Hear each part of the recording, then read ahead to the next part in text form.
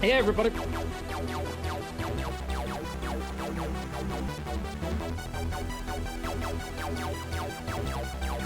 Hello one and all, and welcome to the first of the Amiga April streams. I'll be playing more Amiga games this month because I did join the Amiga April. Today we're just gonna be checking out some of the games that are on the challenge list, especially games that I don't know. There's a lot of familiar games there, but there are a few that I don't know and I want to check them out. This game is called Assimilation Caffeine 2. It's a weird name, but that's what it's called.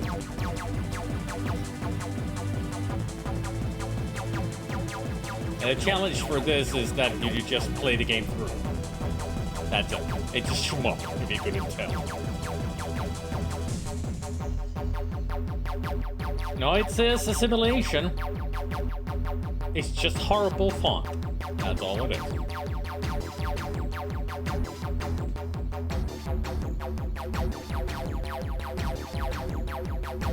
I think that's why it's called assimilation, because they have a board in there.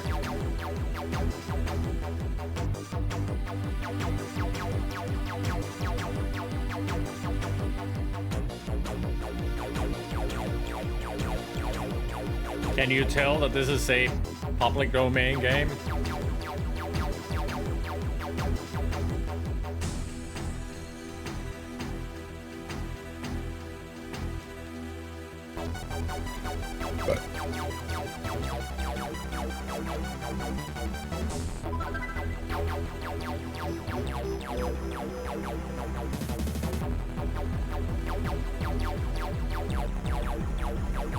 Shall we find out what kind of a shmup this is? How bad it is? It could be good. But knowing me, I'm not gonna like it.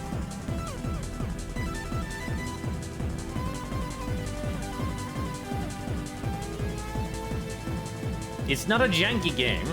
I mean, there are games that are jank, but this is not one of them. At least according to the tags.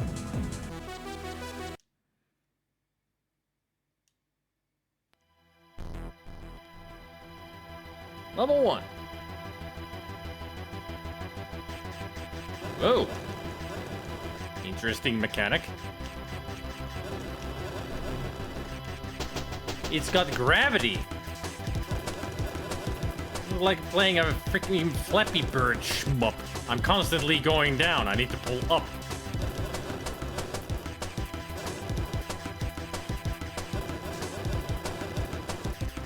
Hey, I got something.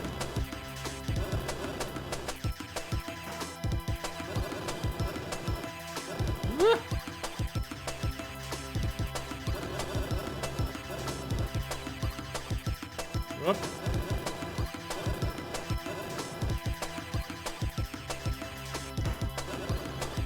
I got a happy face.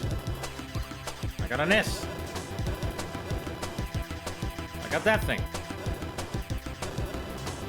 You know, it would be nice if the game would somehow, somewhat explain what all of them do. Okay, this makes me faster, that's for sure. That makes me stay put, so I don't constantly fall down.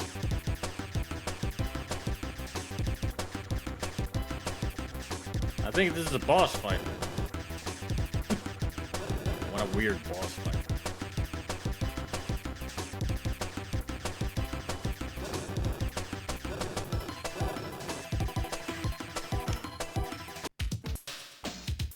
Okay. Whoop.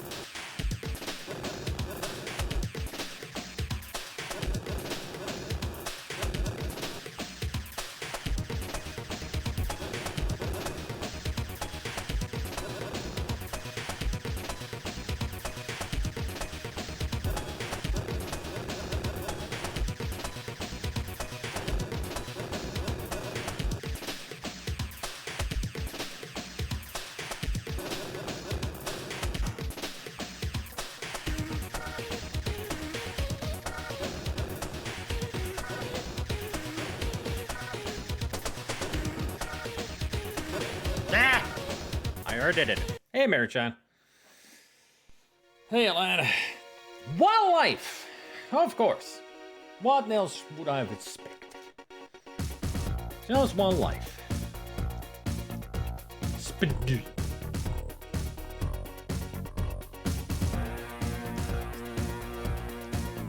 Always with these games.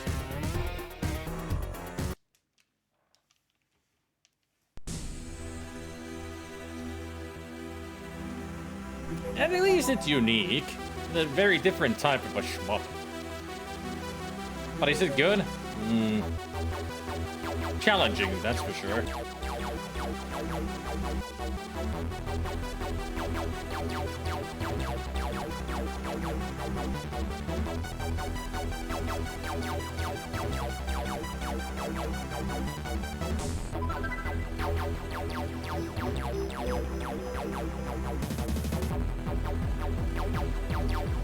The 5th spot.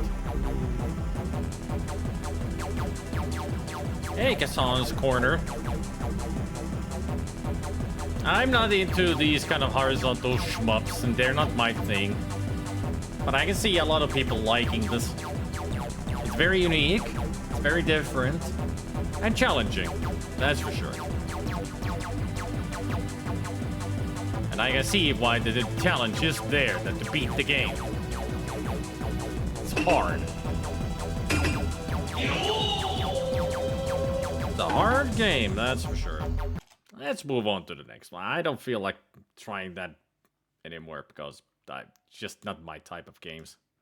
I'm more into vertical shmups.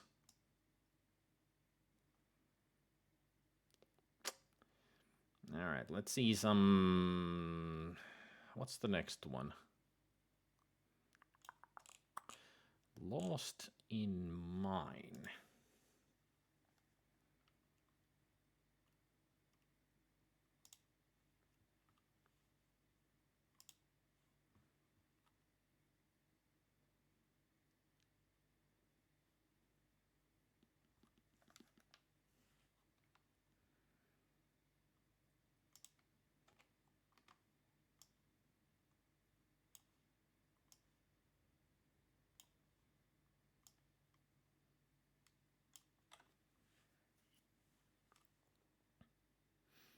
Marksoft.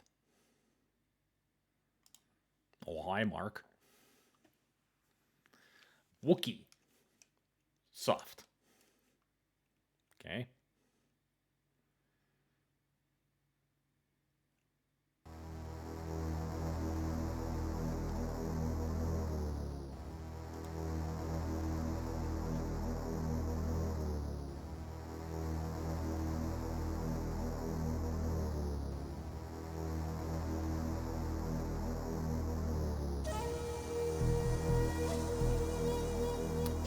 Uh-huh.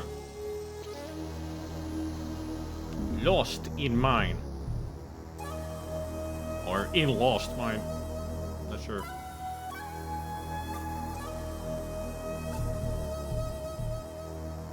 I think that's Polish. Judging from the strike in the L. Yeah, definitely.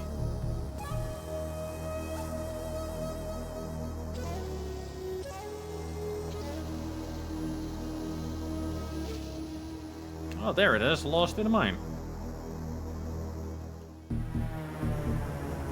So... is it a 3D game or something? Uh-huh. Thanks. Letting me read that. Whatever that was.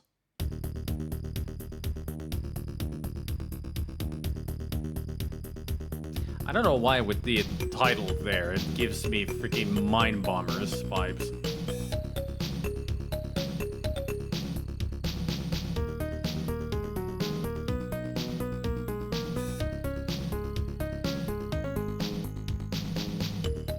Okay.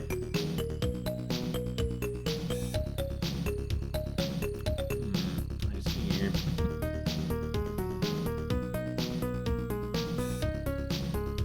Well, I can't say anything yet, then again, because we haven't seen the game. Only the intro.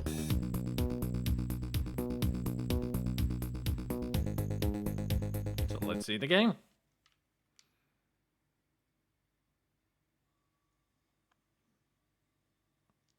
Dynamite, key, coins, the dude, time. Oh boy.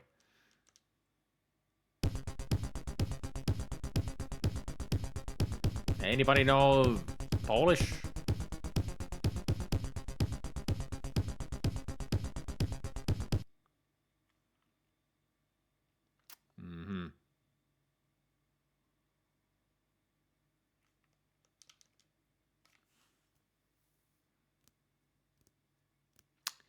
To me, that looks like error code.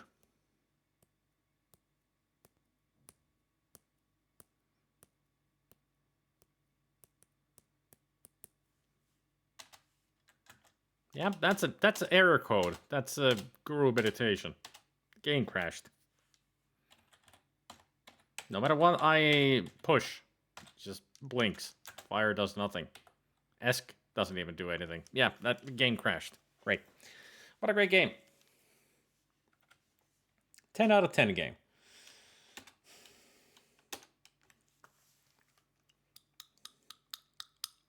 Out of 10, 10 out of 10, 100 out of 100, best game, best game. Come on, it's gotta work.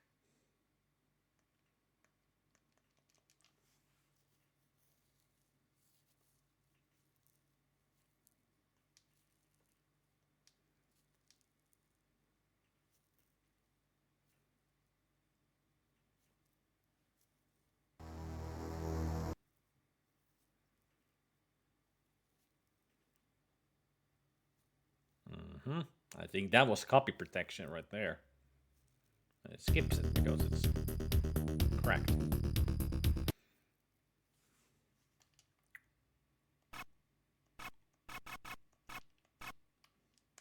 There, 0. Hey, it's you! That's perfect! Let's join our Hey, it cursed works. forces together, and together we can rule the world! Well, hello there, people. Hi. Hello. Hello there, that gamer chick. Thanks for the raid. Hey, Stealthy Golem. Long time. King of Apoc. Hello, hello. Welcome to the stream. Name's SpiderMwa. I play anything, pretty much. A variety streamer, but I also play a lot of retro games, and over the years I played tons of C64 and Amiga. This is my retro Sunday. Usually, it used to be that I played nothing but Commodore 64 and Amiga games, but this year, just last month, I started to be retro Sunday as I play all kinds of retro games. Well, not all kinds. There are some systems that I don't play because I'm not familiar with them, but mostly it is Nintendo, the Commodore systems, Sega SG 1000, Game Boy, PlayStation. I should add those there. Intellivision. But yeah, welcome to the stream. There's a lot of plushies back there. I'm a plushie collector. And Yoshi's all decked up for Easter, as you can see. It's right there, always behind me. But welcome, and thank you for the raid. I joined the Amiga April, as I usually do with these Amiga April and August stuff, because I'm a Amiga gamer. And I'm just checking out some of the unknown games, and games that I don't know on the list. Seeing what they're like. Hey, Neo Venom. Been a long while. A lot of familiar names I see there. Well, thank you again for the raid. Everybody should check out that gamer chick. She's great.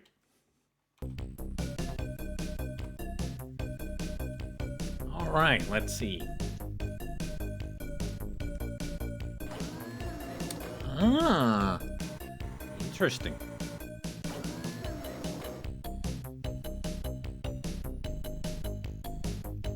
So I can't just climb up there?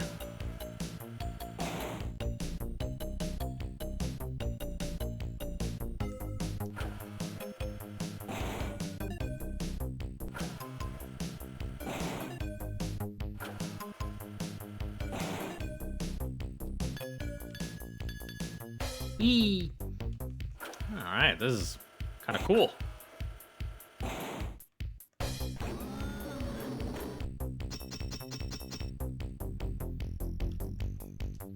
Very interesting of a game. I hate to read and run, but I do have some groceries I need to go pick up. I'll be back in a little bit, though. Okay. Been a while, everything's okay on my end. Hope you've been well. I mean, alright.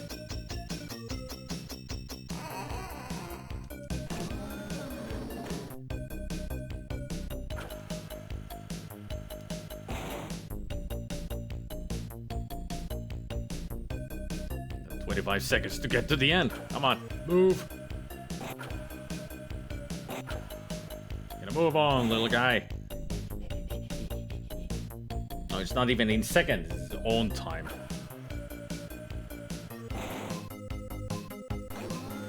Open and get out. E. Did I do it?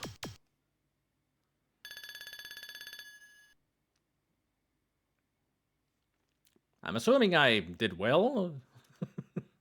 It's in Polish, so I don't know.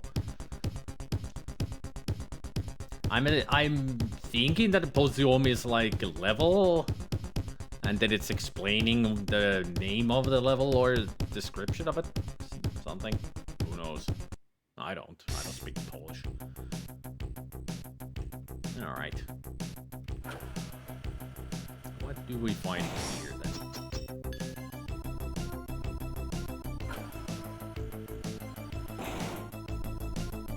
I got only one key.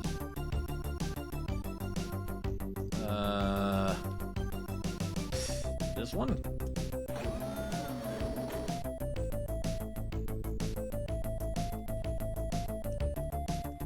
Can I do anything with this?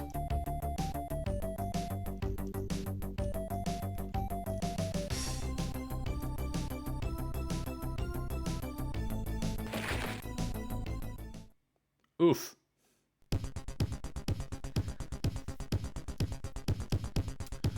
Well. I mean, it only makes sense that you would die from such a big fall. Okay, so let's try the other door then.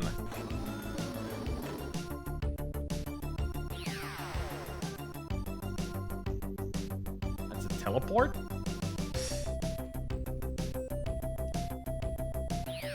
Uh-huh.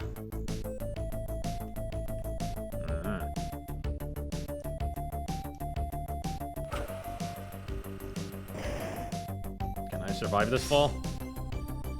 Yes.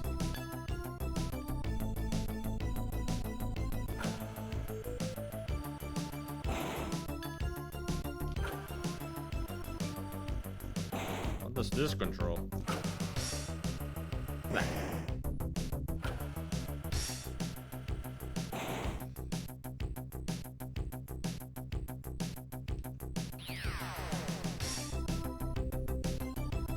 I'm guessing that one item that I picked up was the controller for that thing. That nigger.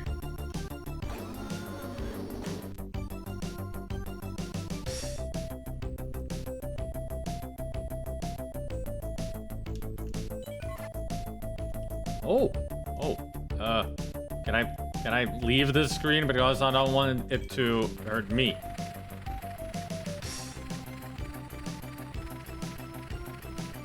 Well, here we go! Oh, it doesn't hurt you. Good. That would have been actually funny if it actually did kill you. It's like, I'm gonna drive this right into myself.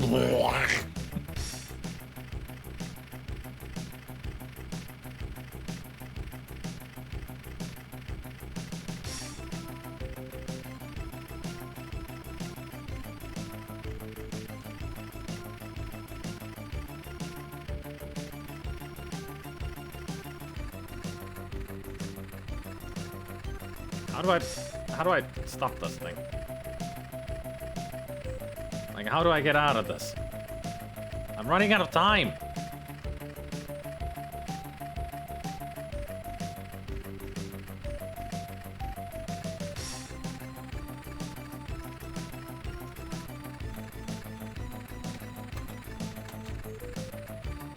Game. Let me leave. Why does it flash when I push down on the fire button? No. No. It's not letting me let go. Nothing I push. Nothing does anything. This is bullshit. I pressed everything back. Everything. Stay forever.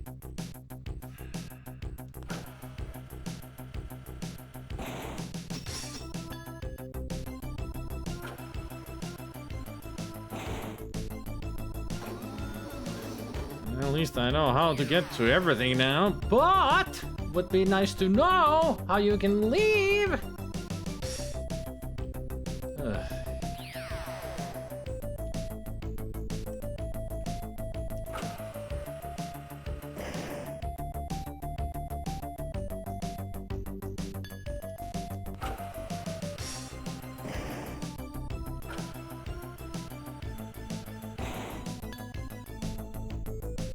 I do have ideas.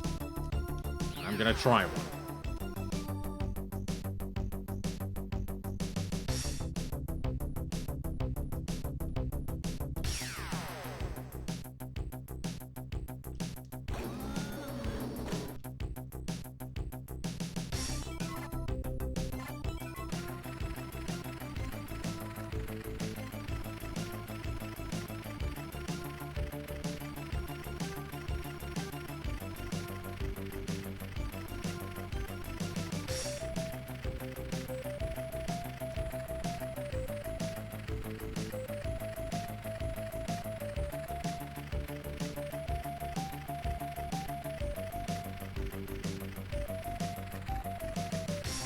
That didn't work. Idea number 2.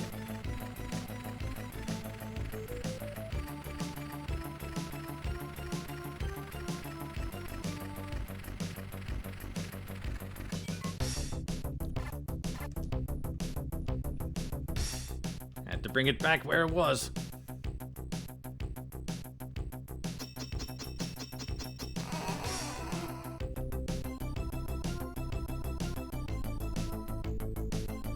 There we go.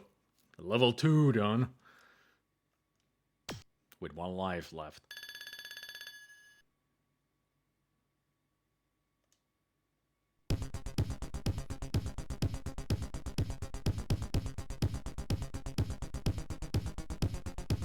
Just what I was thinking. Waggy.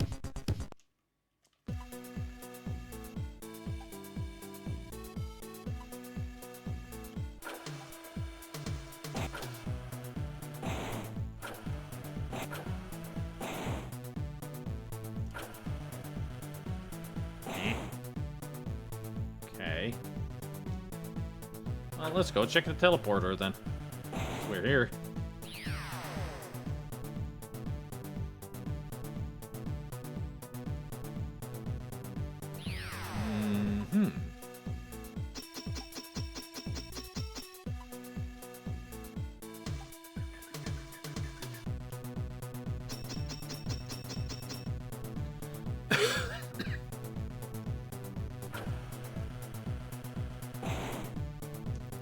A lot of coins on this level.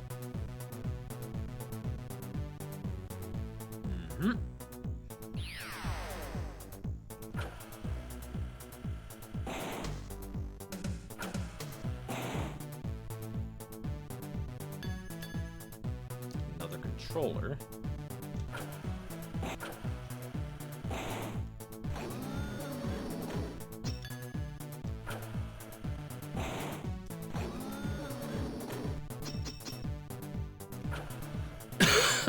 Excuse me.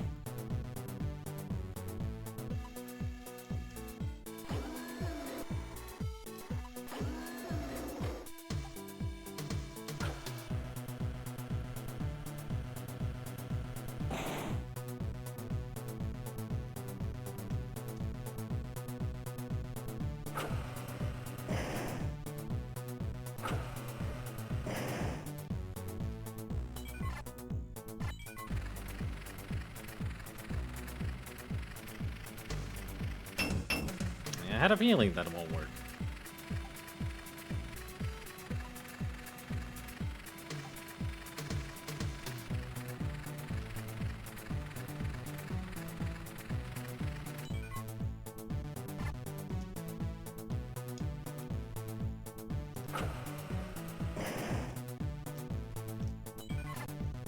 This is so tedious.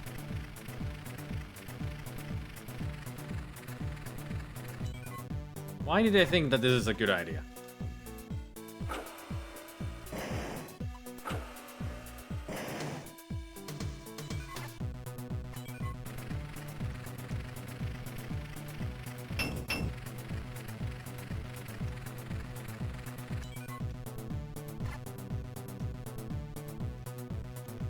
Oh, this is not a good game design right here. Well, that's what they went with.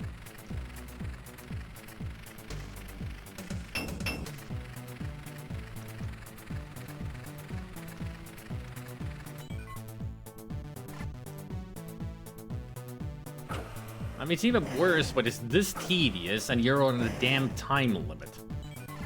Like, that's the worst thing here. Being on such a tight time limit never works in these kinds of games' favor.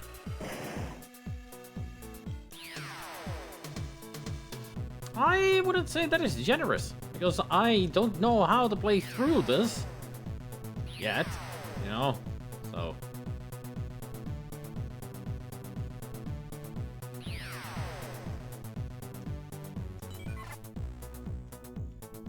I don't even know how to get this to the other side. Didn't expect it to be a laser. Nope, don't do that. There we go. Oh boy.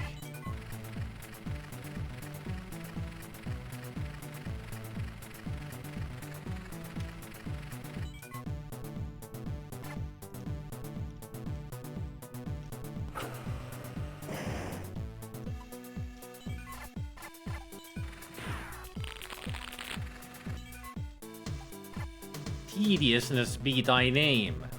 Fun factor is not in the description.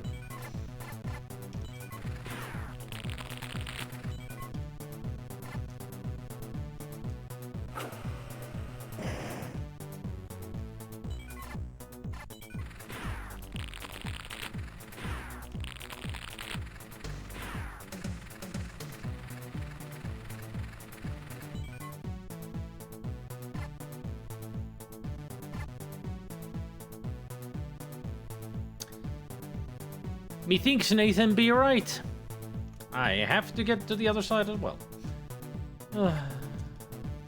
25 seconds of this game's seconds to go to get all the coins.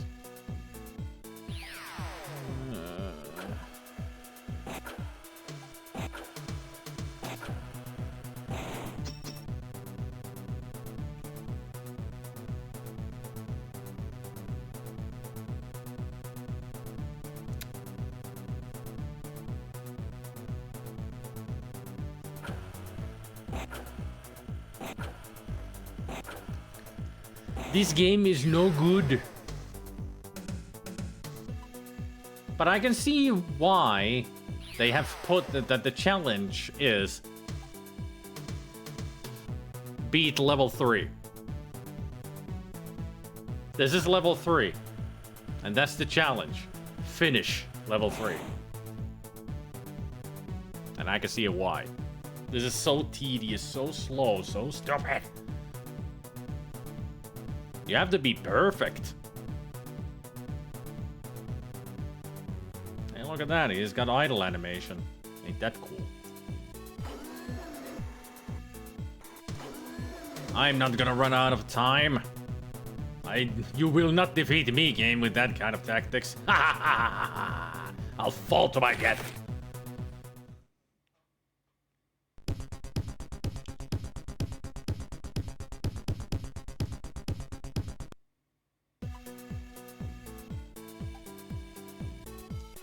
Yay, I get to try this again. Woo!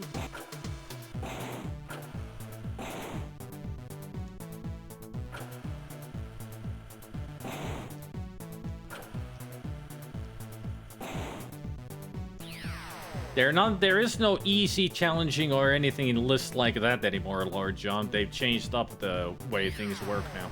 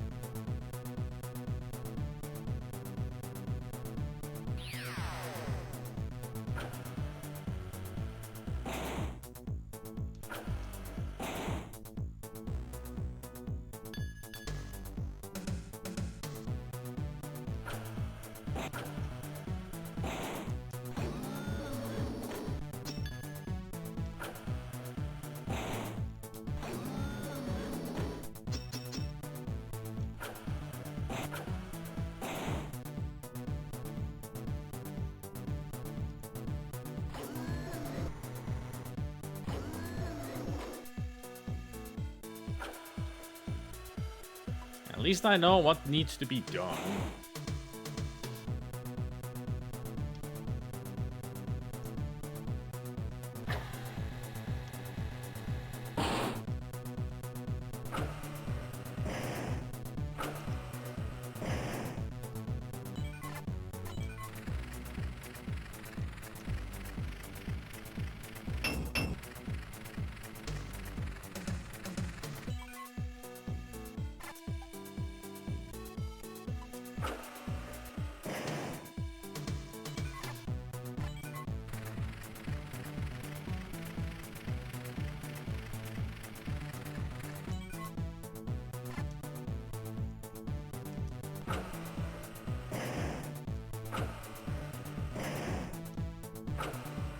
No, can't do it there.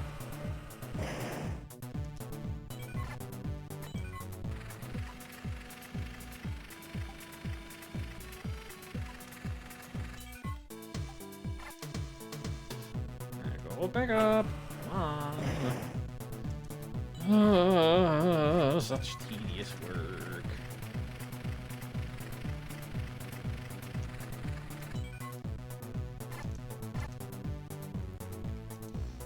You down because I got a feeling that you would be in the way for the other one to get there.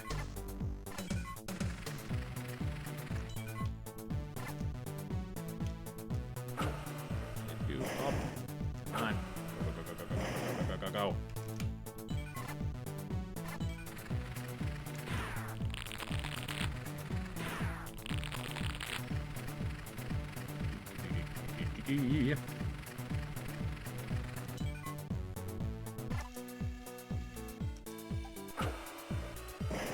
It's a cool idea for a puzzle game, but the execution is horrible.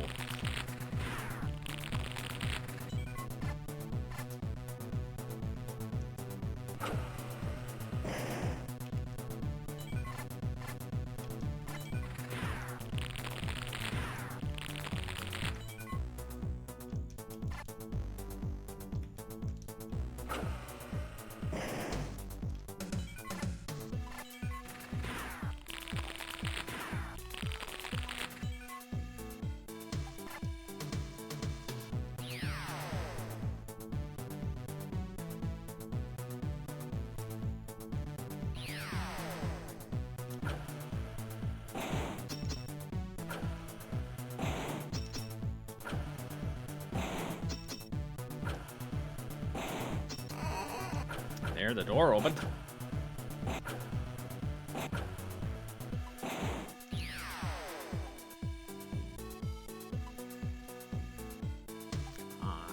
Why is the camera so slow?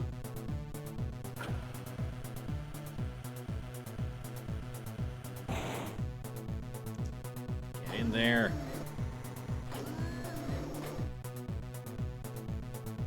Take that! Level 3. 34 seconds still left. No extra lives. Yay, I did it. I defeated the challenge. Woohoo!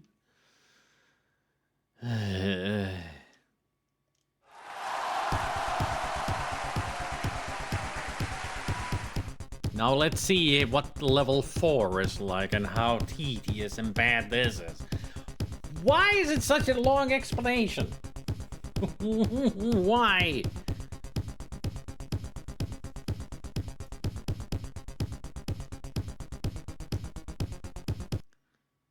This can only mean bad things.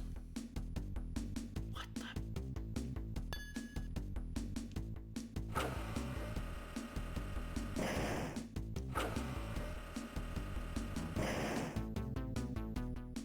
Das Model?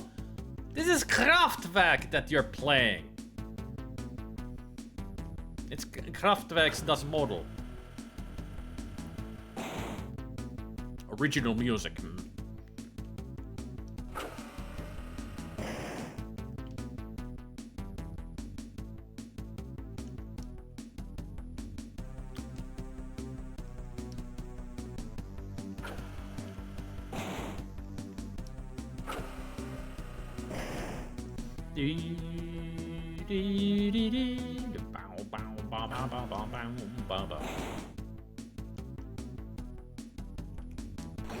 IP infringements are the blood and bone of Amiga games, especially when it's a PD game like this. But hey to it. Gotta admit, it got good jams of music, especially when they're using real music, not their own.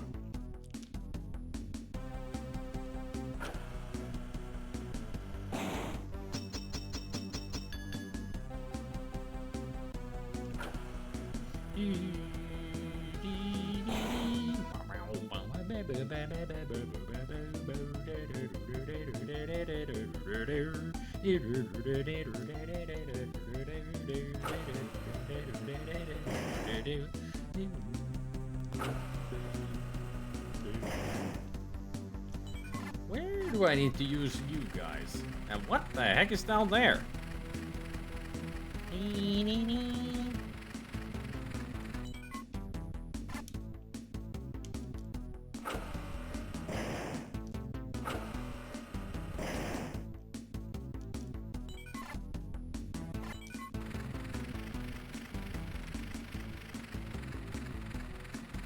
Okay. There are 3 things down there. I think those might be like extra lives, but there's no way I could get there.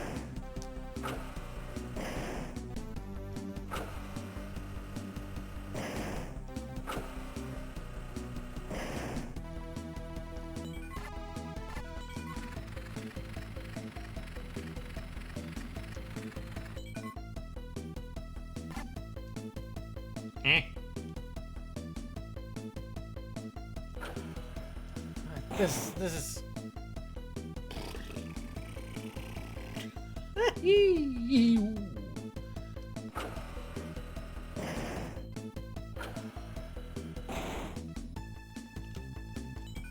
Let me guess. I think I know what's happening here.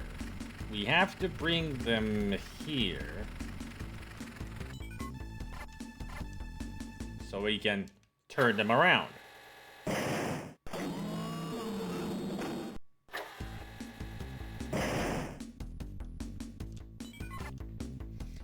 Isn't it great that they have this kind of a mechanic in it, that you have to turn them around so you can bring them to the places where they need to be in the right orientation when you haven't even seen the place where you need to bring them?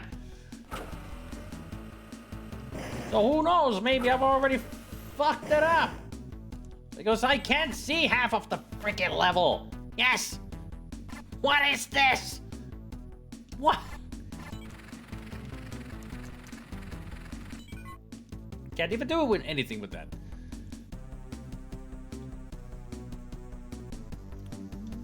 Ooh, what the heck? So I'm supposed to make a hole here, so I can get here. Then I need to get through here, so I can get those and get down there. Yeah, that's pretty much it. So So it feels like half of the things that they offer here are completely useless.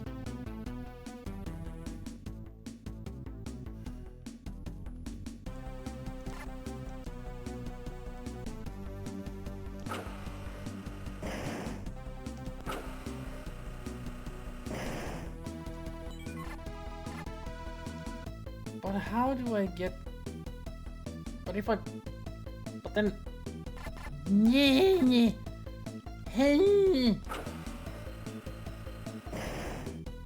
My brain is breaking because of how stupid this is.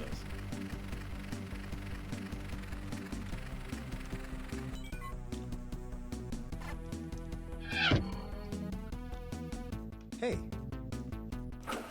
Why is it always with the Finglish speech, Leon?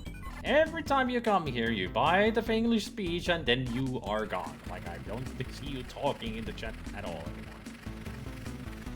Just never understand some people.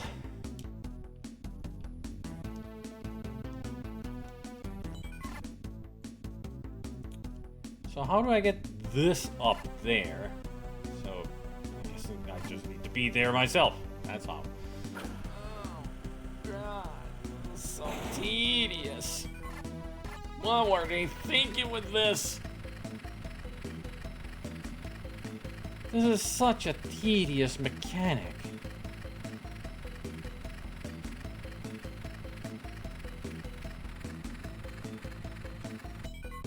I mean, they bought it, so I might as well do it. There's no point of not doing it. They bought it. Never makes any sense that white people do stuff that they do. And even if I'm ask about it and try to get an answer, I will never get an answer because they're not here anymore. Oh. What? That's not even something that I need to break? But I still don't understand how I'm gonna get down there myself. Like, this doesn't make any... None of this makes any sense. What is even this?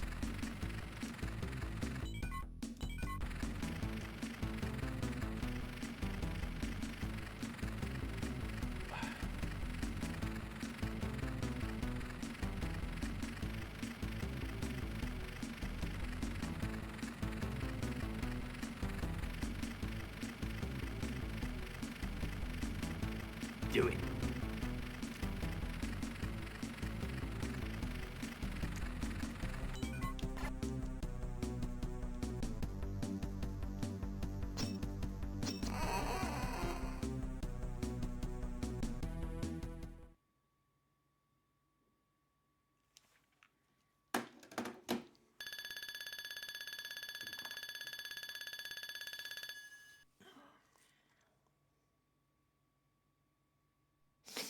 Yeah, because that whole door and everything, this was all a trollish level. Like, they put everything there just to, you know, distract you. It's like, oh, this is gonna be such a complicated level, like how I'm going to do this, how I'm gonna go there. All you need to do is just drill freaking holes on the freaking floor like lemmings and then drop down. Easiest freaky puzzle ever. It's just a trollish level. Nothing but trolling.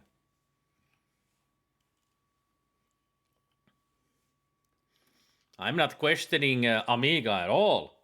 It's the freaking PD game makers that I'm questioning, but I don't even need to question them. I played plenty of PD games that are super bad. This is just a joke. Like, that whole level was nothing but a joke. And the developers are the ones who are laughing, not us.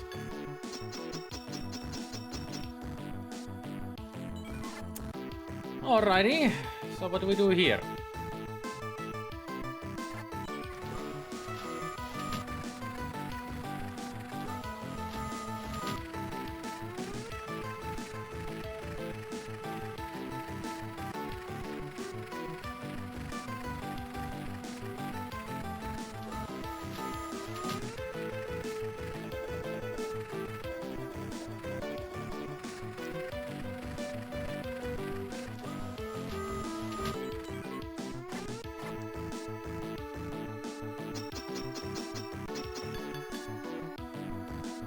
dynamite. That's what I just picked up.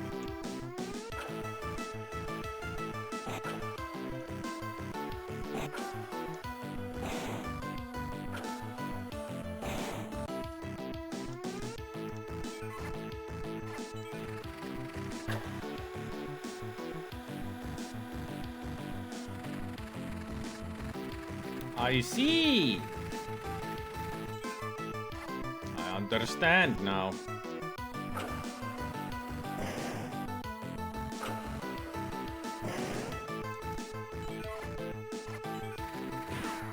Yeah, you do nothing. Just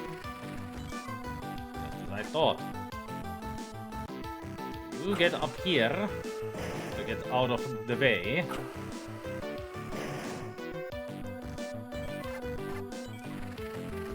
Why are you guys putting me against the computer? I have nothing against the computer. It's a completely different thing to what is happening here.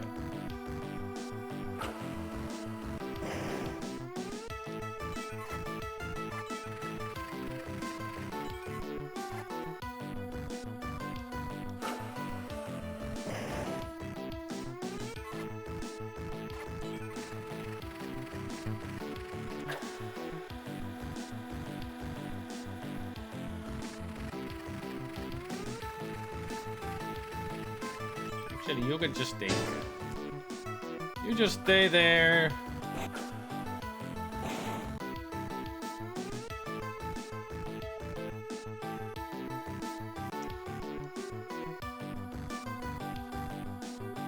Let me guess.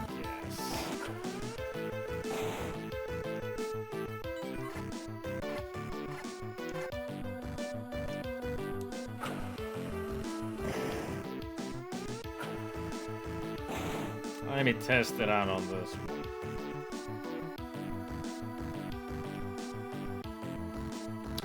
Or I'll just drop down and not do anything because now I'm stuck. Yay! I screwed it up by going too far. Woo.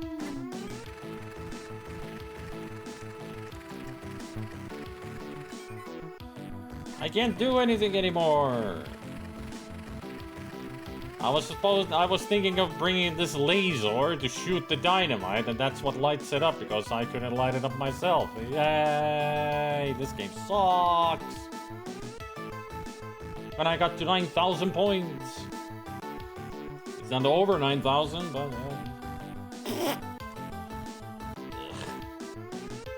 it's not a bad puzzle game, but it's so tedious. I mean, that's the problem with this game. It's just tedious. Otherwise, it has clever ideas and everything, but the execution is so slow.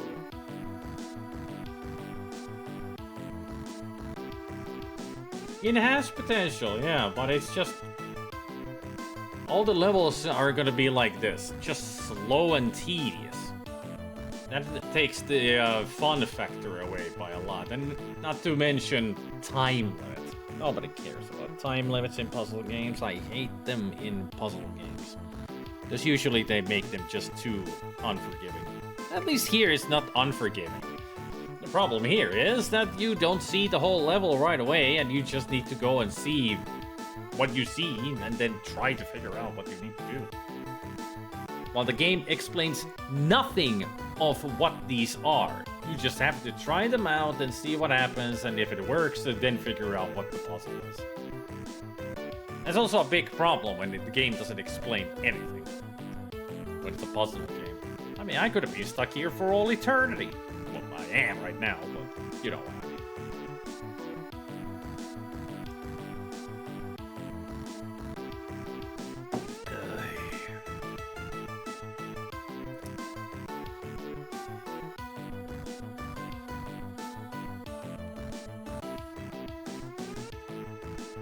Even in the previous level, that was the troll level, they had 3 extra lives between 2 pits of spikes.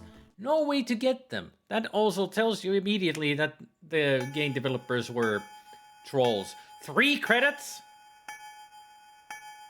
You expect me to continue this game? You are wrong there, developers. I'm done with your crap. Indeed, game over.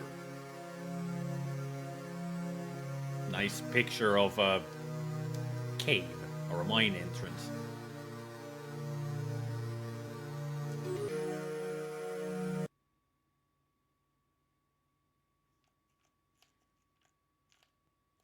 Oh, hooray, I can put down a name.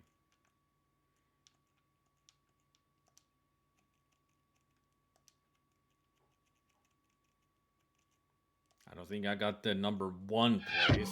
But... It sucking fucks, it fucking sucks, it fucking blows, it's a piece of shit, and I don't like it.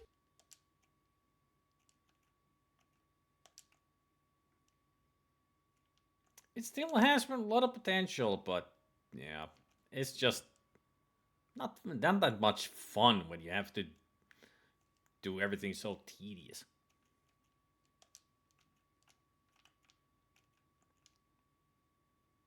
Oh, I see the difference between the A's. Now I'm SpiderMwa. SpiderMwa, see?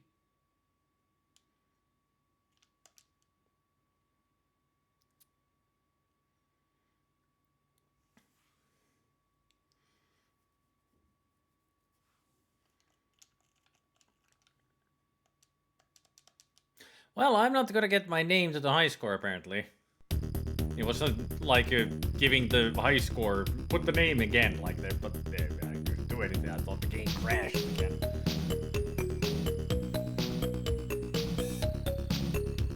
Send it to Alcoholics Anonymous?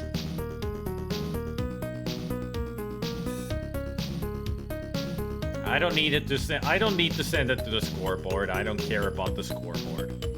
Hey, 3rd place. Or shared 2nd place. What a great game. So much fun. Oh.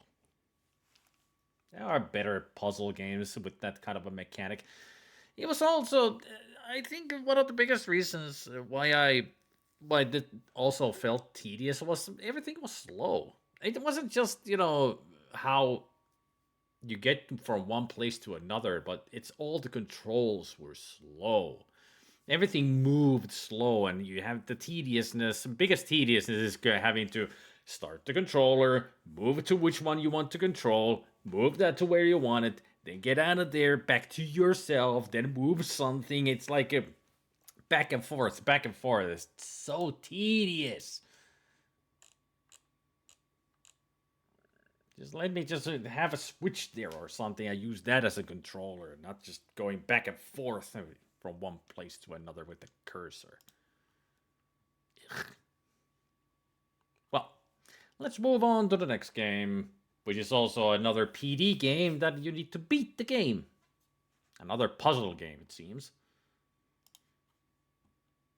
Hopefully this will be a better game because it's a newer game. At least from what I can tell.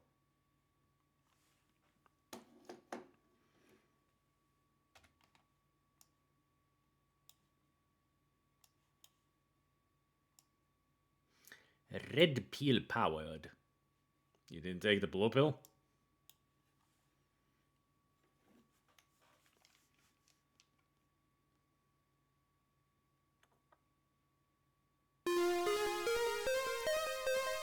(2017). Designer Zenner Art Hollow Music Estling.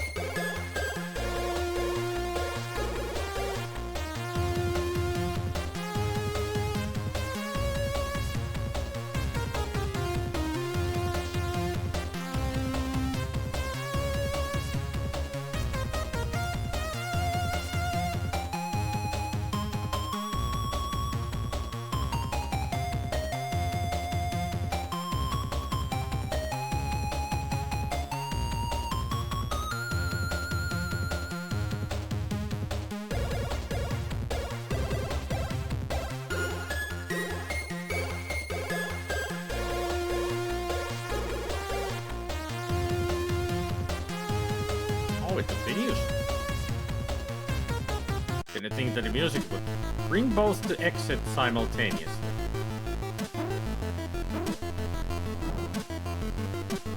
Alright.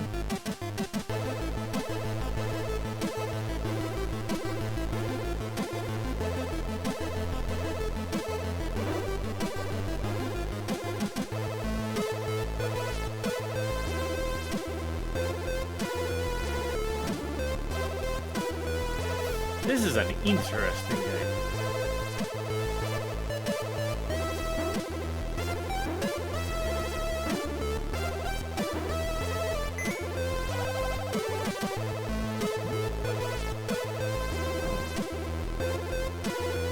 Now, this is a much better puzzle game than the previous one.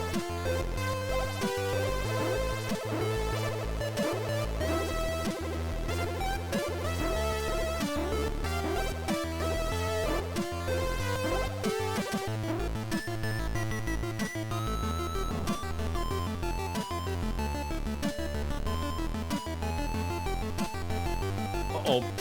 Uh-oh.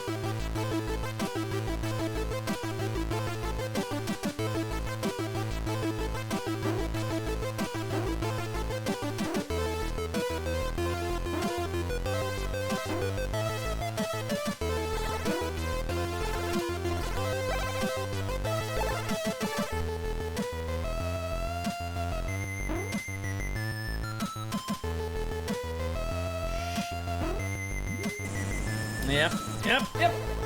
Feeling I'll fail then.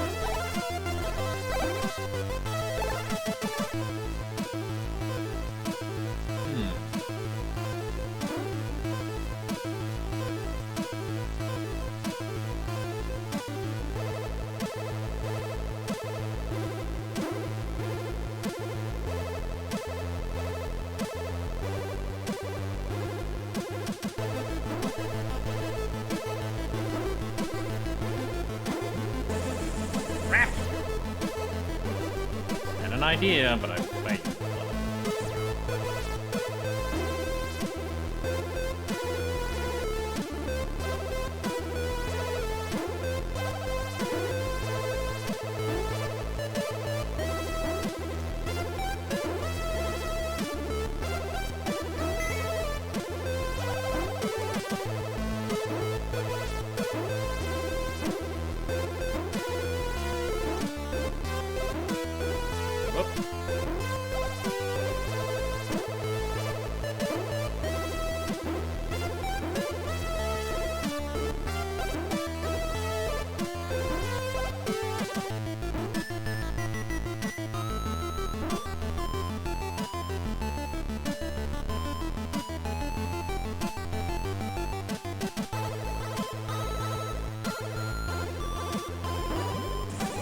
Damn it.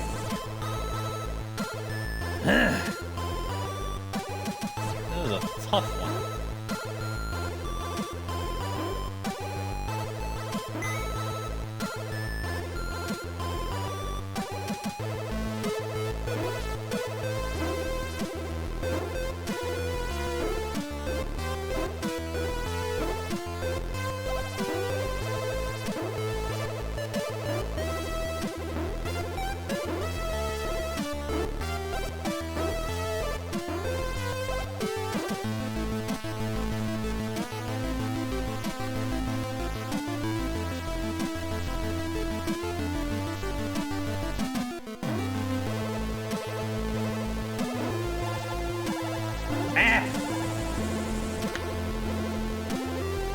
Damn it.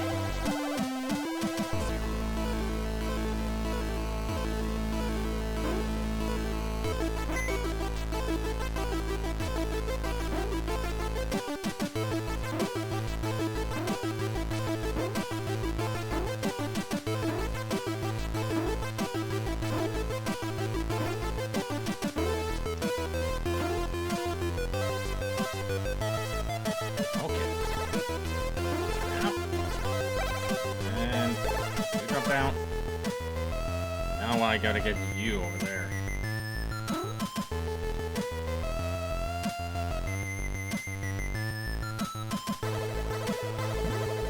There we go. Woo. Took a while.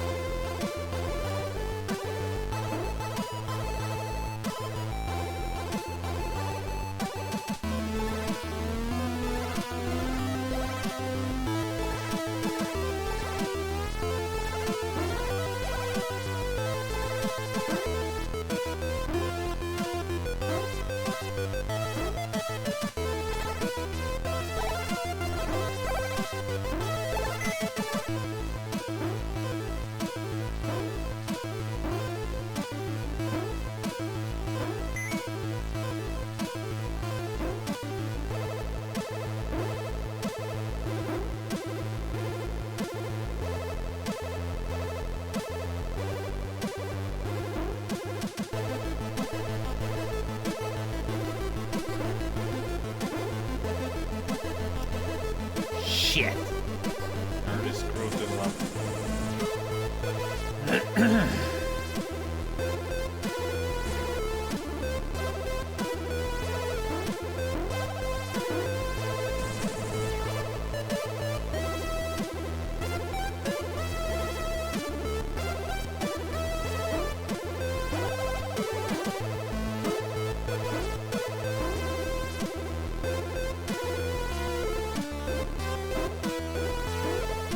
No! What am I doing?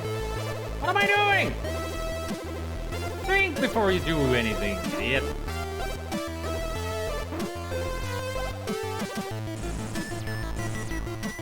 Didn't go as planned.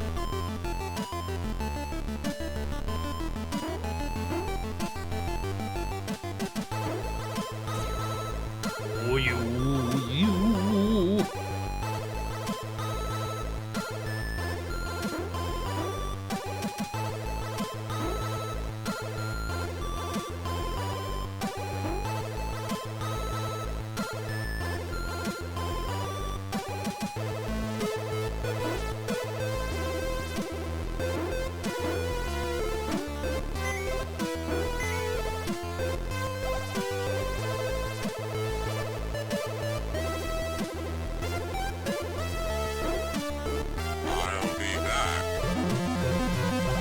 Okay, Zempic.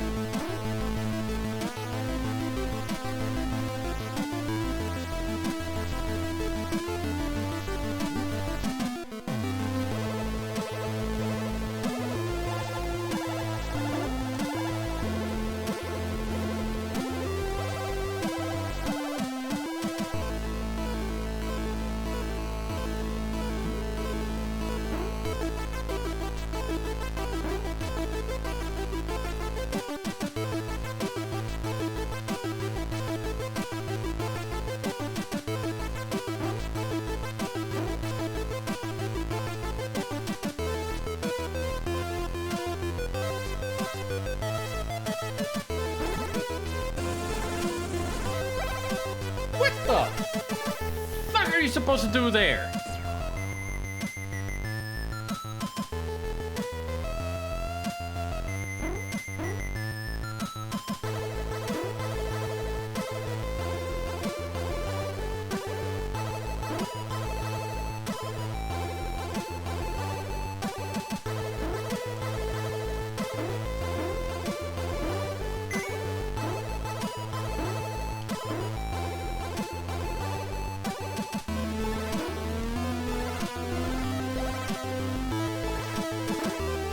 Oh, come on.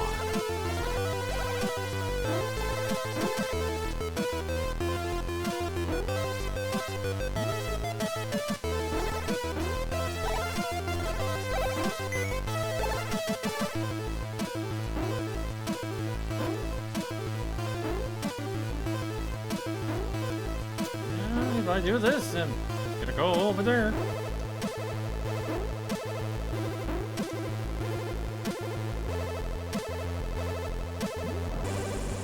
Oh, you son of a bitch! How did you fall all the way down to the spikes?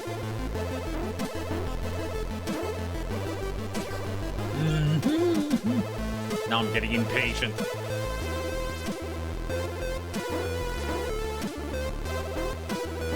Now I'm really getting impatient.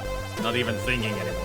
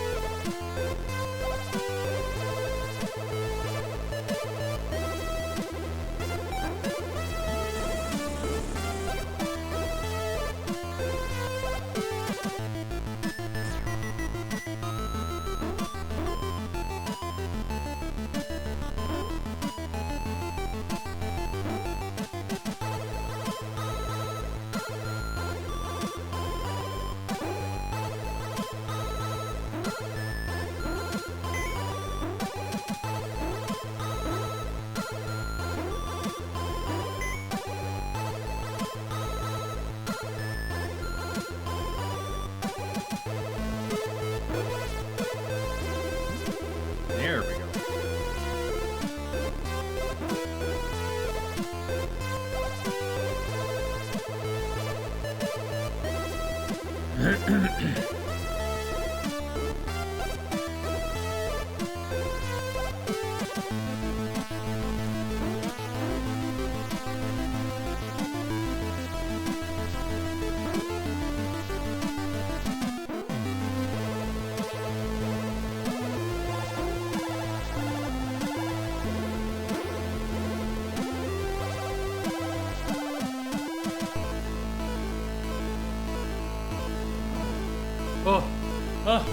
Pixel. Perfection. Got it. Are you kidding me? Are you friggin' kidding me?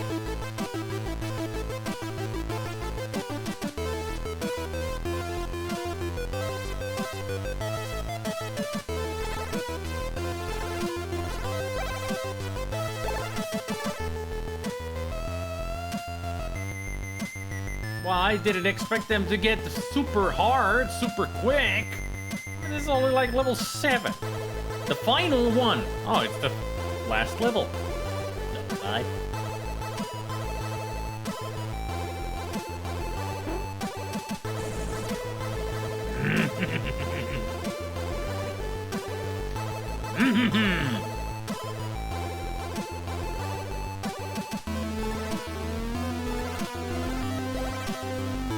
Oh, the fun we're gonna have with this.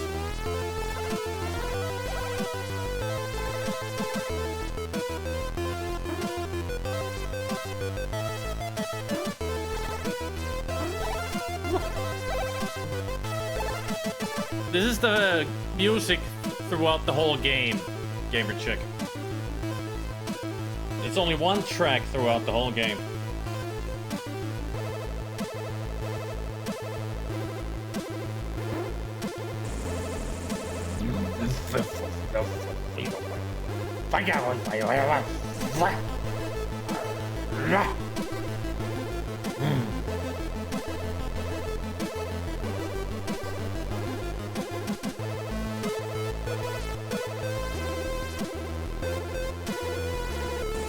Oh, you.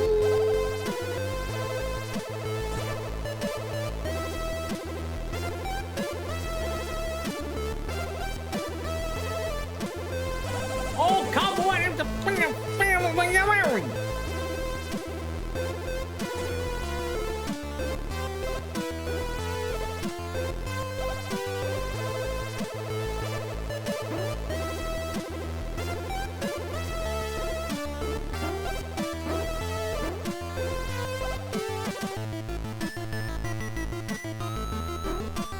No, you win.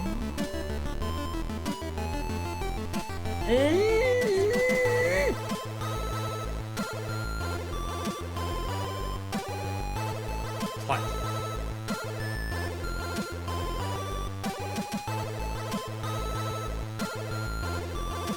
You know, I'm gonna try something stupid. Why not? This is the moment when the stupidity will pay the bills.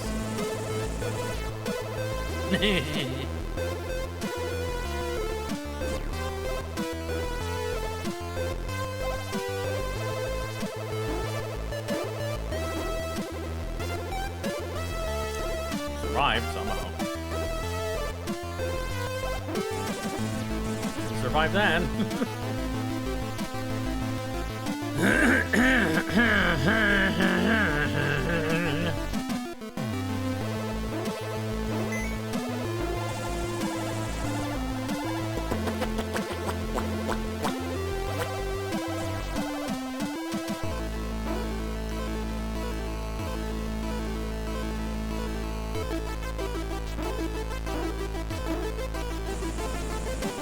Double kill.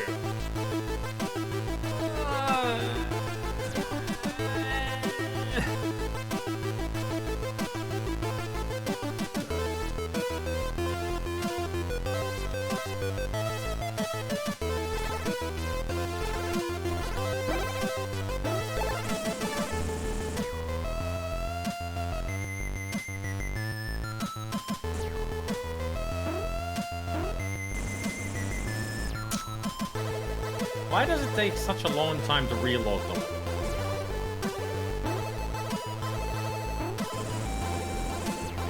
Jump.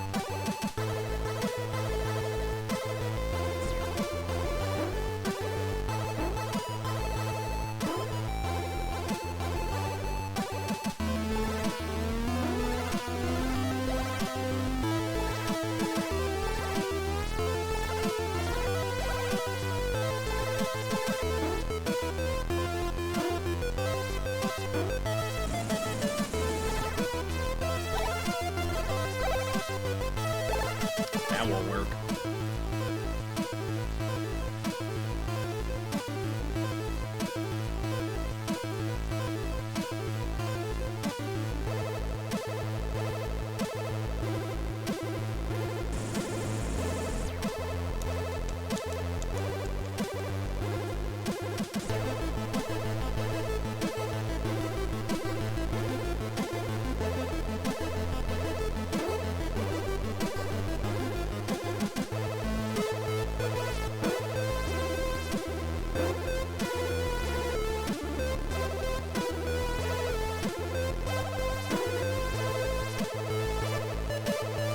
Made it this time.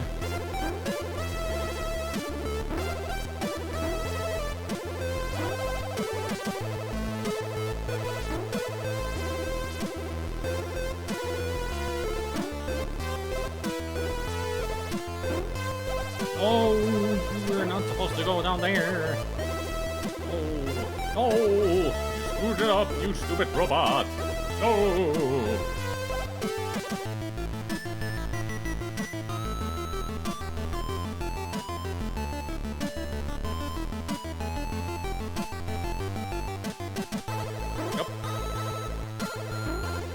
Reset. And it. No! What are you doing? Ah!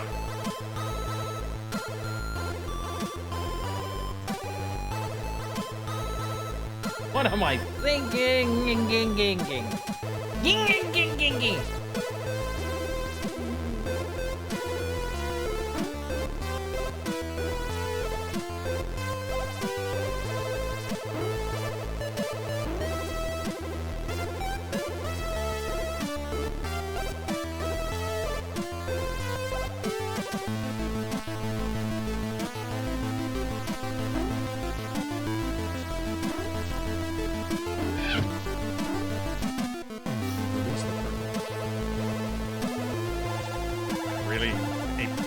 tarvitse ruveta kiroilemaan. Mä oon niin raivostunut. Mä toi taas kerran Spekki luulee, että mä oon ihan vittu raivoissaan täällä, mutta en mä oo. Mä oon nyt raivoissaan sille.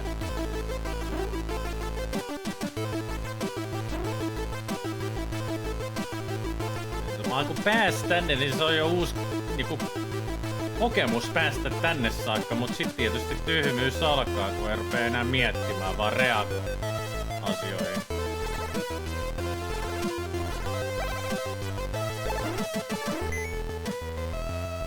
Okei, toi toimi paljon paremmin kuin odotti. Selvä. Takaisin. Ja ei kun perkele. Perkele. Okei.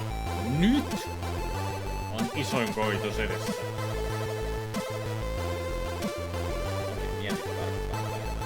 Jos mä hyppään tosta noin hakee tonne, sit pitää mennä takaisin.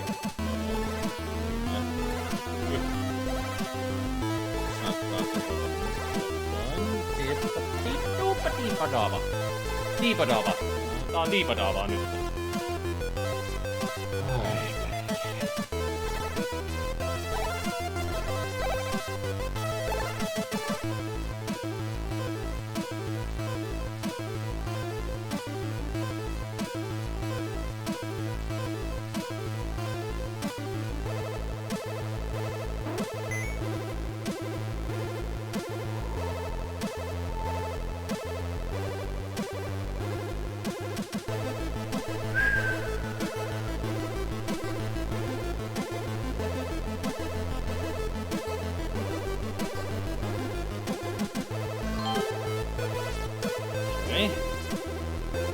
Okay.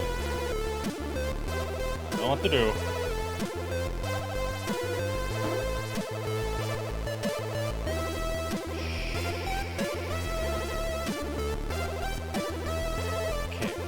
Okay. I've done this jump before. So that one jumps over there to the door. Then this will be safe and lands down there. I just gotta wait for that freaking ball to get over here so I can do this. Safety. Then... Yes! I beat you! I beat the game! Man! That was a tough one. That last one. Oh boy. This was a cool game. Very cool.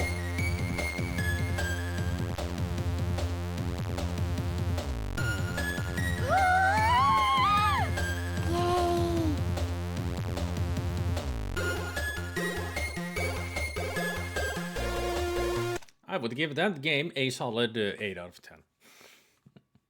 If I would have given such rankings to games. Which I usually don't. Alright, let's move on to the next one.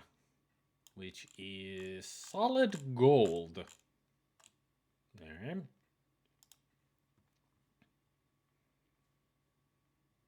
I think I saw somebody 8 watt out of 10 watt. 8 pineapples out of 10 pickles.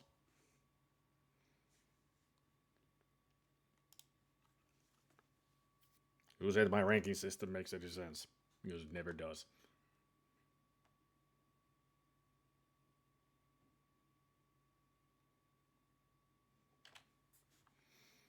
So let's try this Solid Gold then. Unlimited lives? No. Nobody needs that.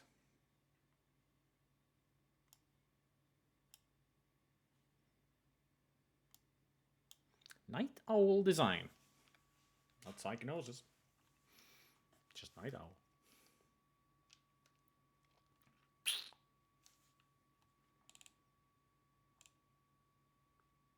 And this is pretty much the last one of the games I've never played before. Loading.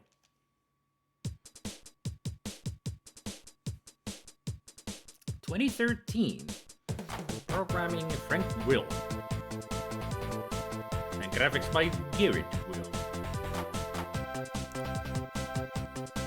like the reflection down there. Story? At least they have it at beta tester.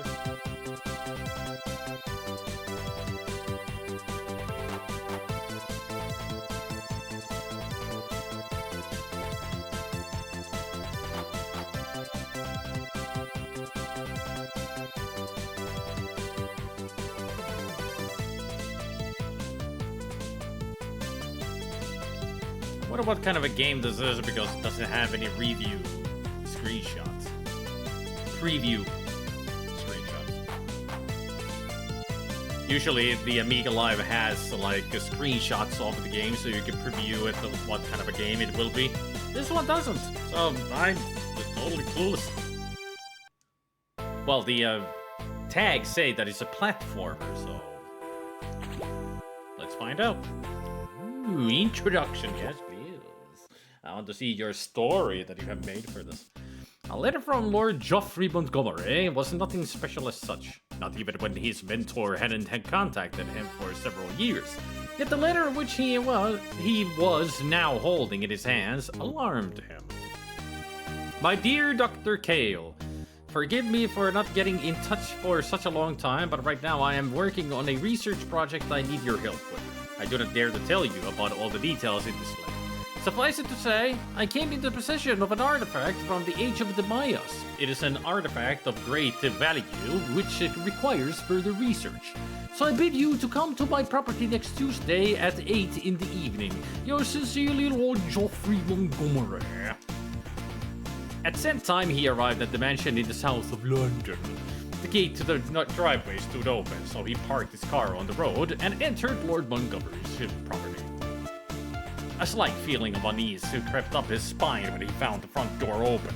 Carefully, he approached the Lord's study. The door was ajar. As quietly as he could, John Cale edged through the door. Lord Montgomery sat in his chair, hunched over his desk. Blood had flowed all over the documents. John rushed to him and felt for his pulse. He was still alive. When John touched his shoulder, he opened his eyes.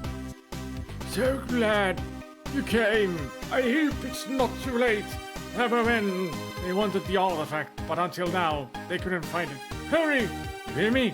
Step through the secret door in that wall and find the artifact before the others. Great story, bro. So are we gonna be in the mansion then? London, Lord Montgomery's mansion. The Lord closed his eyes and stopped breathing. John Cale escaped through the secret door and started searching for the holy artifact.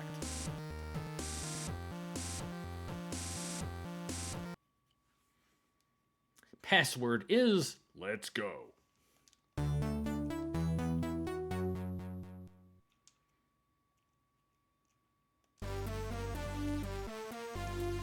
I saw somebody play this game. I think. Can't remember who played it.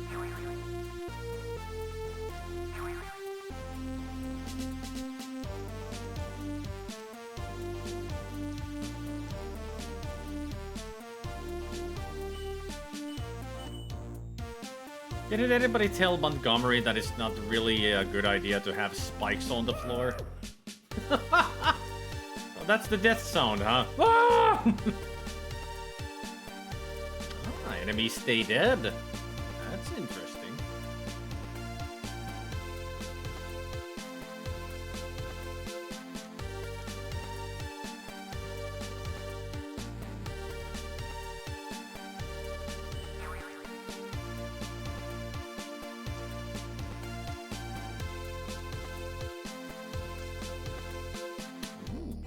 Interesting.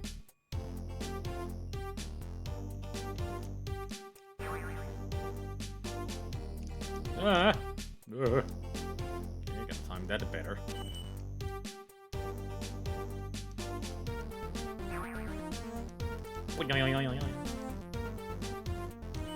Are those dogs or monkeys? I see a spider.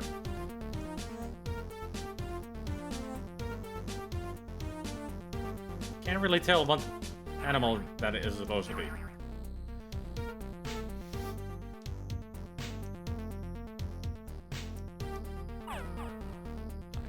checkpoint. Or a cranberry. Yay, one gem. I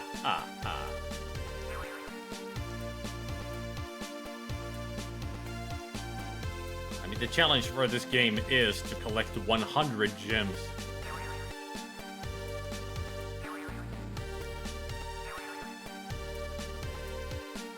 Why is there just a table, a desk lamp on the floor?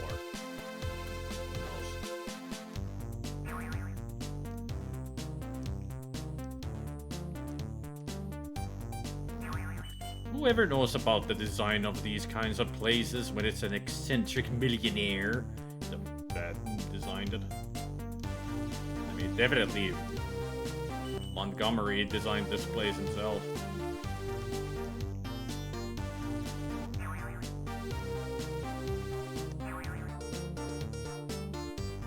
Just a random chair and a table. Okay.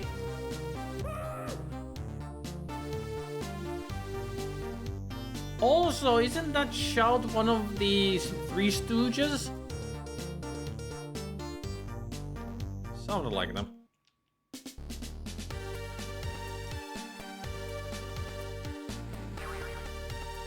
Sorry, rat. Can I use the phone to call for the police? There's a murdered person here. Can I use this phone? Can I use any phone?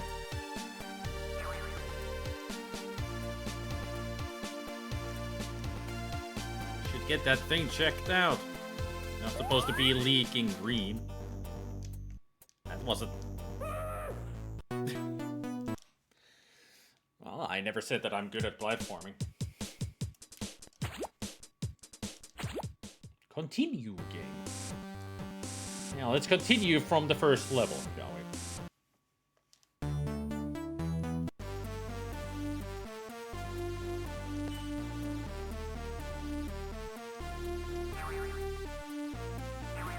Everything is 10 points, it seems.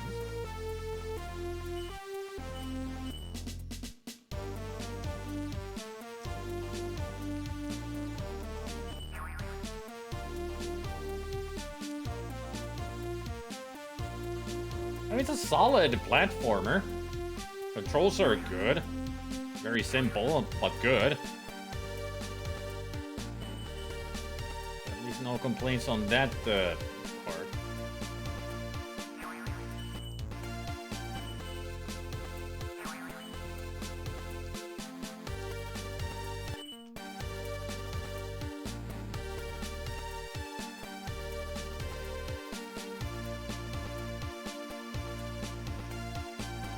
I don't think that the grandfather clock works anymore.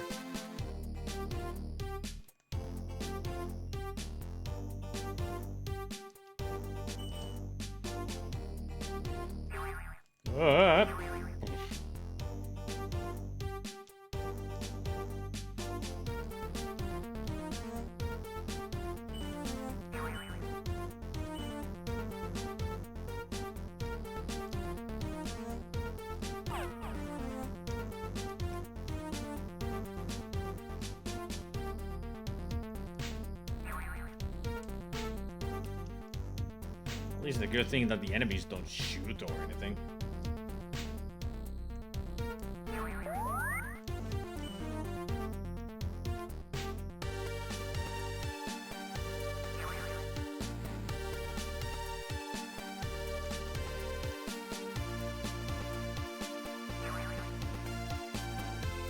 Another visitor. Stay a while. Stay forever. Thank you for the follow. Anything interesting up ahead? Other than a trap, most likely.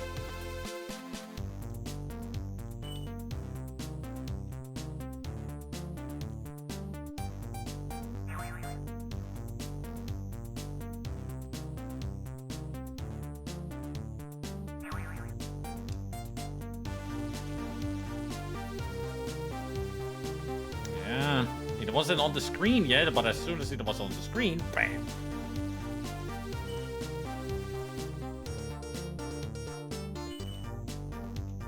let you live. At least you have a fireplace to hang around in. Can I go through?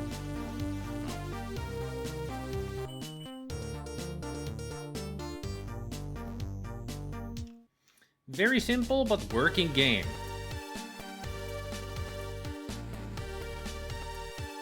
And challenging enough. At least so far. Who knows how difficult this is gonna get. Hopefully not too difficult.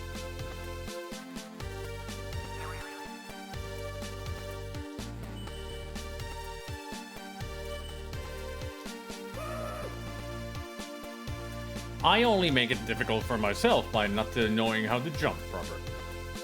Just me playing a freaking Mario game.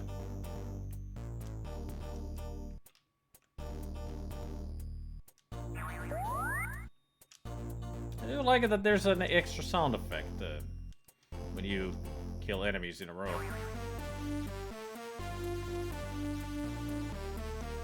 I got a feeling that you're not supposed to go up there. Can't tell from the spikes.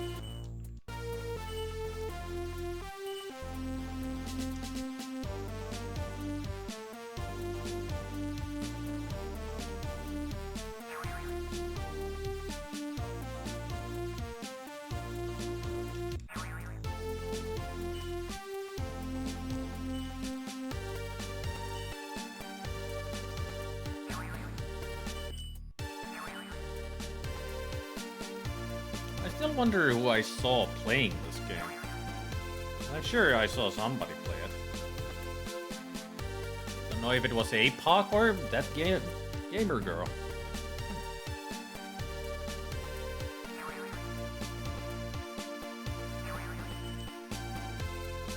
Oh, it's a ghost? Huh? Oh, come on! The checkpoint was right there!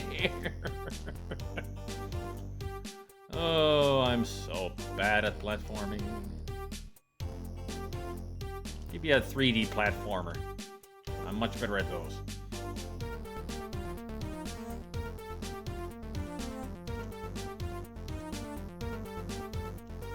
Come back, dog, monkey, or whatever.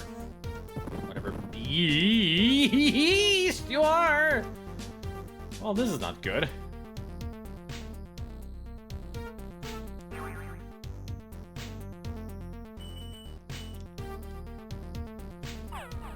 There we go.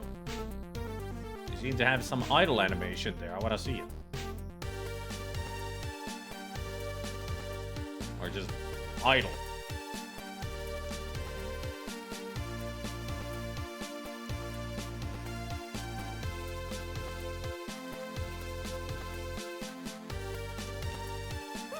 Oh, come on! These are not my kind of games, because I suck at them. That's the only reason. It's not a bad game, though. This is a really good game. I like it. It's cartoony, it's silly, it's good controls, nice music. I'm just bad at them.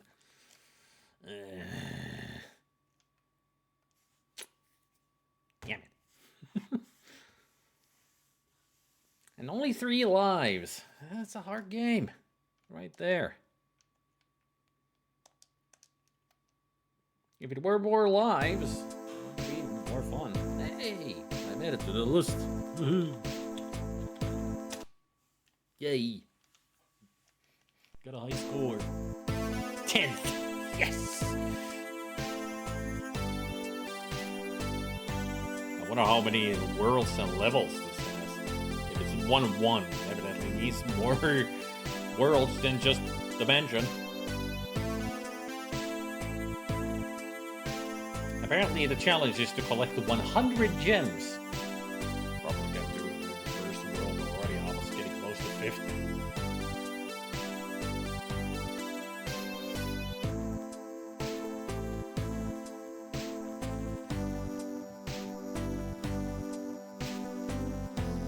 You know, I do like this game a lot.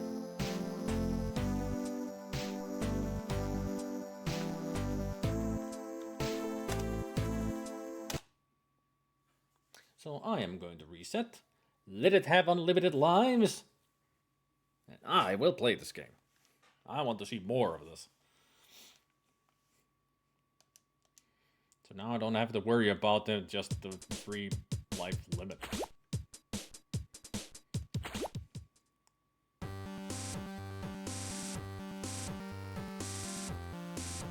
I do want to see more.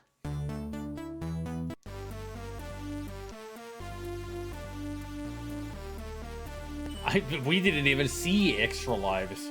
And who knows how many points you have to get to experience an extra life. If there even is such a thing that getting a certain amount of score will give you an extra life.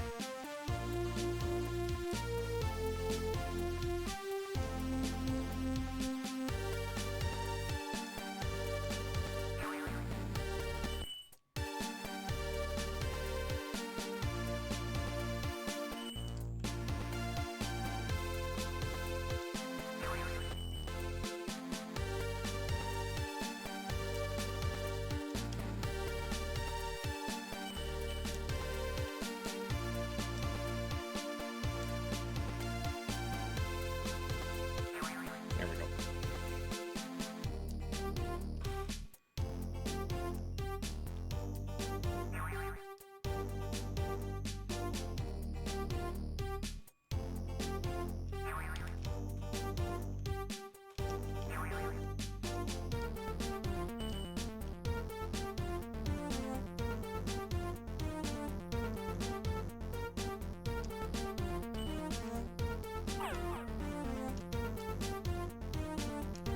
Come on.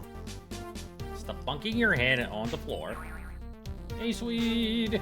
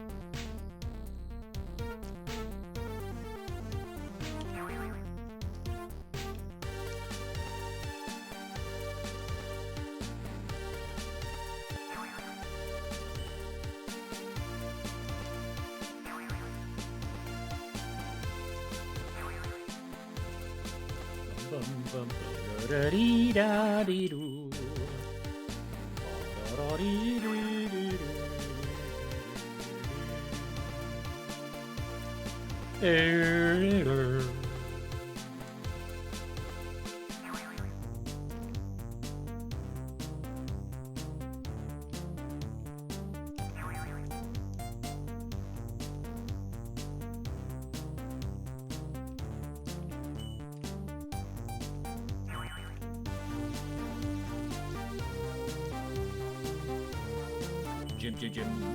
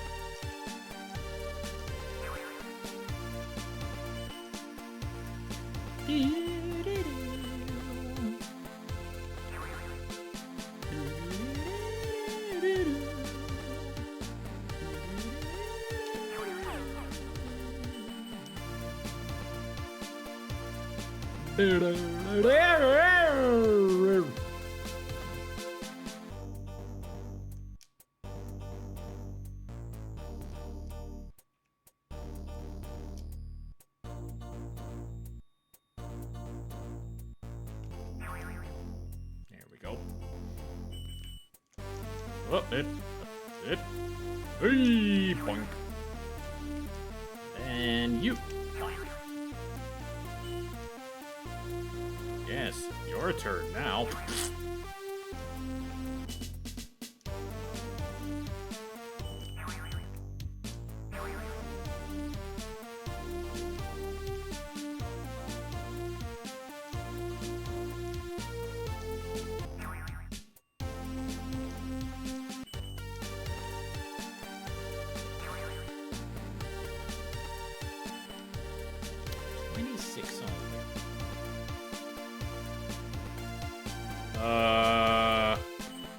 I know sometimes, you know, rich people are very eccentric, but they don't really need to have blood rivers down here.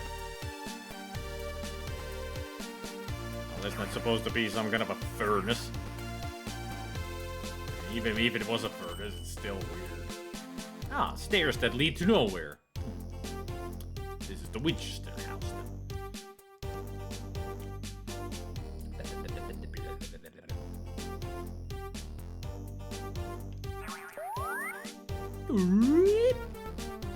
I go this way or the other way?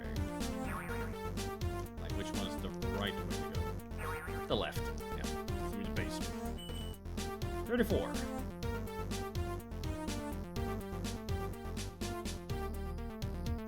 got a feeling that door leads nowhere. Checkpoint. Barrels! Barrel! Barrel!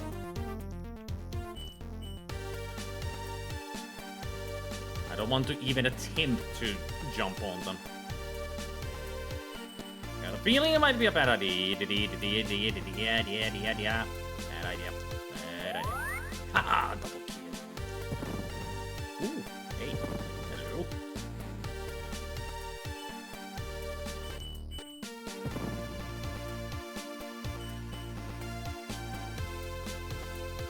There we go. That's those. Good. There's the ghost. Did I miss anything down here? I should check the ghost area first.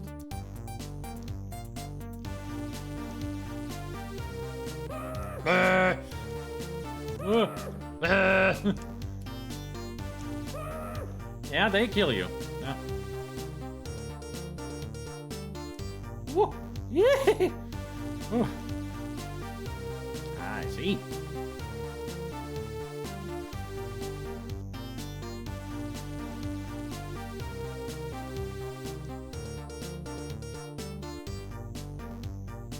Gems. What's up? Gets me here faster. Whee!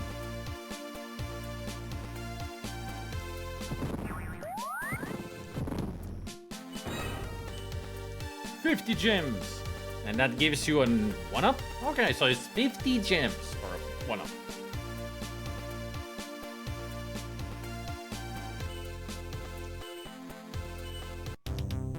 Well done.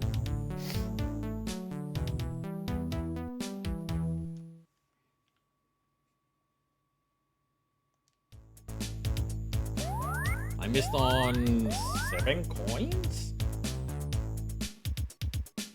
8 diamonds? How did I miss things? There was an extra life somewhere. I guess there was a secret room that I missed.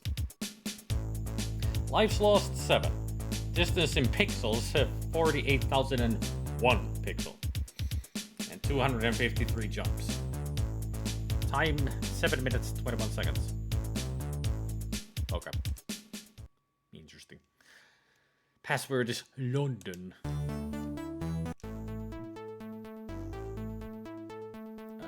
Did you notice that there's a volcano down here?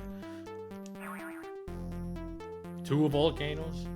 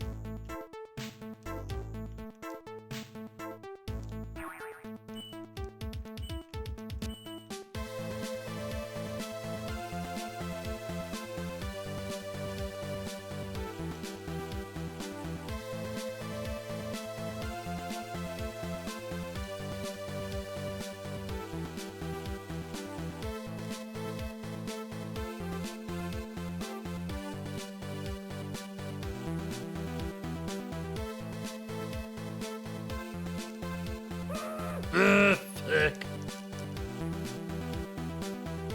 Not even a checkpoint yet.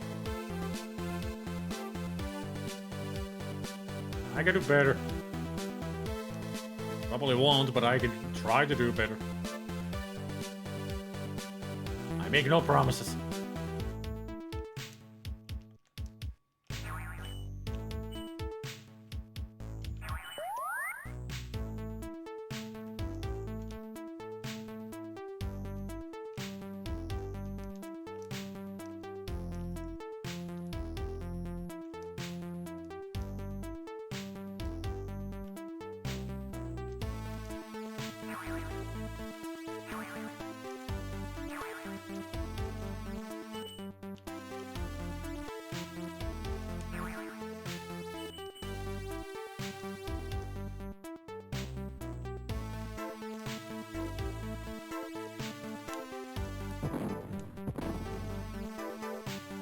Hey, what up? Hey, Pop-Up Box.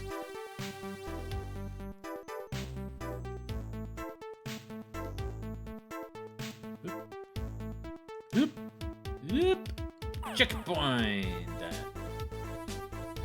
Freaking finally.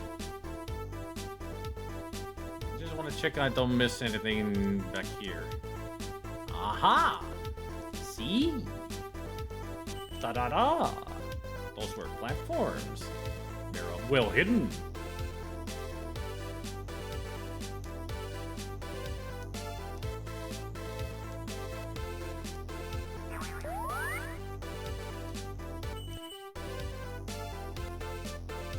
This is from 2013.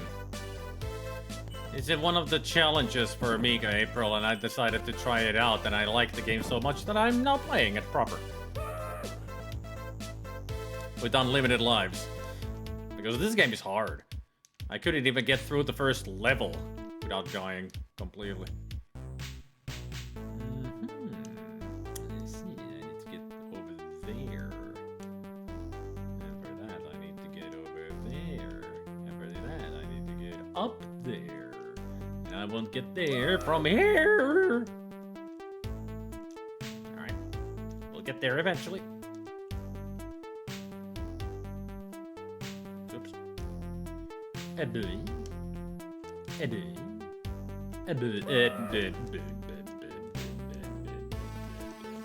It's very simple, but it works. It's got good controls, good music, and nice cartoony graphics. So yeah, it works. It is good. It's a good game.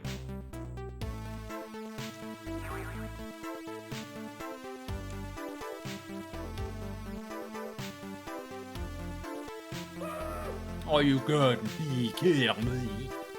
You got me, kidding. Welcome back, Senpai.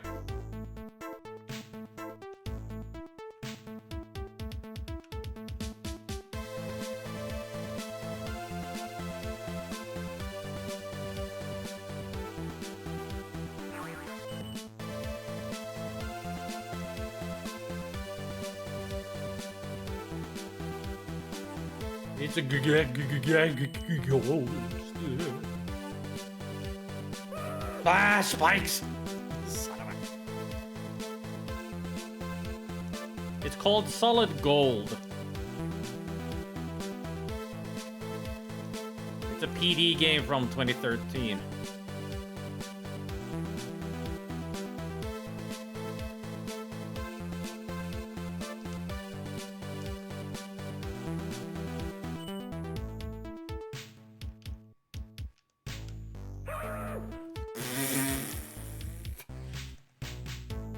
That was comical.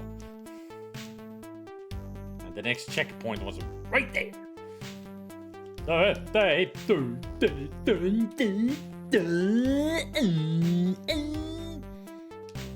Yeah, it's good because I decided to start playing it proper.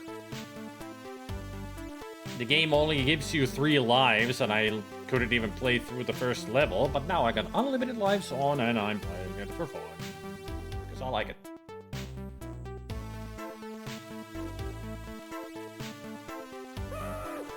I jumped. Game?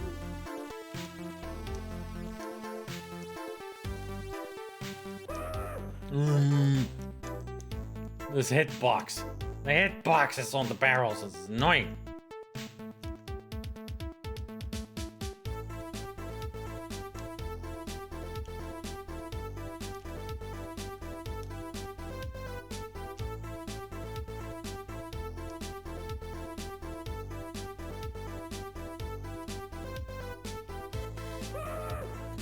What? That ghost wasn't even close to me. What is this hitbox? Seriously. Okay, now you're just pissing in my milk. Or whatever I said during Viscera cleanup detail at one point. Apparently they are a myth, but they do exist. We just don't know where they are. Was it you who played this, Gamer Chick? Or was it King of APOC? I know I watched somebody play this. Just can't remember who.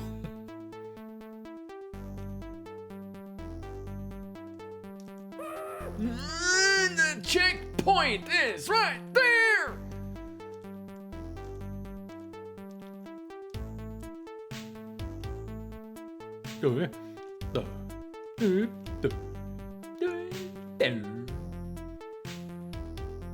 I'm sure Tedzog has played this, for sure. But I don't think it was him that I was watching play this. It's somebody else, for sure. Just can't remember who. That.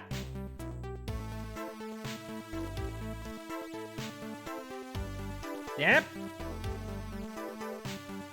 Turning into Link here. Dip, dip. Hop, hip, hop. I mean, it seems to work.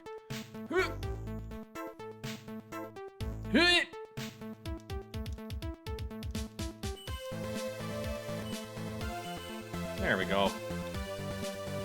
All those. There's nothing here.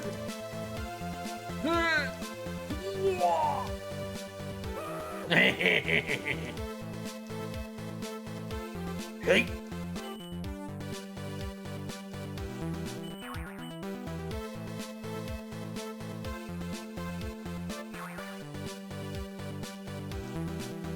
Oh no. There we go. I knew I'd get to you. Hit. Up. Hip. Hitty.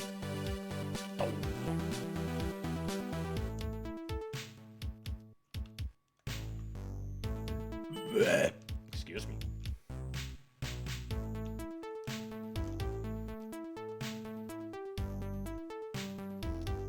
At least I got everything from up there, so I don't need to even try to get back up there.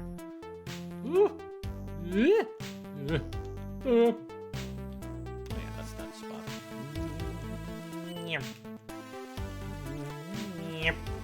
Checkpoint. Rats.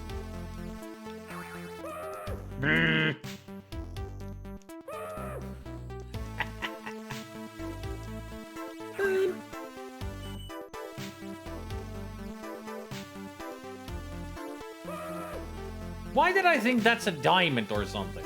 It's a spear! It's a Goldberg spear carved out from the ground! Or maybe it's Edge's spear. Or Taz. I don't know. A lot of the wrestlers had the spear. Can't even... I'm not even sure how many wrestlers had a spear as their signature move. I know Edge had, Taz, Goldberg.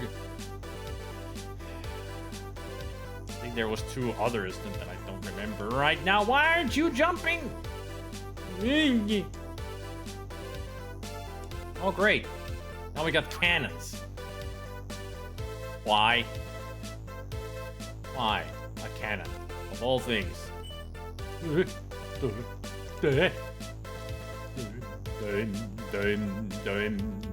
Give me that checkpoint.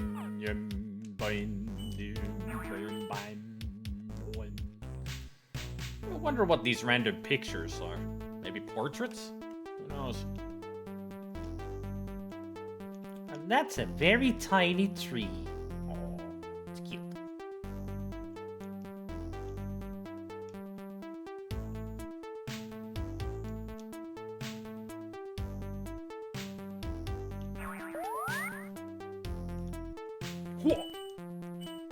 Hey!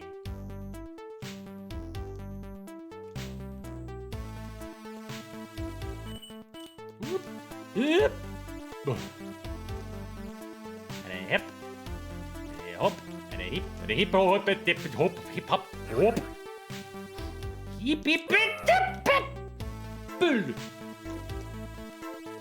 Perse. This is a long ass level.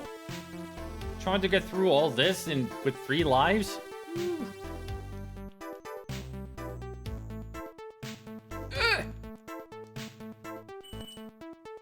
Random globe.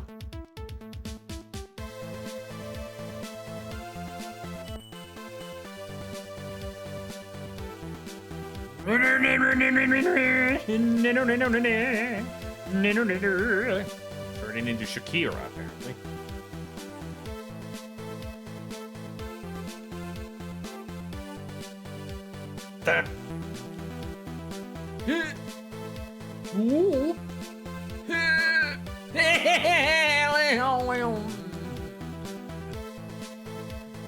Just let me through, game. Let me through. Feels like that's the end over there.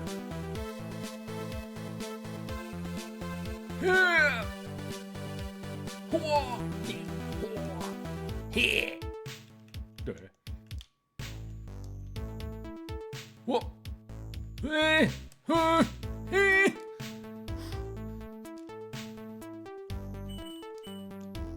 that's definitely an artifact of some kind.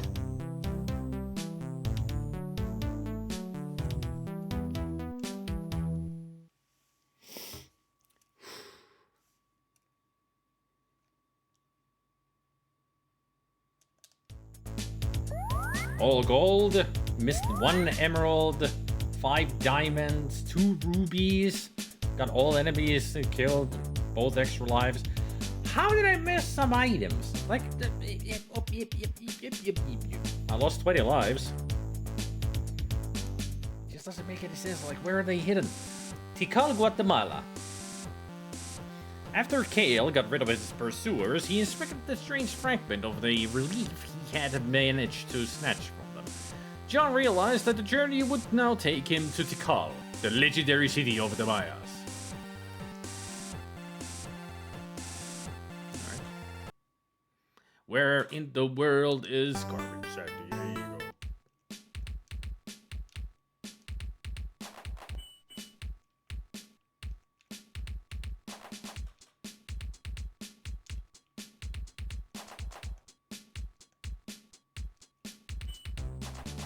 Interesting to see that the Mayans are still alive and thriving. Or maybe not thriving anymore.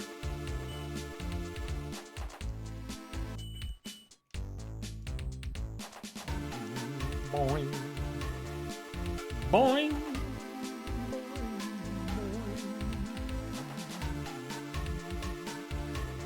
So do I get up there from the other side, or...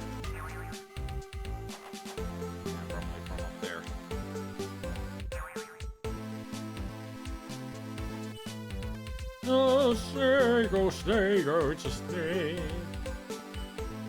That's not the way to go, you silly goose. Welcome to the Plushy family. Oho pääs Pieru. No voi veritanssi. No ei se nyt olla tollasia. Tänne tulla piereskelemään. But thanks for the resub. 70 months. Didn't you just resub for 69 and now you're 70? How did you subscribe twice in 2 days with 1 month?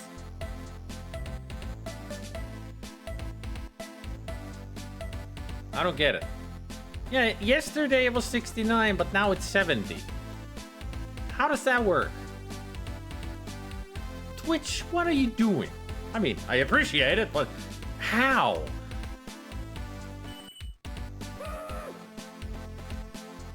I'm even so confused that I'm not even following the game anymore. Like, that doesn't make any sense to me that you subscribe twice in 2 days? And it counts? Like, the next month? No, that's just not compute. I got a feeling I shouldn't be going in there. Yesterday was the monthly sub, today was sub anniversary.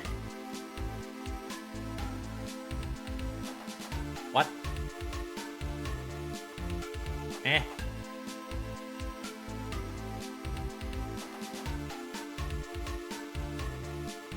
Well, in 2 months, it's gonna be 6 years. So there's that. The Indiana Jones moment of doom.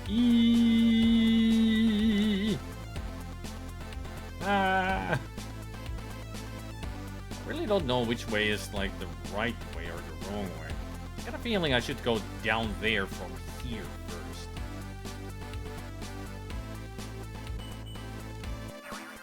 Like, there's a lot of secrets here before I go into that temple itself.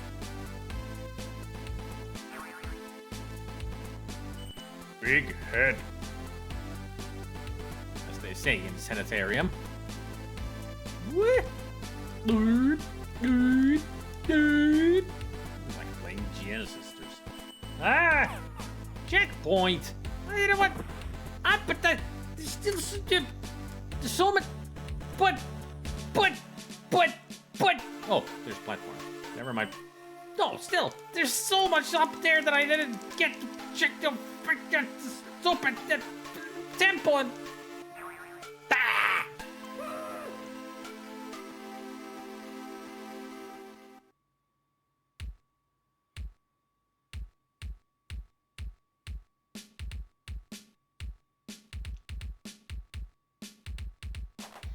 There is so much still up there that I wanted to go and check, but this was the right way!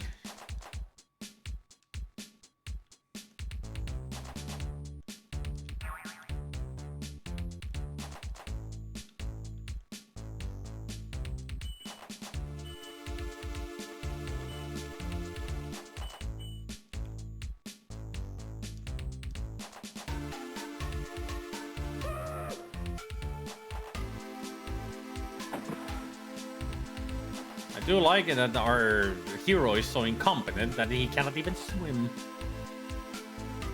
You should be able to swim with the feet that huge. Look at the size of his shoes.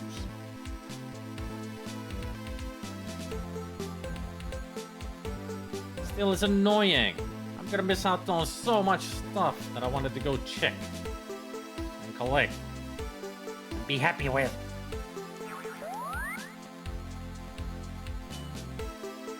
Bad level design. Bad.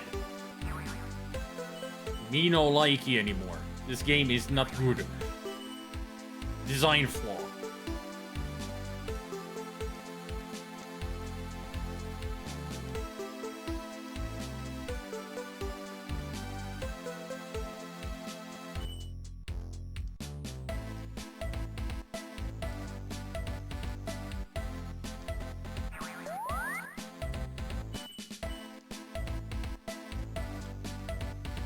There should be a way to get back up there, like in so many other platforming games that you can still return to where you had been. But no, here it's like, aha, you have now entered the area where you need to go. We'll block the way to go back. That's bad level design. Let us return to where we were before. You can do that in so many other platforming games. Just go back and forth. Because you want to, people want to go check, you know, every area. But not here, apparently, no. I'm completely blocked from the starting area. I am so disappointed at the game right now. that I'm not even enjoying it that much anymore. Because that really is bad level design. Like, why would they do douchey things like that? Block you from going back to check out the areas. That is a really douchey move, if you ask me.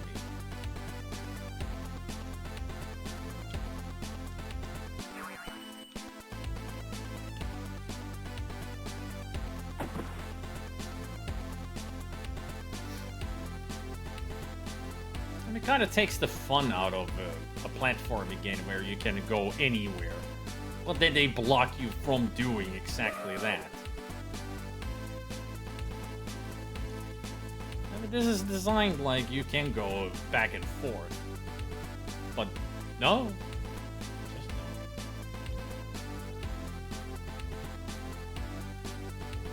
I mean, it's not even about the score or anything. I just want to explore. But then taking away that possibility? Not good. I mean, I can't even go back up at all. Ugh. It irks me. It irks me so that I can't go back up. Yes, I know I'm just complaining about the same thing over and over. I'll tell myself to shut up, so shut up, you.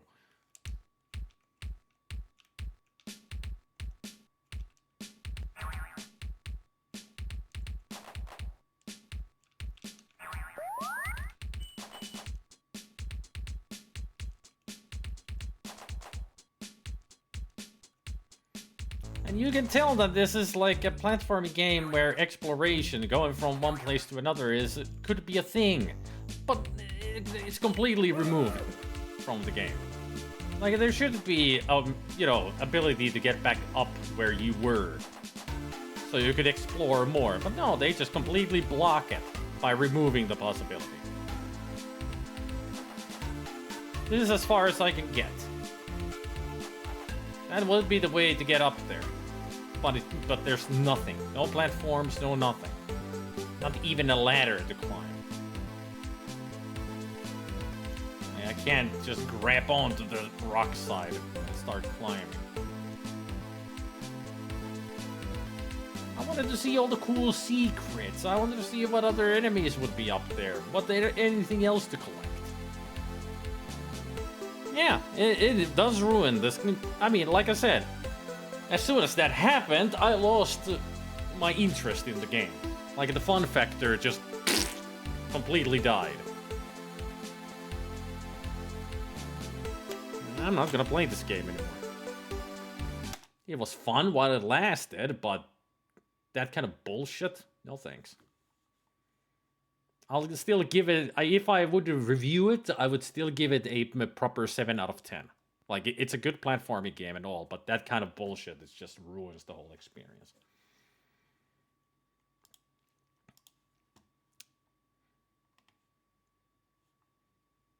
I'm sure this is highly rated on Lemon Amiga. I'm gonna go check. Just out of curiosity. Yeah, 7.3, yeah. Nice platformer, and not easy at first, but you'll get used to the mechanics. Points taken off for no weapons. It's a platforming game. Doesn't need weaponry. Collecting of coins or whatever, they're lazy and dated. Kind of. If you want to create a game for the Amiga these days, do something different. Can't compare with the Rick Dangers.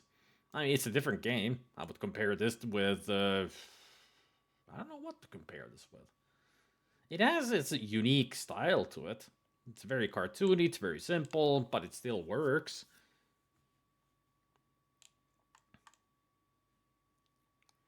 Yeah, not Solomon's Key. Solomon's Key is a puzzle game. This is just a platforming game. I would say that the Giana Sisters. Or Mario. You know, solid gameplay. Kind of a difficult game, which adds to the charm of this kind of a game, because you don't want the platforming games to be too easy. And the designs weren't too bad, except for that one thing that ruins it.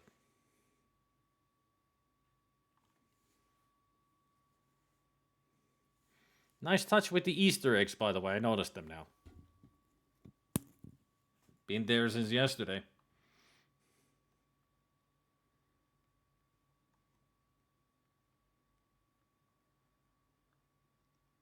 And they've also got a good password system, like a password for each level. And what else? Good music. And they didn't have too many of those pixel perfect kind of stupid jumping puzzles, at least. It's just that when they block you from returning to an area that you haven't explored completely, that just ruins it. Just ruins it for me. Anyway. I wonder what I should play next. Well, next we will need to get some food, is what I'm gonna play. Food.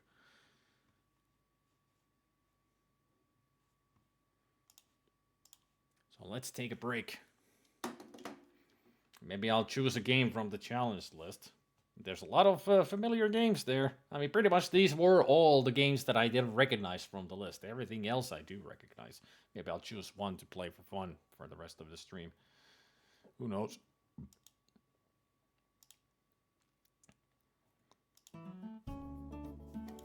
But let's go to Soya Munch, look at some kitty cats, and I'll get food. For those who do not know, Soy Munch is the time when I take a break from the games, usually at this hour. Well, actually, always at this hour. I take a break from games, get some food, and we just hang around for a while. And then I get back to gaming once I've done eating. Because right now it's dinner time for me. And also I can go and stretch my legs and everything. But first, as always,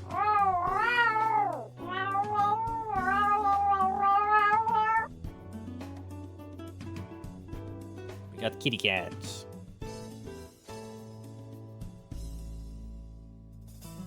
Hey, there's a unique sight. Yeah, that's Maple. That's Maple. Maple is like the well, the white version of the Quicksilver. Maple also has that little squiggly side, as you can see on the hip, and also those extra stripes on the cheeks, just like Quicksilver. So Maple is very unique.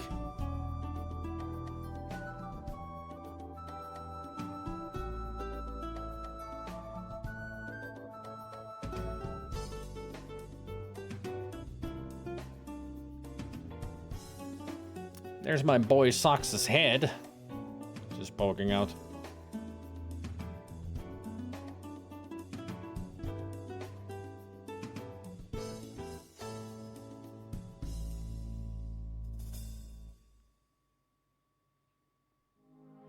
And there's Fred Boothul.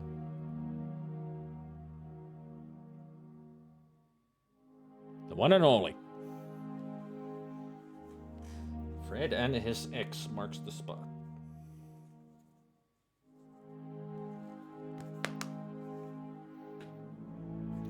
Now I shall leave you with the excellent Gabriel Knight 3 music while I go get food.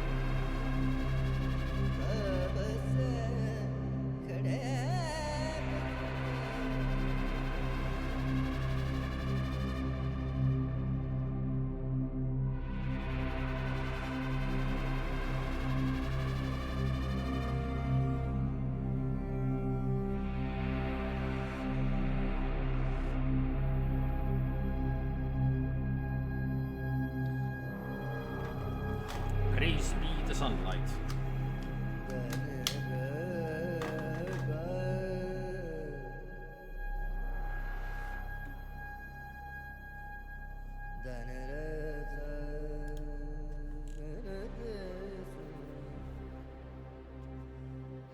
Too bad I missed out on veritanssiliin.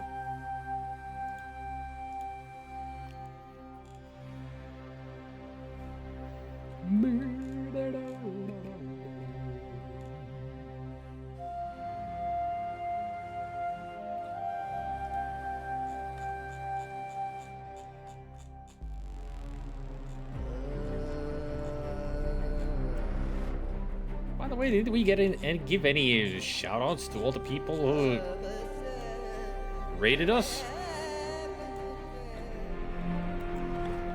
Let's see, there was.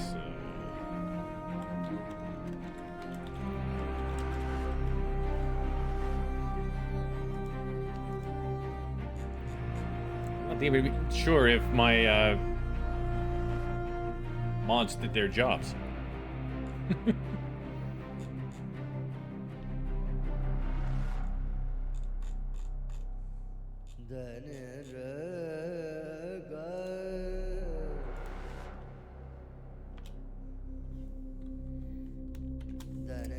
That gamer chick who rated. There was also, I know there was Stealthy Golem was there. King of Epoch. And Neo Venom. Oops. If I know how to write their name, that would help.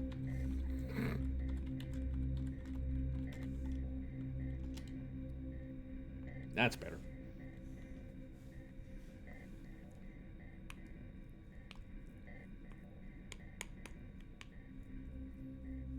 Shout out to all those great streamers.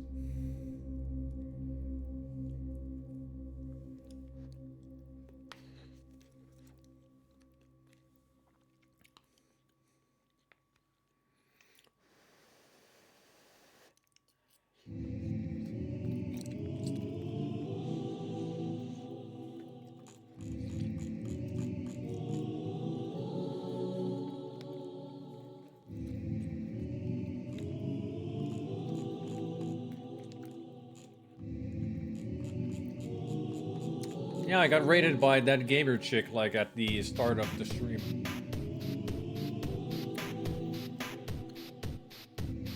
I got the rice and sausages.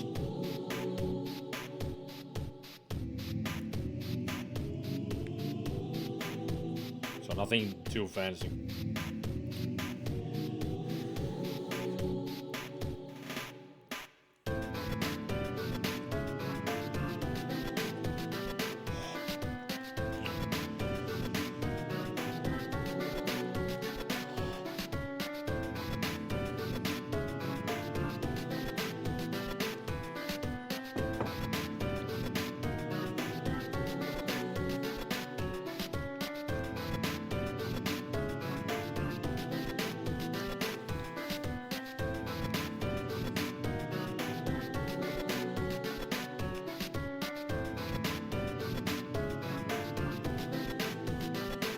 The only thing with the sausage is that it's filled with white cheese, so it's hot.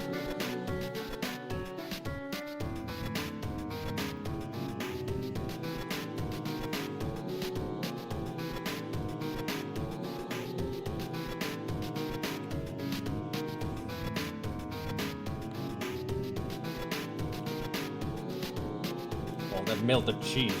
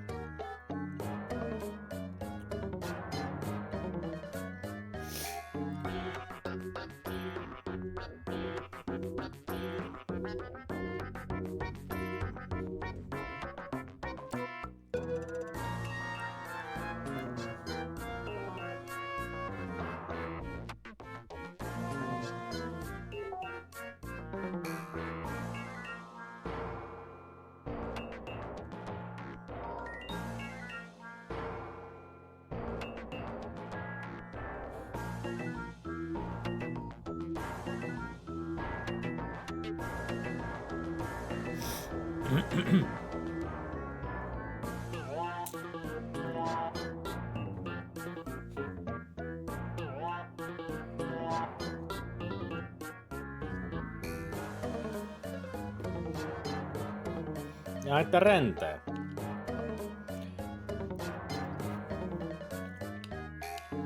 Muistaakseni ne oli luvannut tännekin räntää.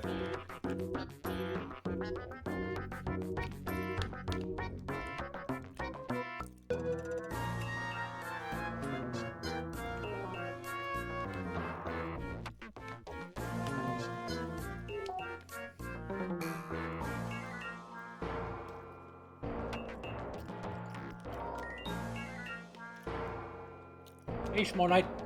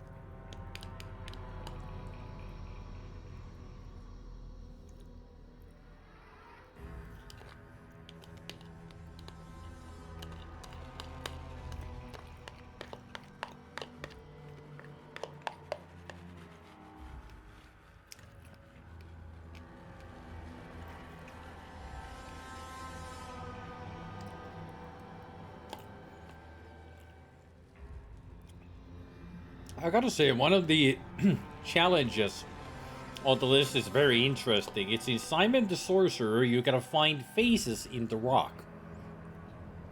Because that game has tons of faces hidden in the rocks in the background.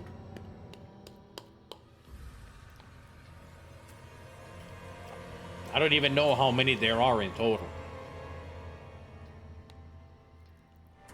Oh, I know that there's plenty. You always see them.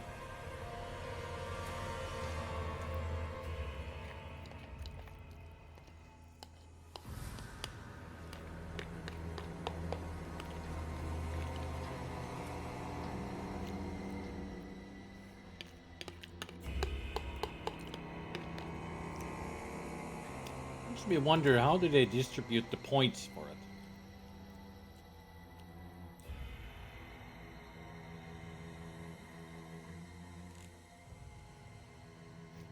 Four is 2.6 is 3 and 8 is 4. Huh.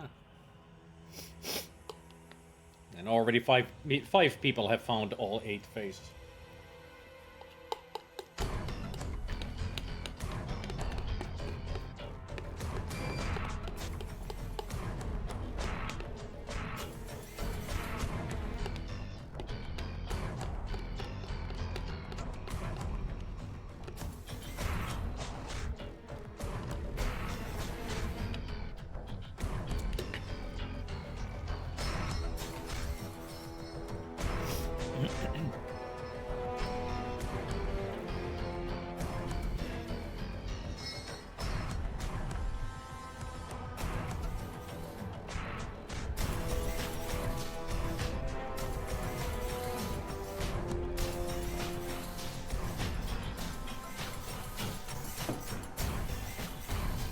You say an ad break is starting soon. Where is it, Seribud? It should have started already.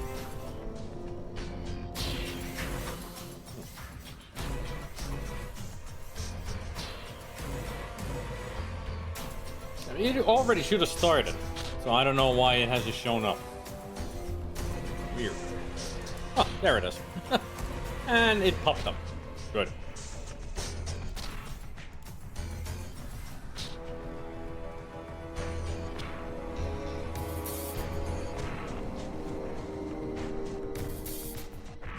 That's why we have the series pod, because it'll show when an ad is about to start and when it starts and when it ends.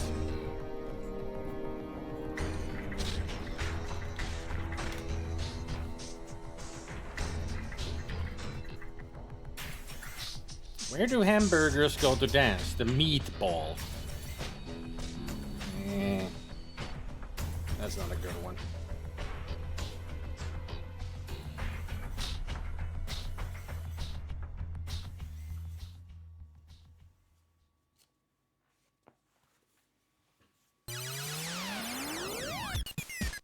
Yep, it is.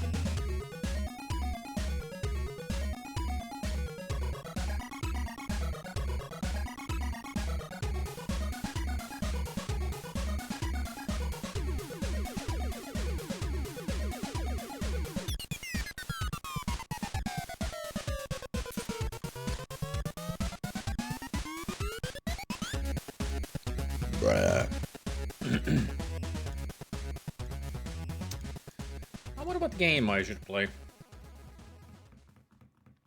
I'm done with the challenges. I just want to play something on Amiga. Music, I said no challenges, even though Simon the Sorcerer is one, but I don't want to play Simon the Sorcerer.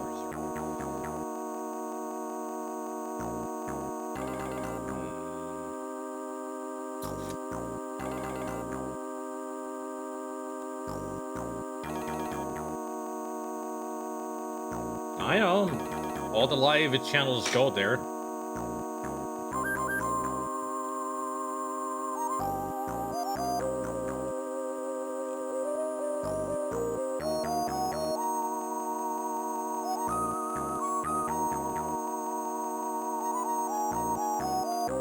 You're welcome, Neo Venom.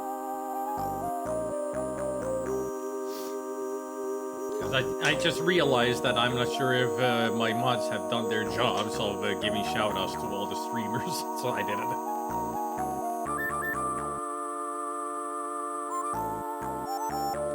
I'm just pondering what game to play.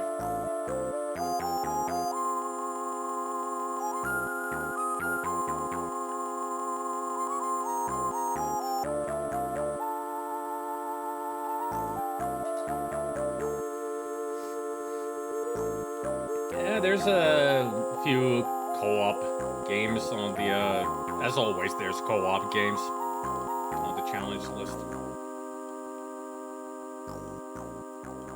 Silkworm, Blues Brothers, The Final Fight, and Super Oswald.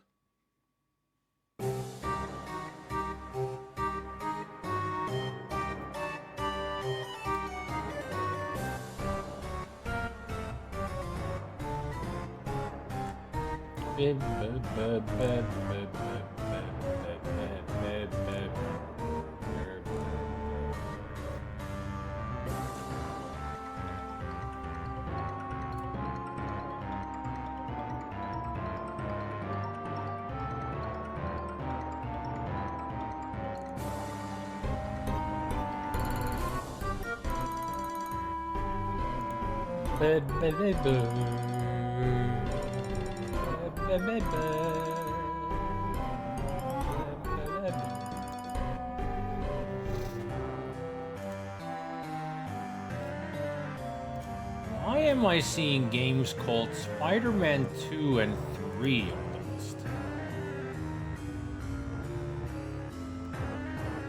I only know of the Amazing Spider-Man, but what are Spider-Man 2 and 3? I'm curious now.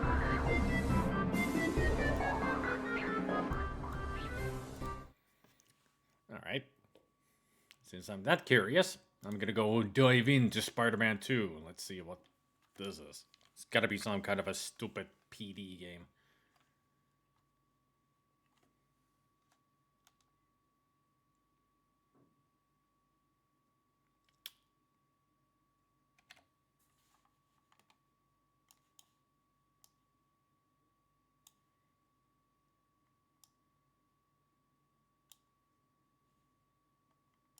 A Simulmundo? Is this one of those adventures shits? I'll take English.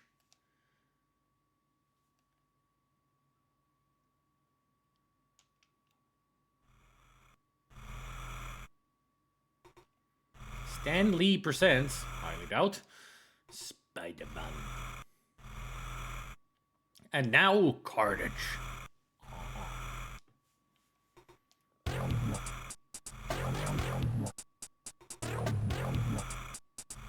Produced by... Produced. Produced. Anybody know what that means? How much broken English are we gonna get?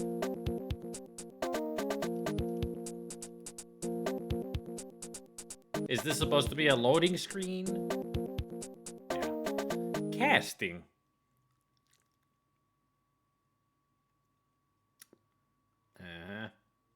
Psychopathic Carnage, yes. Gorgeous Mary Jane Watson.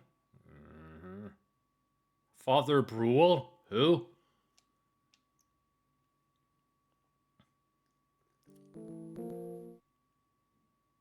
Greetings, Spidey fans. Welcome to the second episode of the adventures of your favorite wall crawler by Simulmundo. This time I will face one of my deadliest enemies, the Wicked Carnage. Well, technically, he is more Venoms.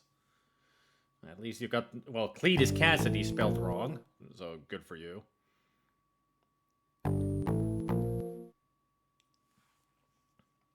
I suggest you anyway to read the My Comics adventures. Mucho broken English. Yes.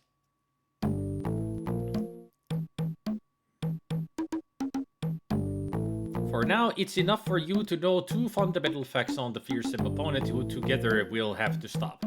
Carnage is unnoticed by my famous spider sense, so I end up being particularly vulnerable at his attacks. Carnage is very sensitive to sound waves generated by any source. If the impact of these waves is considerable, Carnage will suffer.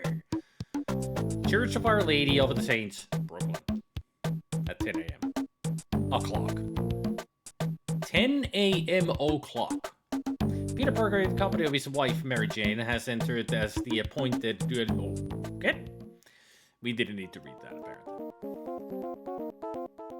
Hello, you are Father Bruel, right? Yes, I am. What can I do for you, young man? My name is Peter Parker. I'm a reporter of the Daily Bugle. This is my wife, Mary Jane.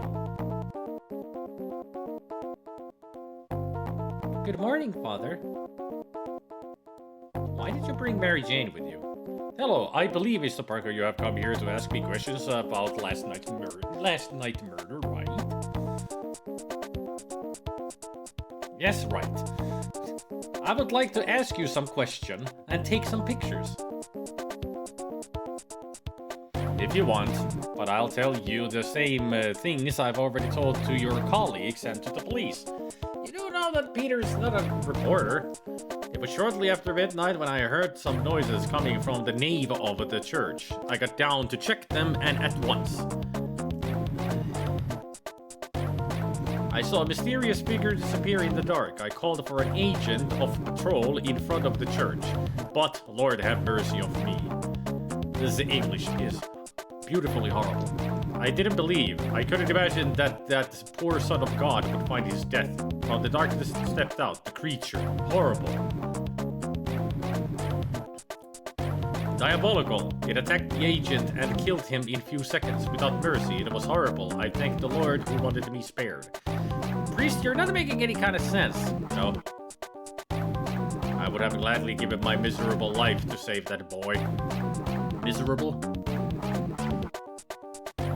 Evidently, Father, the Lord has wanted you to be saved. The fate of each man is in the hands of God. Tell me, Father, can you better describe this diabolical creature? If it could be possible to describe the beast, it would be like it. The dark and the fear made me blind, but trust me, it was horrible. Okay. Okay, Father. I will take some pictures if you allow me. Yes, but be quick about it. You reports are often like harpies lusting for news. I need calm and rest. You reports. Don't worry, only a couple of pictures. Of what? Is the crime scene still here? Peter Parker, intrigued by the event, decides to get back that same night as the spectacular Spider-Man to the Church of Our Lady of the Saints. Amazing, spectacular, ultimate, and friendly neighborhood. Gotta put all the titles there, you know.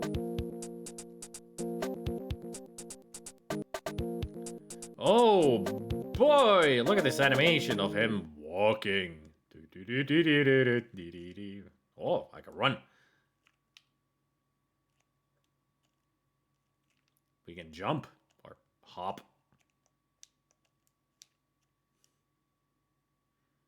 Can I go in here?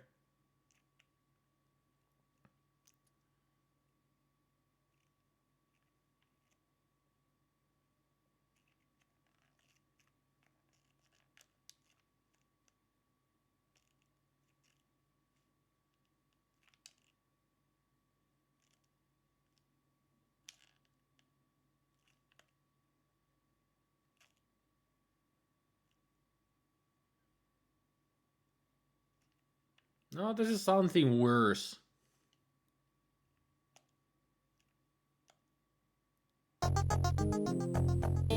Suddenly, music.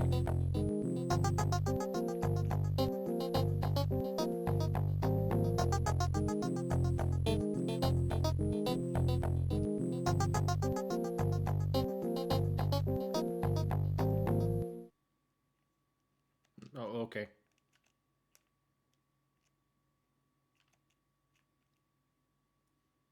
I cannot leave. I must uncover who terrorizes Father Brule. I didn't know that was an exit.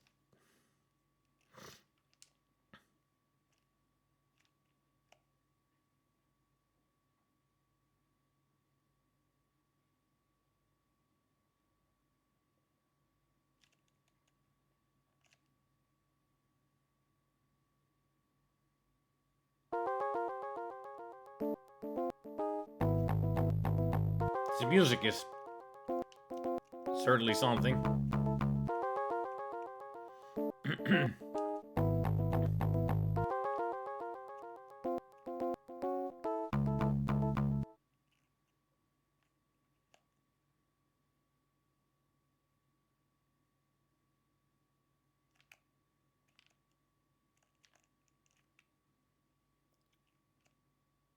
I found the bells.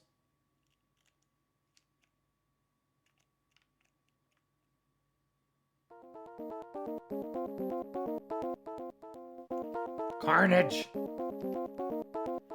Carnage! So the murderer is you! Very sagacious, my dear. Dear? What?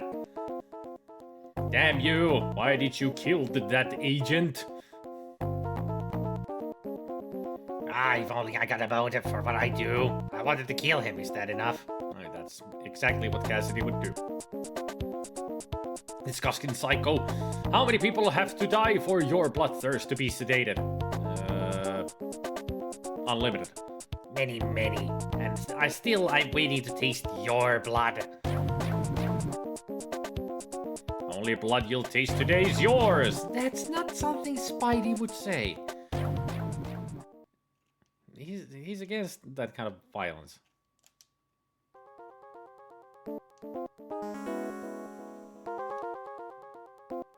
Well, I died.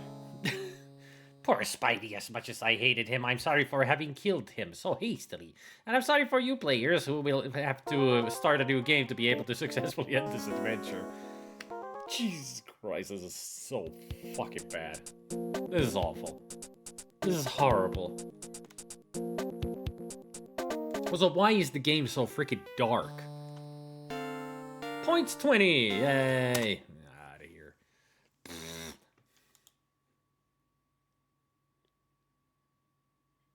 Horrible.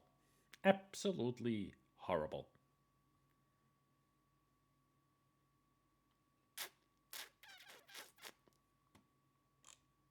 Now let's think of a proper game to play.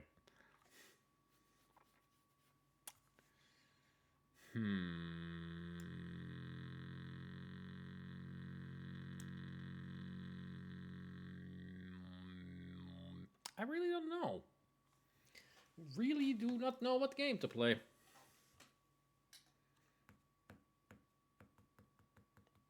Was there a game from the past that I still haven't played on a stream?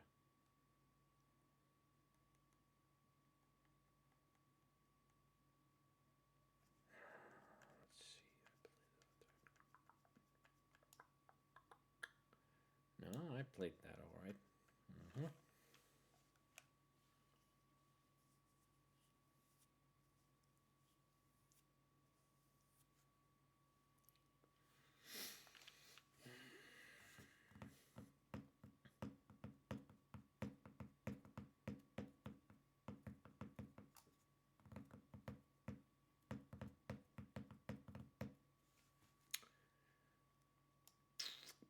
What kind of a casual game should I play? Is there a casual game that I could play? Let's think.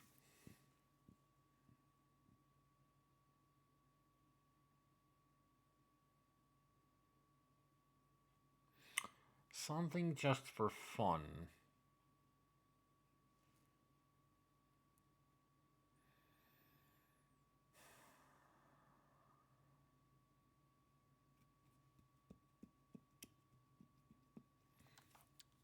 Maybe a point and click game.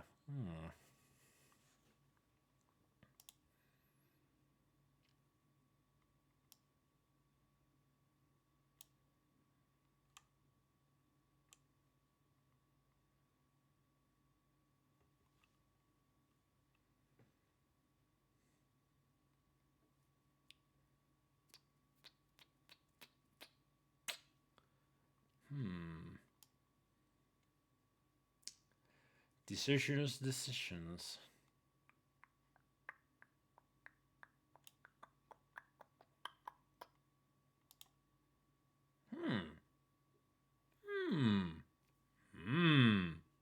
Oh.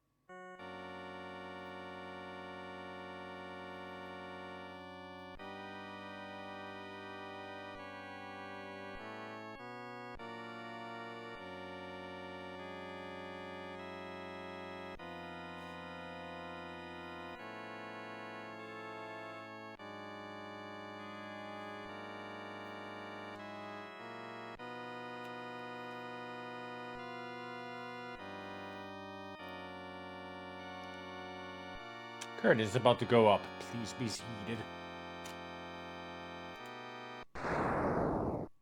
Have you previously attended a performance of the Colonel's bequest? No.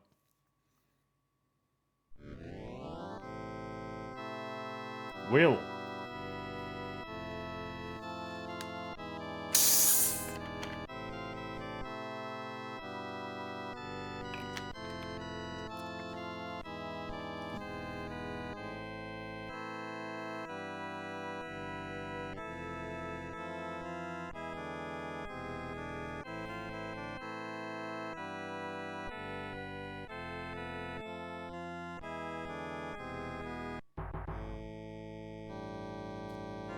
The Colonel's bequest.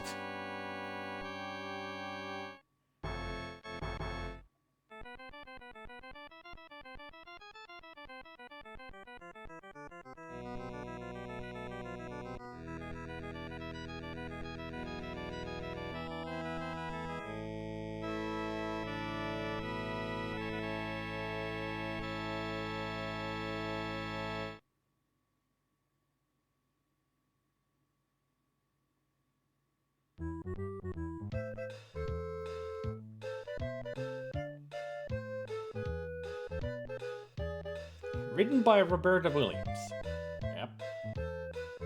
Featuring Colonel Henri Dijon as a Colonel Mustard. His faithful staff, Sealy, Fifi, and Jeeves.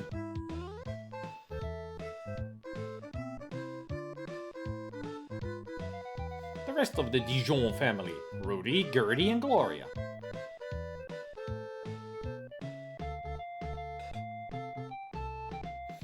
The Prune family, Lillian and Ethel.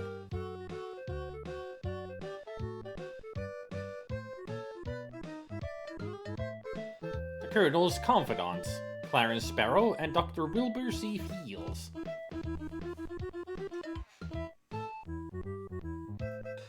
And starring Laura Bow.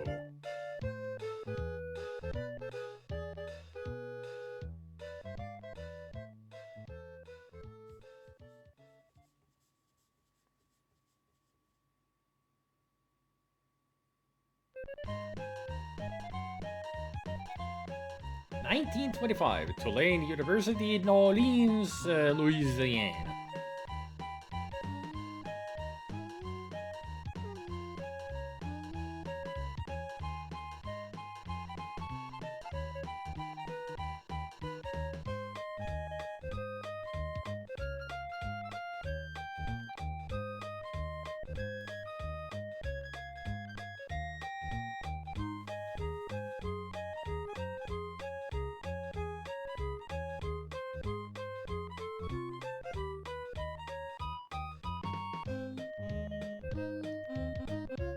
Hey Laura, wanna come with me this weekend to my Uncle Andre's estate? He's having a family reunion of some sort.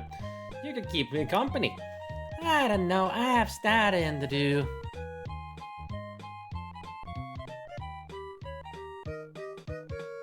Oh come on, it'll be a scream. It's just a creepy old place. You might find it interesting. Okay, count me in.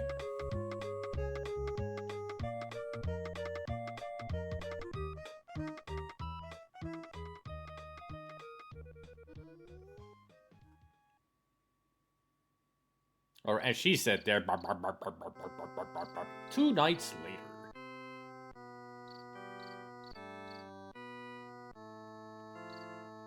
Here they come on the boat named Jessie.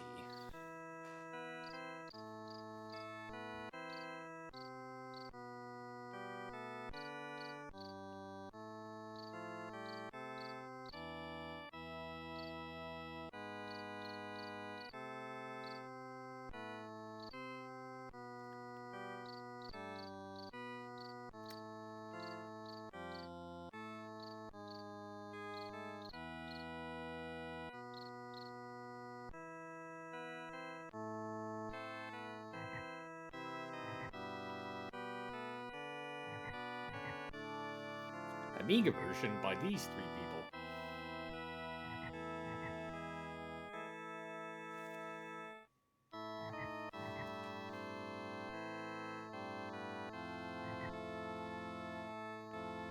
be here, Laura.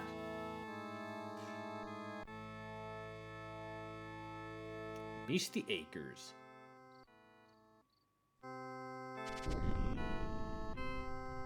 Hey, Vorsti.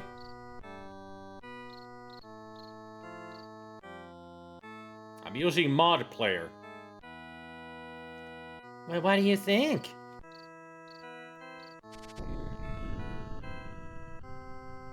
It looks interesting, alright. Yeah, because this is on the Amiga. Well, you meet the family. That's why it doesn't have a beeper soundtrack. Only the most incompetent people would make a beeper soundtrack on the Amiga.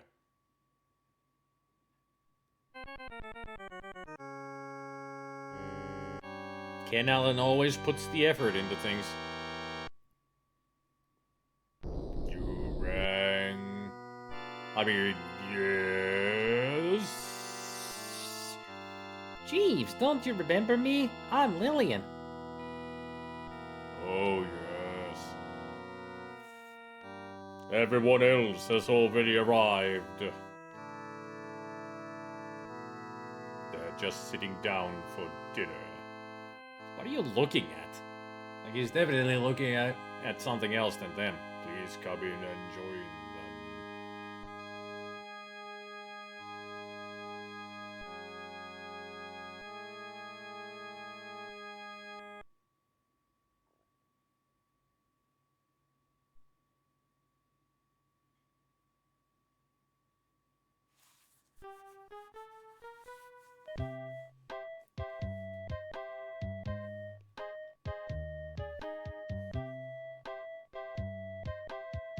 During dinner.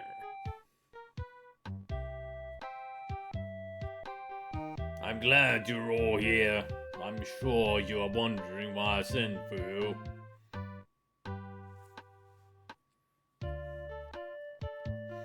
As you know, I'm a very wealthy man. I've invested my money wisely and I put away almost every dime. However, my end is near, and I have decided to bequeath my millions to each of you sitting at the table. Except, of course, Lilia's friend, Laura.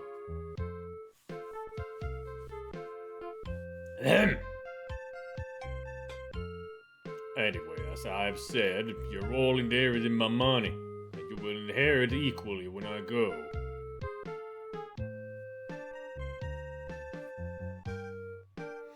If any of you should die before I do, then your share will be distributed equally to the surviving parties.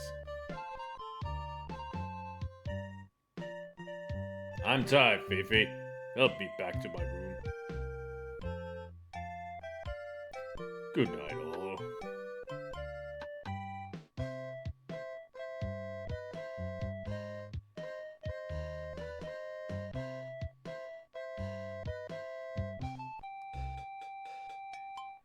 Can you believe that?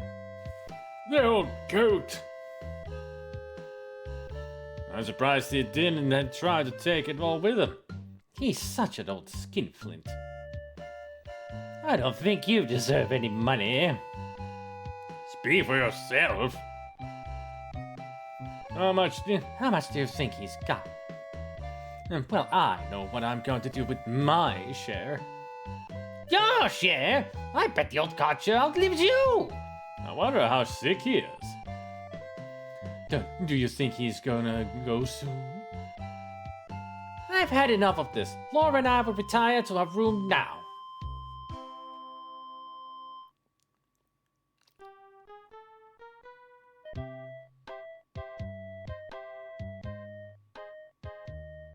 They all just want that cash money, you know.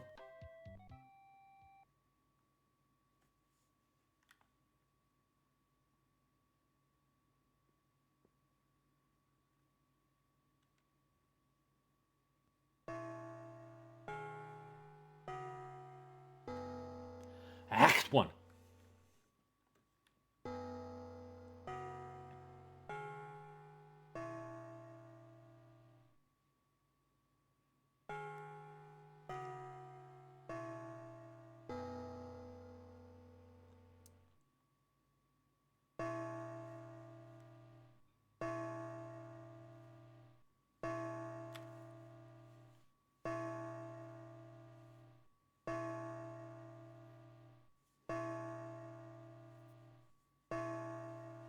7.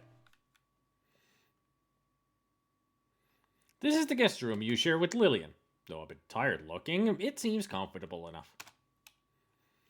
Laura dear, please excuse me, I'm going to go freshen up in the bathroom. Why don't you explore the estate a bit?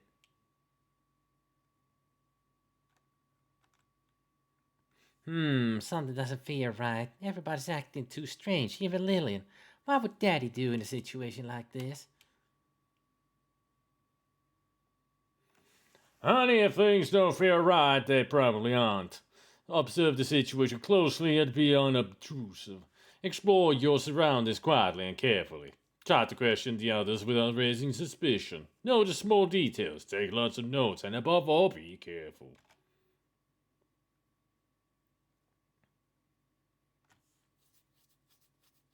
Since you never go anywhere without your trusty notebook and pencil, you go to your suitcase, open it, and remove those 2 items. Yes, your father is right. Observing the situation and taking notes would be a good idea. And it begins.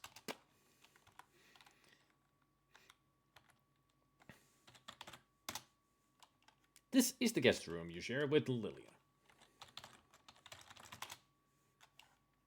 Above the fireplace, you notice a picture of Colonel Dijon in his younger, more vital days. On the opposite wall, you also see a picture of a little girl. Funny, the girl's eyes have a strange hollow look to them. In 2 corners of the room, you see 2 dressers. Beneath a set of 3 small pictures, you notice a small door in the wall.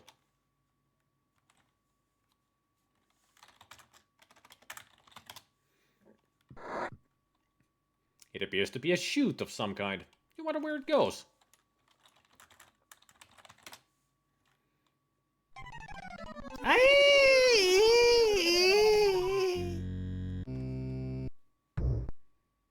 Bonk.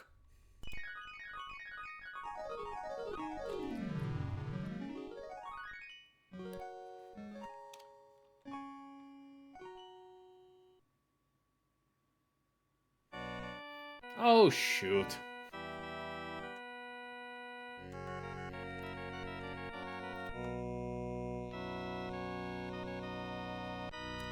That is how fast you can die in this game.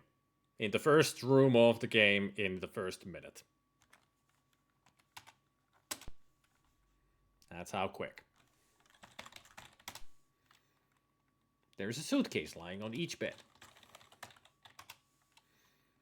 Your suitcase lies on the bed to the left of the doorway, while Lillian's lies on the bed to the right.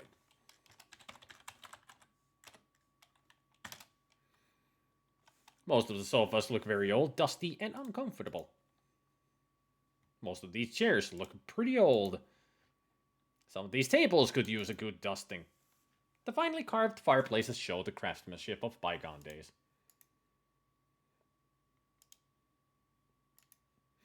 The oval-framed mirror is attached to the vanity.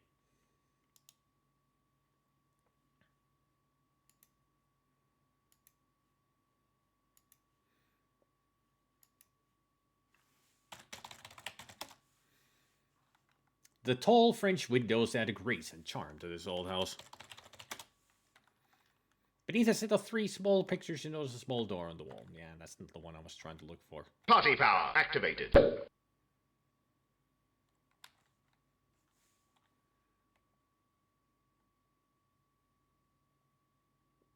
This is the back upstairs and hallway of the mansion. 2 old armoires rest against the side walls.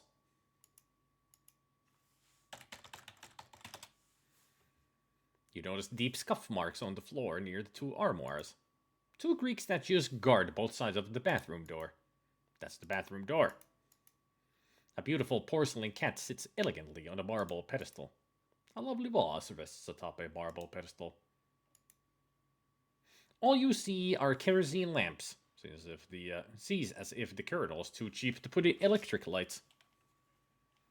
Or maybe he's too far away from civilization to put up the electric stuff here. 2 old armoires. Can I not look at these tables and... the same thing with the kerosene lamps.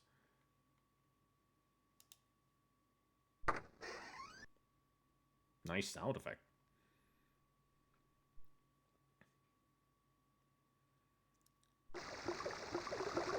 Nice sound effect. A modern bathroom has been installed in this old house. Hi, Laura. I'm feeling better now. That ride through the bayou had me plumb frazzled. If you need to freshen up too, I'll be down in just a bit. Your friend Lillian Prune is a rebellious flapper. Like you, she is 20 years old, but unlike you, she has been known to hang out in speakeasies, smoke, and run around with several young men. She's assertive and outgoing, to the point of obnoxiousness, but underneath it all, you believe her to be a lonely, insecure girl. You notice a lovely seat under the large windows. That's the linen cabinet. The claw-footed bathtub has a shower attached to it. It does the job required of it. You see a waste paper basket near the sink. It's a basic pedestal sink. You see a dusty old mirror hanging on the wall. Your friend is freshening up in the bathroom.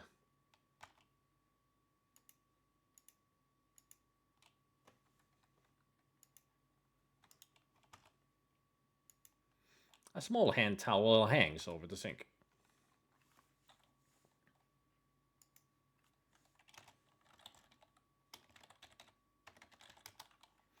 Sniff, sniff.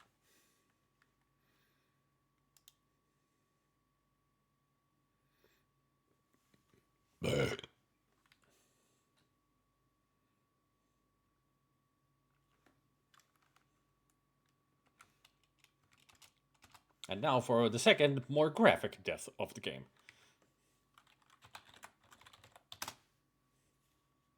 Yes, you do feel a bit grimy. Perhaps a shower will make you feel better. Oh my. Right in front of the camera there, Laura. La la la la lee. I'm sure nothing bad will happen to me. Lee dee dee.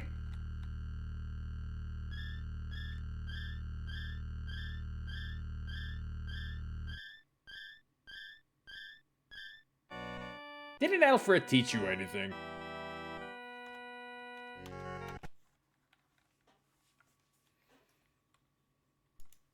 You see a waste paper basket near the sink.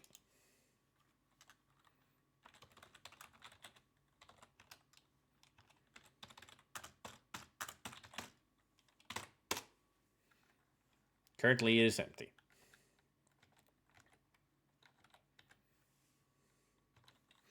Use toilet. Excuse us?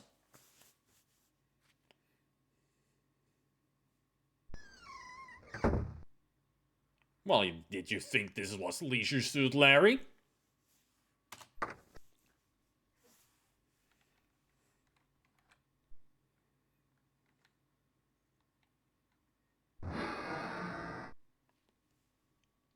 Are you sure you flushed the toilet instead of banging a gong or something?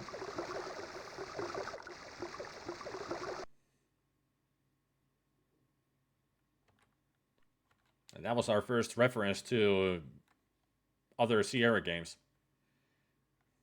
There's plenty of others. I'm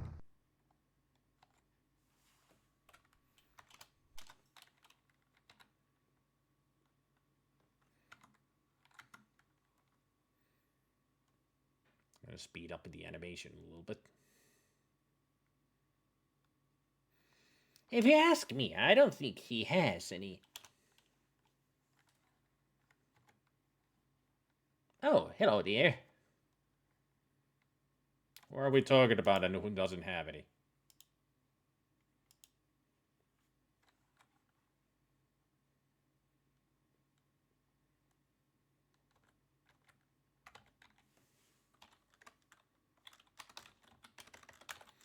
Move armoire. You pull on the armoire. Surprise! You find that the whole armoire opens to reveal a secret door.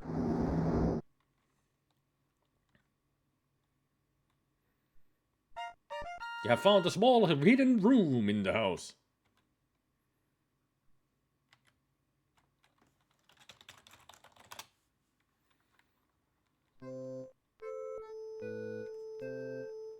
Gertie isn't deserving of any of Andre's money. Why, she's not even a blood relative. What are you going to do about it, Mother? Well, I can certainly talk to Henri about her and those two brats of hers. Let me take a drink. You have never changed, do you, Mother? Never mind, Lillian. You and I will never agree on anything. This is a very awkward way of holding a glass up to your mouth.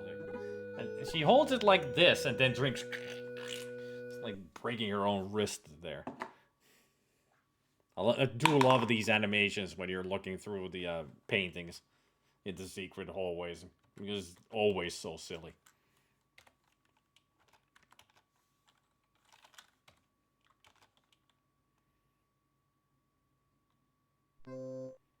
There's nothing of interest in Rudy and Clarence's room.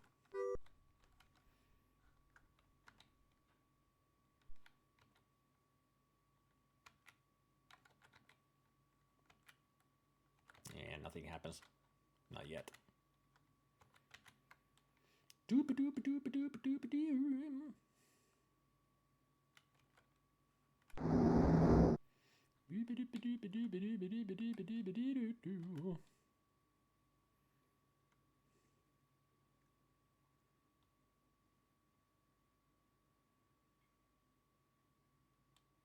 This elegant room must be the Colonel's. You notice there is an elevator here. Oh. That already advanced the time? Shit.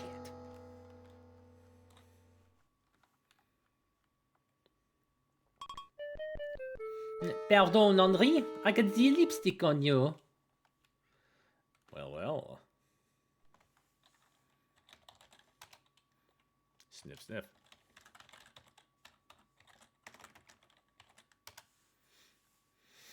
Colonel Henri Dijon is a frail, ill-tempered curmudgeon in his late 60s. You understand that the Colonel never married and lives an eccentric life of seclusion here on his bayou island. From observing the estate, it appears that though he is supposedly wealthy, he spends little money to maintain it. Fifi is the Colonel's pretty French maid. You surmise that she is probably very apt in her duties, whatever they may be. Fifi's young, blonde, and sexy. She seems to have a vivacious personality, but you can sense a certain cunning underneath it all. It's odd to see a newfangled elevator in this old-fashioned house. But how else would the Colonel go up and down the stairs? You see the Colonel's armoire against the side wall. You see a log smoldering in the fireplace. It's a miniature replica of a cannon from the Spanish-American War rendered in pewter and wood. There are many knickknacks throughout the house. The Colonel has a very elegant canopy in bed.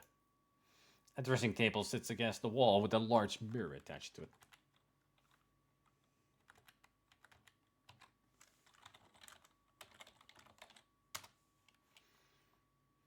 What are you doing in my room, young lady?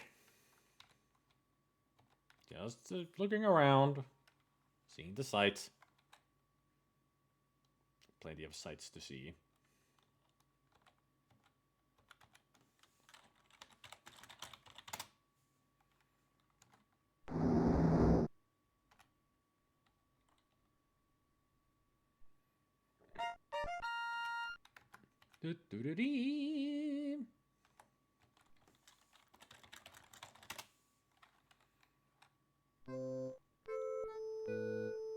Well, well, well.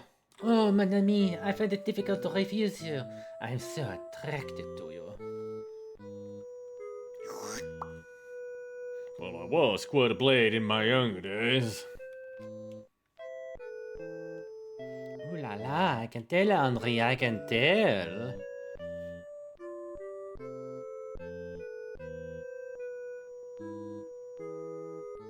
Ah, Fifi, my dear, I do appreciate you, but you'd better leave now before we're noticed.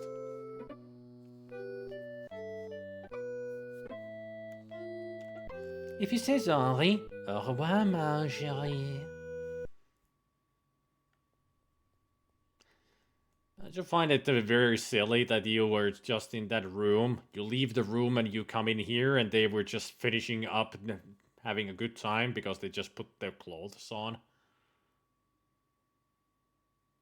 I mean, he's an old man. Probably doesn't last that long. Just takes off his clothes and, done. Clothes back on.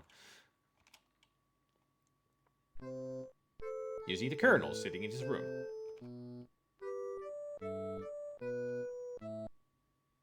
Enjoying a cigar.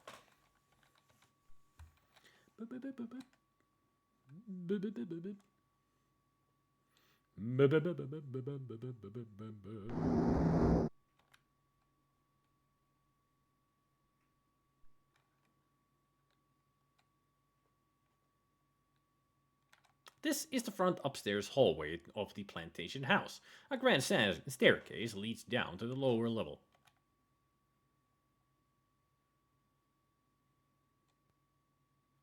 This is a cozy guest room which Gloria and Gertie are sharing.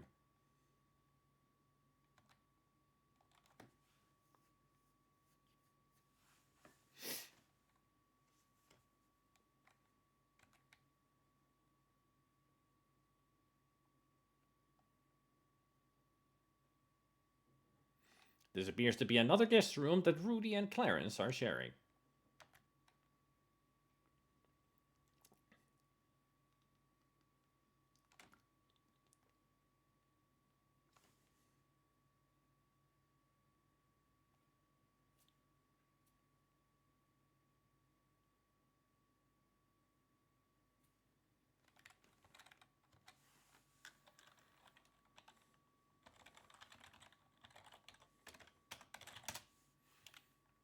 A huge crystal chandelier hangs precariously above the downstairs foyer. The banister looks a bit rickety. Are you sure about that? I don't see anything wrong with it.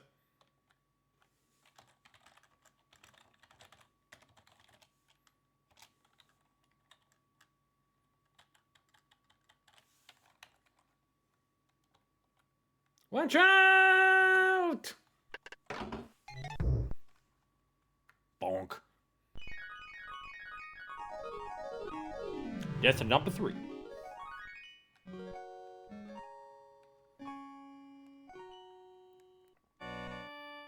It's not a pretty sight.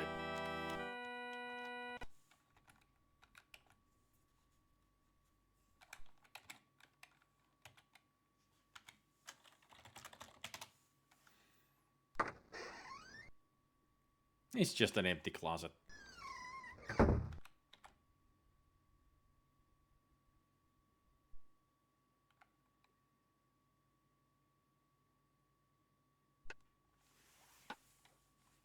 This is the front downstairs hallway of the big house. A grand stairway leads upstairs.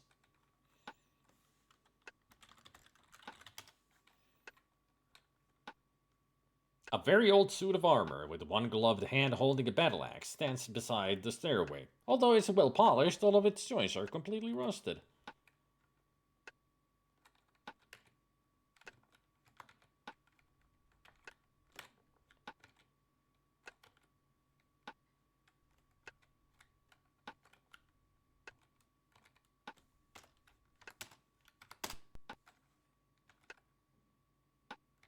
Nothing happened.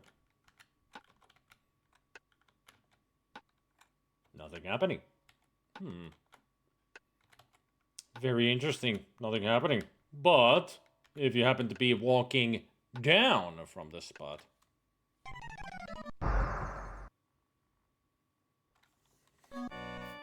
it will take a while to get the splinters out.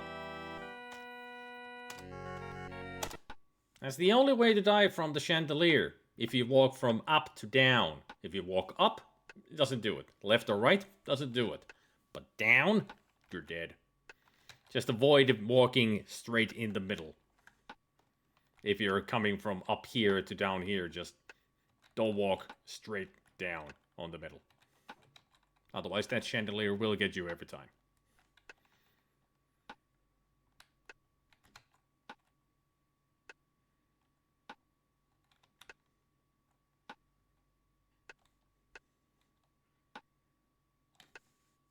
This is the back downstairs hallway of the big house. Double French doors lead out back.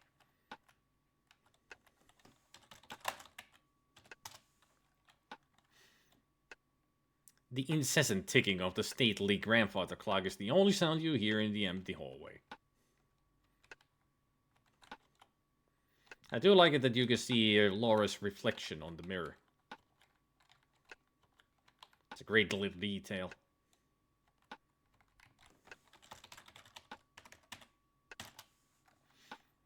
An interesting oval mirror hangs on the hallway wall.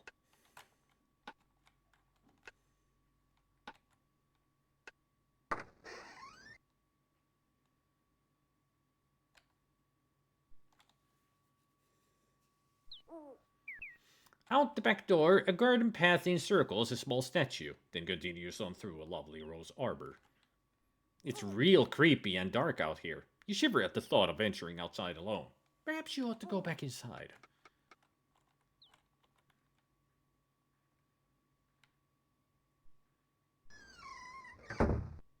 You feel better now that you're back in the house. It was scary out there.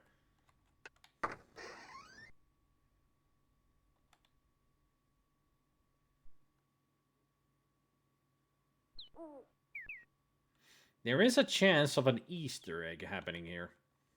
Although I'm not sure if it's in the Amiga version. Could be one of those Easter eggs that is still bugged out.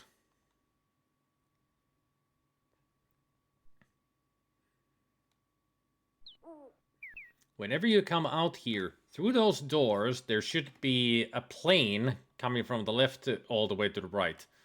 That's a reference to one of Sierra's games. I mean, it looks like a WW1 airplane of the Reich. But also with that, the asset for the airplane was programmed wrong, so it would be the statue that flies across the screen instead.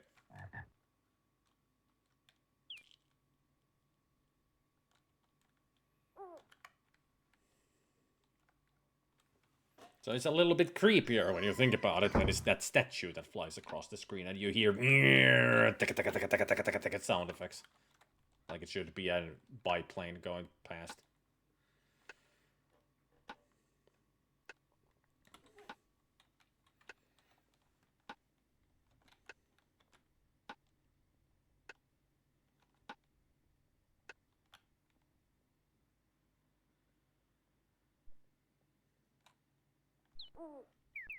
You're standing in front of the old plantation house right by the front door. Now here's an Easter egg. What huge knockers. Why, thank you, Doctor. Anybody get that reference? Better.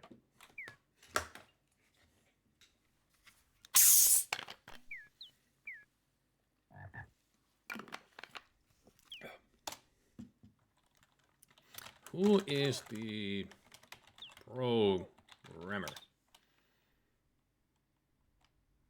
Try another way to say that. Who is the director?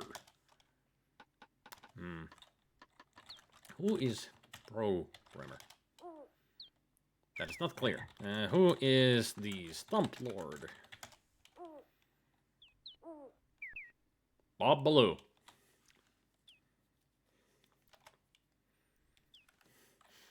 Who is the composer? Oh, the composers. Composer. No? Oh, who made the music? No. There are questions you can ask here. Not just who is the stump lord. Oh well.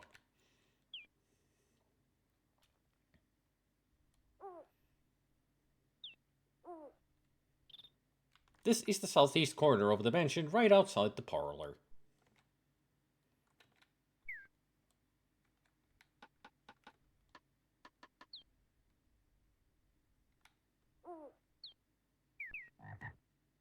This is an odd-looking place. It seems to be a private little garden, completely surrounded by a large hedge. I wonder why.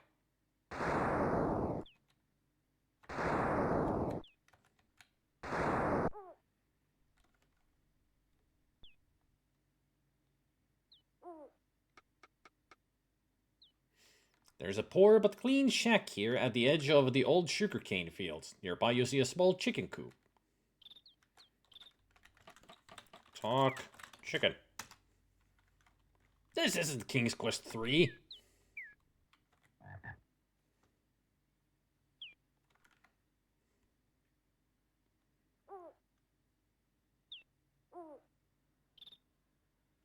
You're standing at the northeast corner of the house right outside the kitchen. Beside the kitchen door, you see a doghouse and a cellar door.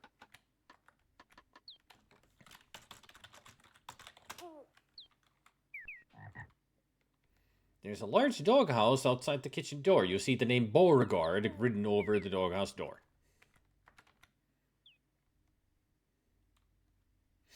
Here I thought in my naive mind that we were actually getting close to spring. I look out the window and bam, snowstorm. Apparently we've been having, whatever ränta is in English. Sleet? You know that the rain and storm combination? Rain and snow combination? So not the exactly snow, but wet snow. You're standing at the northwest corner of the house right outside the colonel's study.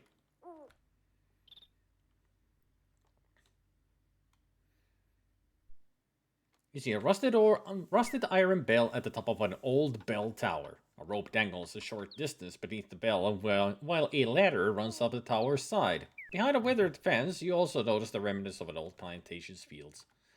Yeah, slush. Something like that. But yeah, that's what apparently we've been getting today. Not proper snow. Just between. It's too warm for snow. At this end of the island, there is a small, quaint chapel. Behind it, you see an old family cemetery.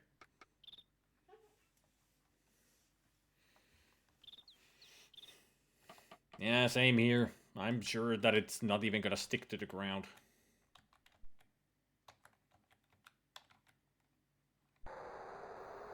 This is an old family graveyard behind the little chapel. Set among the various family graves and monuments, you notice two large tombs. Dijon and Crouton.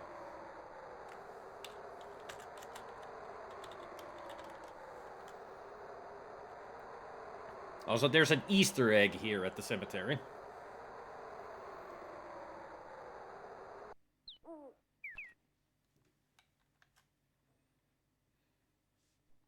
Every time you visit, there's a chance that behind this one, the graves and monuments belong to various members of the Crouton family, ranging from the large monument of patriarch François Crouton and his wife Claudette, to the simple grave of Sarah Crouton, who was 17 when she died in 1871. And from behind this big slab here, you might see a ghost. But it's a very small chance. But it is still an Easter egg. It might happen. Whenever you visit the cemetery, she might pop up. There she is! That looks like a wisp of mist from the bayou.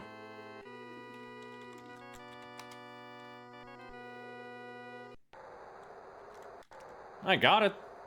On the third try. There you go. Easter egg.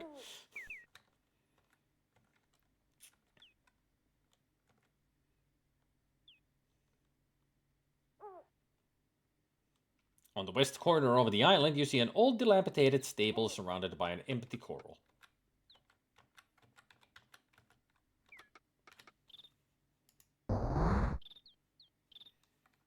In we go.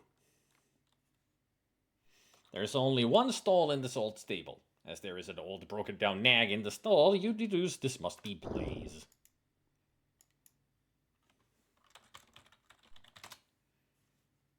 Blaze must have once been a beautiful stallion, but now, with many passing years, he has been reduced to an old broken down nag. I guess you guessed that he must be the colonel's horse. Bridle horse.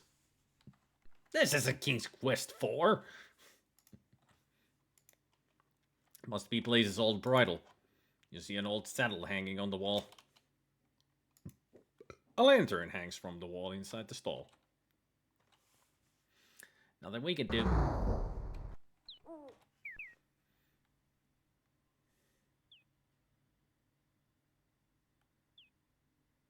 You have come upon a rundown carriage house.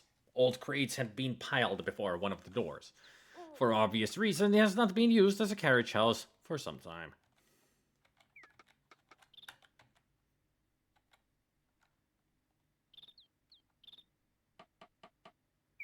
You're at the southwest edge of the Bayou Island. The old road and fence have been overtaken by a rising swamp water. The owl is on his nightly rodent patrol. He pays little attention to you. I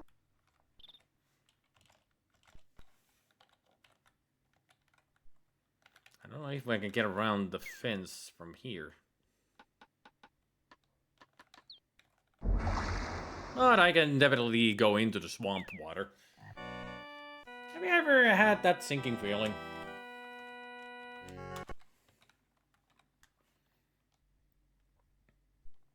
You're walking along the south edge of the Bayou Island. An old road runs alongside the old plantation's front wrought iron fence. In the distance, you see a carriage house.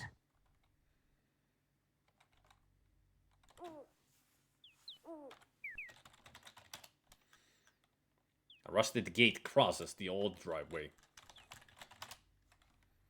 The gate is rusted shut. You can't open or close it. Well, it's hard to close it when it's already closed. You're at the south edge of the Bayou Island. An old road runs alongside the old plantation's front wrought iron fence. From here, you can see the west edge of the main circular driveway.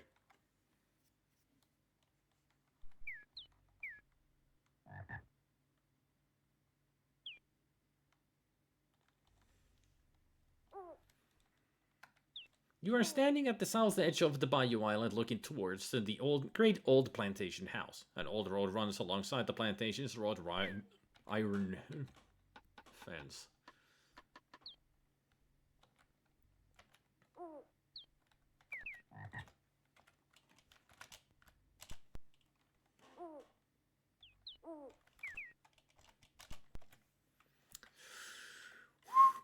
Ah! I got snatched by a gator. Laura, please don't feed the animals. Yeah, that's a possibility of happening if you go outside the fence. You get snatched by a gator. Alright, there would be a crocodile in this area. In Louisiana. You're walking along the south edge of the Bayou Island. An old road runs alongside the old plantation's front wrought iron fence. From here you can see the east edge of the main circular driveway. Ribbit. Tweet. Food. You're at the southeast edge of the Bayou Island. The old road and fence have been taken over by the flooding swamp water.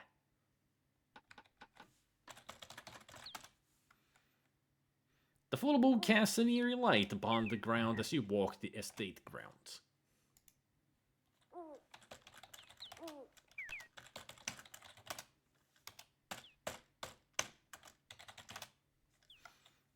Misty bayou waters surround this old plantation, cutting it off from the rest of the world. Better watch your step around here. Whatever do you mean? I didn't sink into it.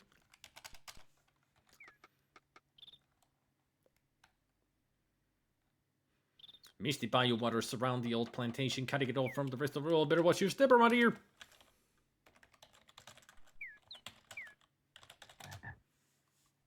Vicious gators inhabit the swamp surrounding the island.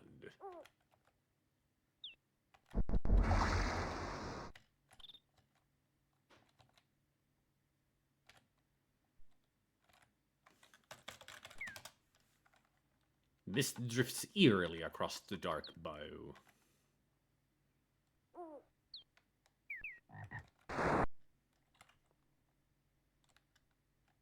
This quaint gazebo looks like it was once a nice spot for quiet reflecting. Look indoors, you see some tall hedges.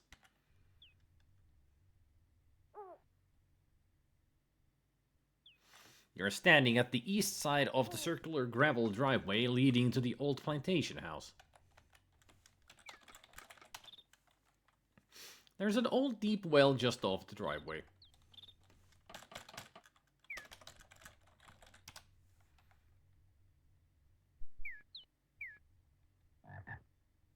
You look into the well, but as it's deep and dark, you can't see much. And this is a site that a lot of people don't know about. And you can look in the well and get that beautiful view of it. A close-up detail of it. What a wonderful view of the old plantation house. From here you can almost imagine what it must have been like during its glory days. The statue appears to resemble the colonel in full officer's regalia. The ground is wet and soggy from a rainstorm earlier that day.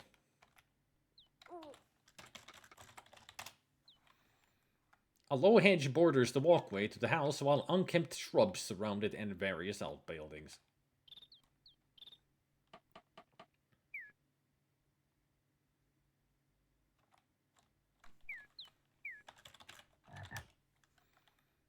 It's just an old doormat.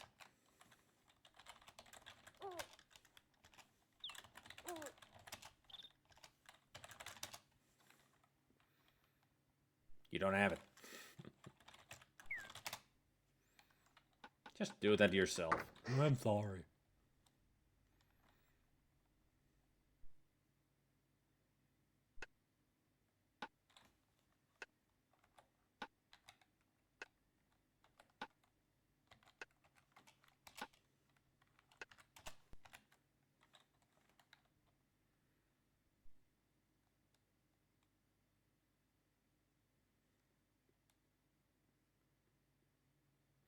You have found the colonel's billiard room.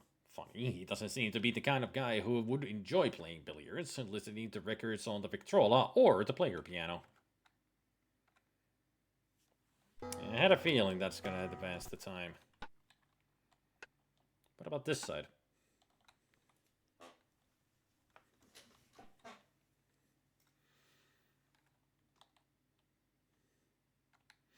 You have entered the parlor of the old mansion. Against the back wall, you notice a sculpted marble bar, and in the corner, a parrot swings from its bird stand. I guess going into any of these rooms will advance the time.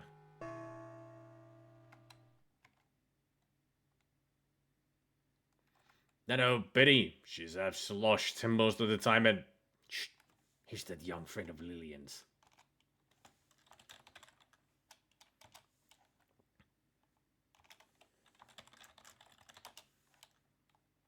A colorful parrot swings merrily on its perch. Gertrude Dijon is the colonel's widowed sister-in-law.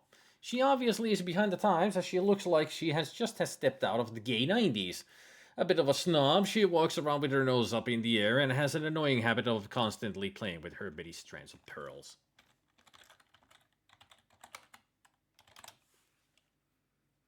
Clarence Sparrow is a dapper-looking man in his late 40s. From what you have gleaned, he has been the colonel's attorney for some time and seems to know the rest of the group as well. His manner is a bit on the curt side, and you can sense a bit of sneakiness here. Sniff, sniff.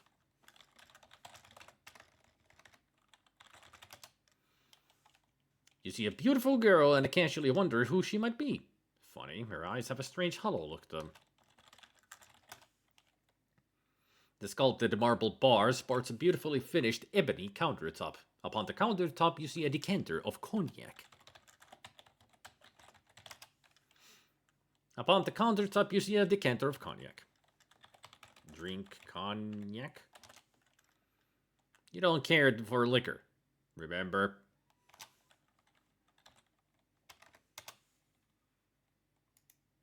A delicate figure of a horse decorates a small table.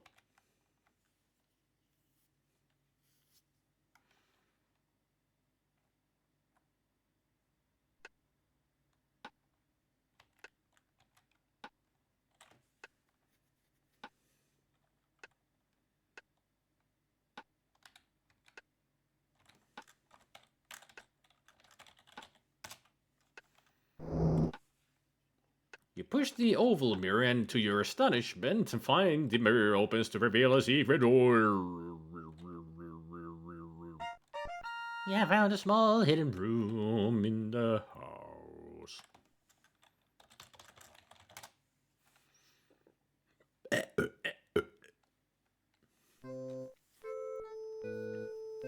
I'll offer her a fair deal many times for her property along the river, but the old biddy won't sell, so she's gonna force me into taking some sort of action.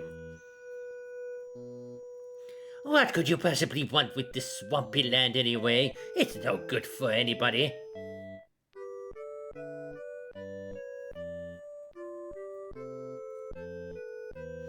Little do you know, Gertie, my dear, let's just say that I happen to know it's worth a great deal, and I have several rich potential investors who would back me up on any plan to develop it. Well, tell me. I've said too much already. I'll probably go and blab everything to Ethel.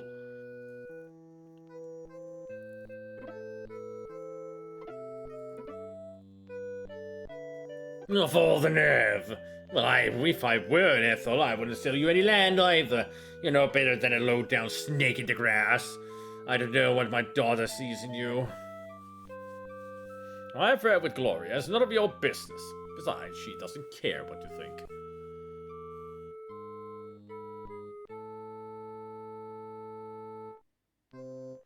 You're trying to exploit my daughter just like you tried to exploit everyone else. Well, I've got the goods on you, mister. I know about your little racehole scam. Hey, if you don't want your P's and Q's, I'm gonna tell him all about it. Our cursed forces Right, together, lady. and together we can rule the world. I've had enough of this. And there she goes. The Catadans send their regards. Well, thank you very much for the raid. And welcome. Welcome to the stream. Just a moment. There we go. So what were you up to? My name is SpiderMwa. Hello. I'm a plushie collector. I play all kinds of games. I joined the Amiga April because I played a lot of Amiga back in the day. And today I tried some of the games that I didn't know on the challenge list. I even did one challenge, and now I'm just playing Turtles because just for fun. Ah, Black Crypt, nice. I'll be playing, Amiga games every now and then this month. I'll just have to think about which games, so I'm not sure.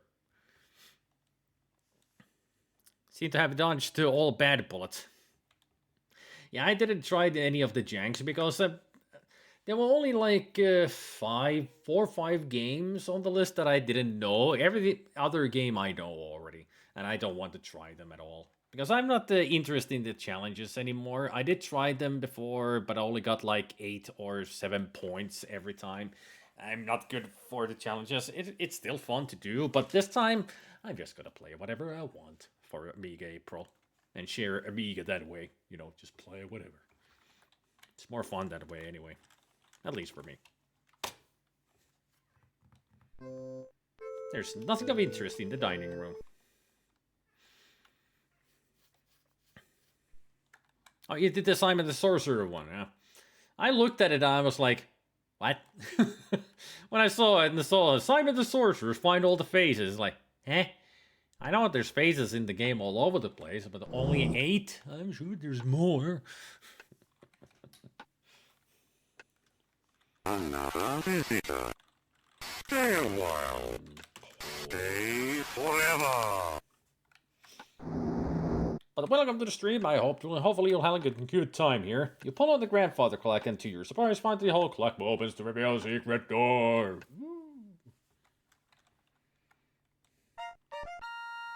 We have found a small hidden room in the house. Woohoo! I mean, I've played Simon the Sorcerer many times, and I know that there's more than 8. I mean, the 8 that they have on the list, you can find in, like, a couple of minutes. For sure. When you get into the forest, you just walk around, you'll find them easy. But in the game, a total would be something like 20 phases. Yeah. Like, there's phases everywhere in that game. But I didn't expect them to make you play through the whole game and find as many as possible. Even though that would have been an interesting way of doing the challenge. Like a certain amount would give you 2 points, 3 and 4, like they have. But if you want the maximum 5 points, you would have to find plus 15 or something. Yeah, they said you don't have to solve any puzzles to find the faces, which is nice, I guess. Yeah, you just walk around and find them, but that's it. But why would you do that on an adventure game? You're supposed to play the game, right? Not just find faces. So for me, it would be a moot point to play the game.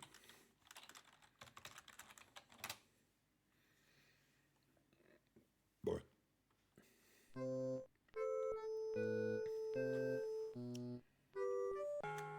Yet again, the clock advances. Darn.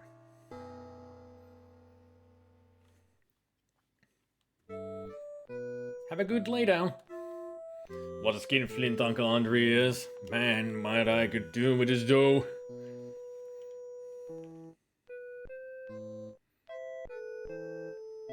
How rich is he, darling? Don't know for sure. At least a couple mil.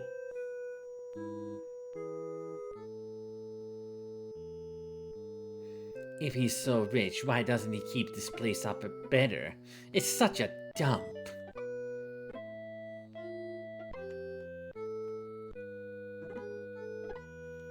The old miser wouldn't part with a penny if he could help it. I wonder if Fifi's getting any of his money, though. I bet she's trying to anyway. Why, she practically has him wound around her little finger, darling. It's disgusting. Speaking of disgusting, what are you going to do about Clarence?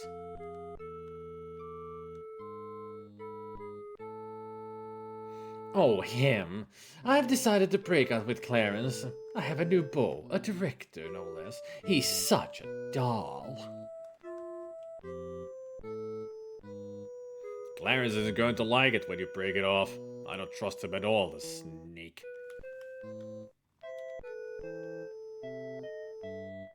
Oh, darling, that reminds me. Remember that little medical problem I had? I don't trust Wilbur to keep it quiet. It could ruin my career if it got out. I've got to talk to him. You do that, my dear sister. As for me, I'm going to retire to my room for a while. Kiss, kiss.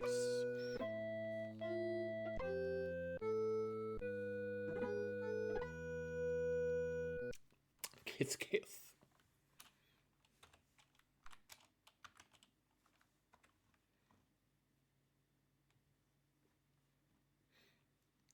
The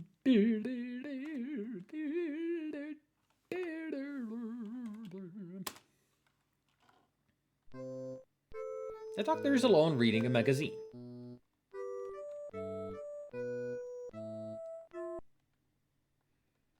Makes one wonder, what magazine?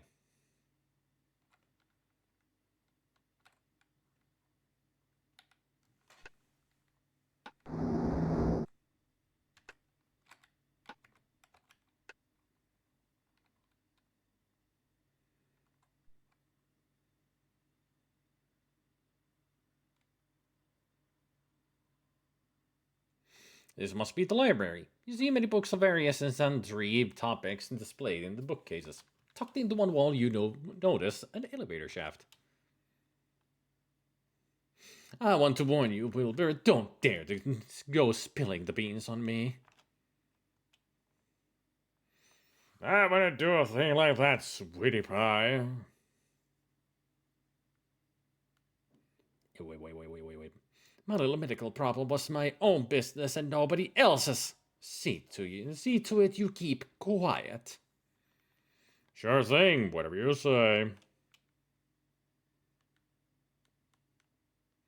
Fine.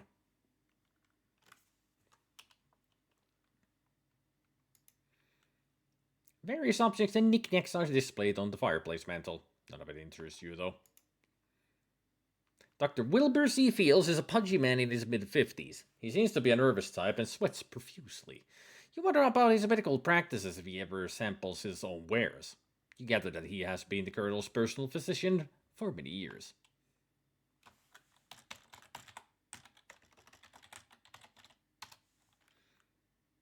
Currently, you don't see an elevator, just an elevator shaft. The elevator seems to be upstairs.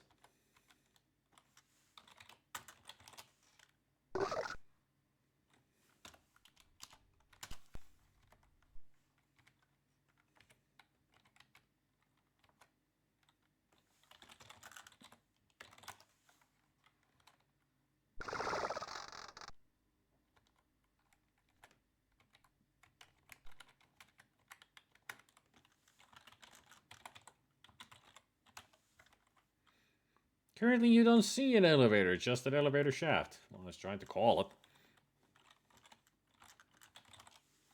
it. There is a death with the elevator shaft. Especially when it's like this and you go in, and when you close the gate, it should have come down upon me. But I guess that's later, not yet.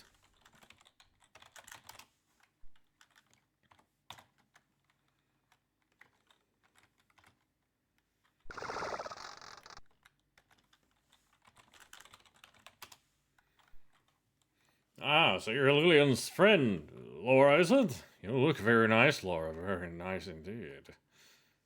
Dirty old man. Dirty old man. Indeed. Mm-hmm. Ah, my dear, come a little closer. I don't hear well. Not on your life. Ask about Rudy. Rudy has no more morals than a rat. He has no right to pick on me.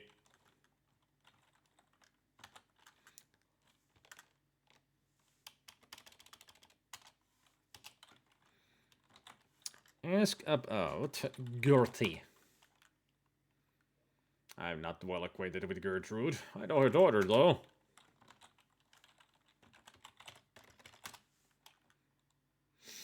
Dory's a beautiful girl. A desirable girl. She was a patient of mine once, though I haven't seen her for quite some time.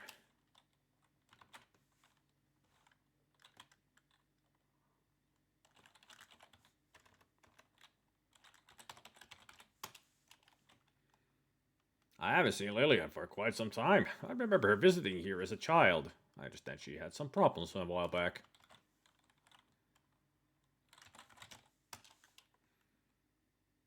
Ethel and Henri were never close. As a consequence, I never saw much of her.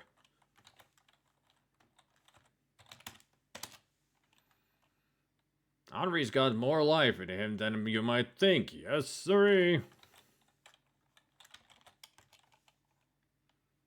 Ah, Fifi, wonderful girl, wonderful girl.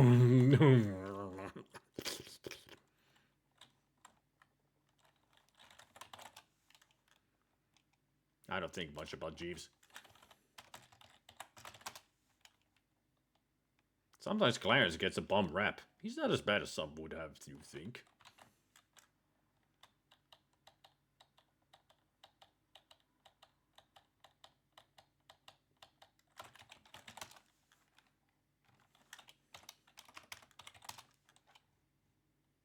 Love her pecan pie.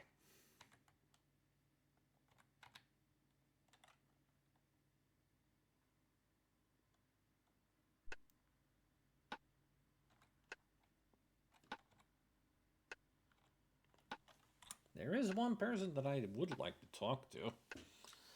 Let's see if they're around.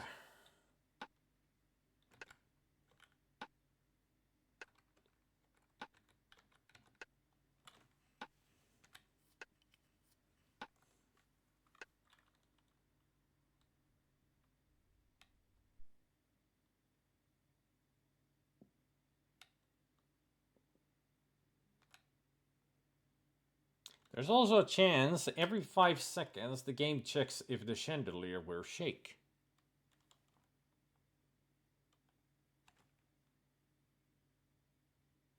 But it's always like a 1 in 20. If it will. The stairs lead to a third level of the house. There's a doorway in front of you, and another to the right.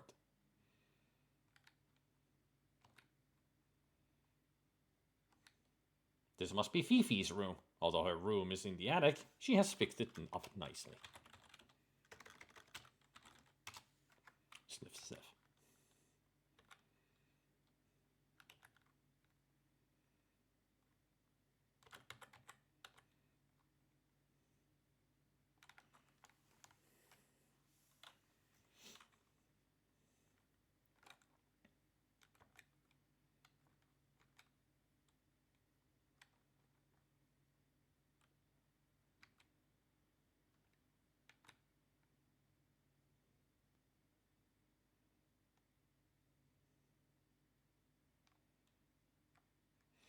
You know how it is, Mother.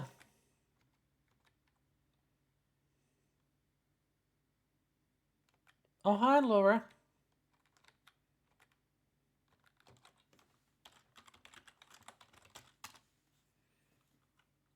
Ethel is a stylishly dressed, overly made-up older woman. Many years of hard drinking have taken their toll on her as her face is puffy and red and her skin has wrinkled prematurely. She always seems to have a drink in her hand. You have never met her before, but Ethel is your friend Lillian's mother. Ethel and Lillian seem to be having a little mother-daughter chat.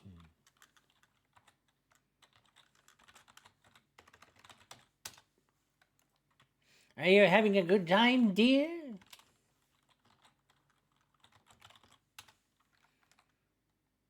Henry's always been a penny-pinching miser, and he hates people. That's why he lives way out here.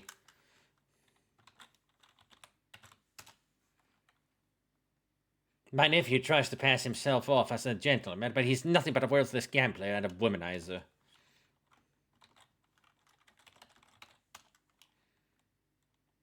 She's right here. My niece acts like she's a famous actress. Why, she's nothing but a casting couch cookie.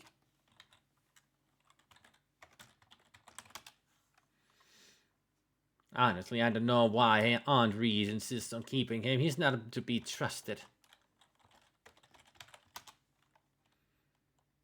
I don't know Dr. Feels well, but I don't like him.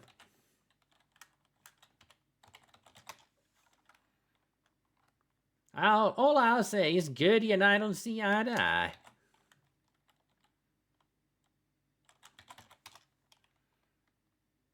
That girl had better watch her step around here. Celia's been around forever. Her parents were slaves on this very plantation. She's got some strange practices, though. Sometimes I wonder about that man, what he's really up to. Really? Jeeves? Try that once again. It didn't make much sense. Yeah, ask about Jeeves. I don't have anything else to say about that. Talk Lillian. Ah, Laura, how's it all going? Ask about Jeeves. Okay. I guess I can't talk to Lillian. Because Ethel is here.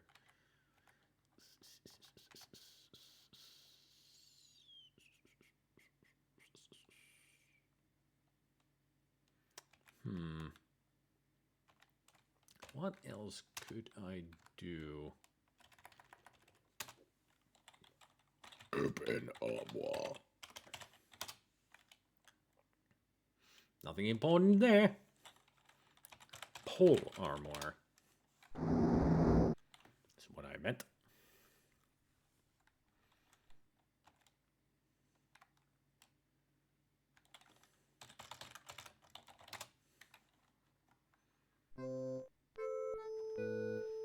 He's still just sitting there smoking a cigar. Must be in a later act when we see something interesting in there.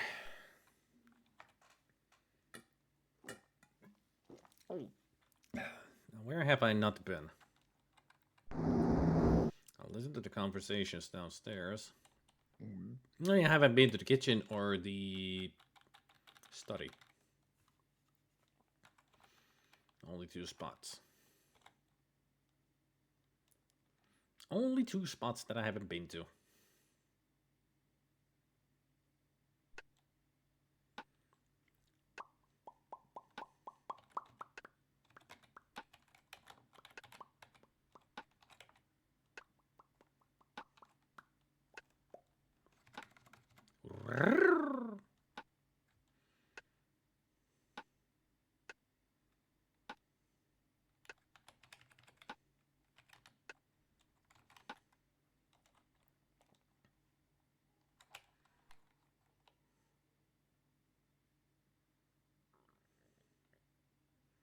No, I have been here.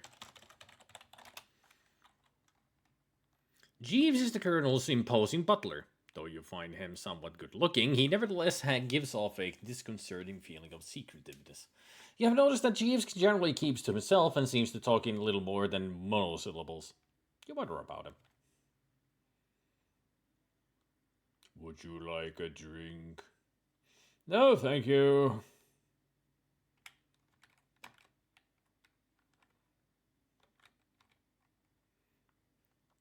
Now, here's the cool part about Jeeves here. We can actually follow him. After giving that drink, or offering a drink, he goes to the kitchen. This is a very elegant dining room. Looks like the Colonel has some class after all.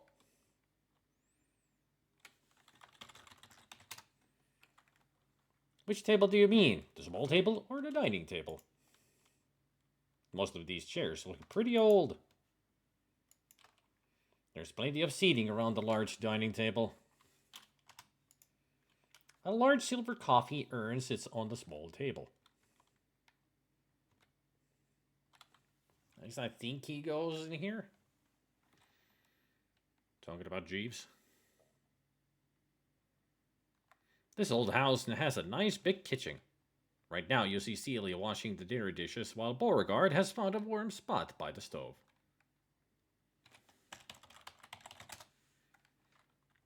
Celia is the Colonel's cook. She's an overweight black lady who, on the surface, seems to be distant and unfriendly. However, you says that she is probably a very nice person, just minding her own business. You have heard that Celia practices voodoo, and you wonder about this.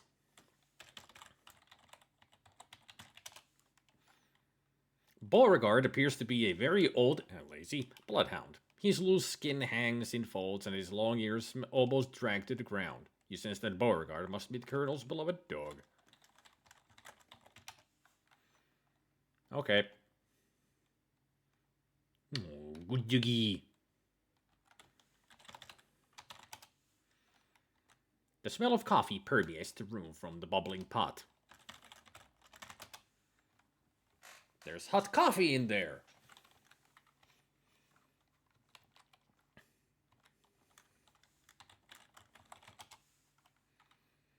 I gotta get these dishes done before the Colonel get mad. Go on with you now.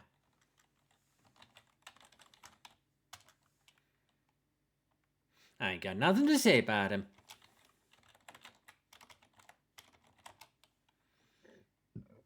He only the butler.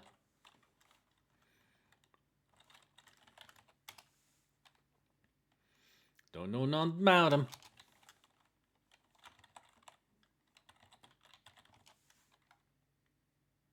He's just an old hound dog, that's all.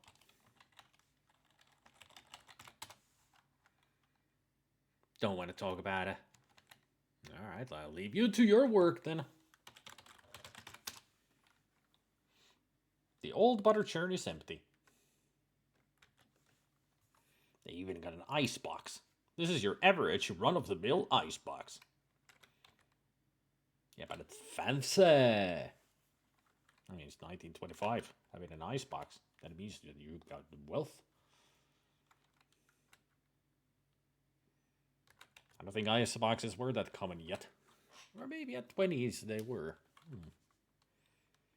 Still weren't called the refrigerators. It was in the 30s that refrigeration became a thing. Or maybe they were refrigerators already in the 20s, but apparently this area doesn't have, since it doesn't have any electricity, there's no need for a refrigerator. An icebox will do.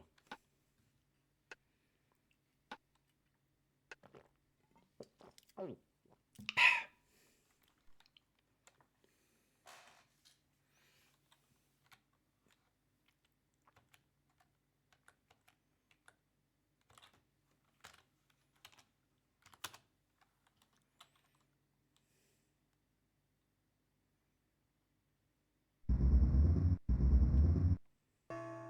Act 2.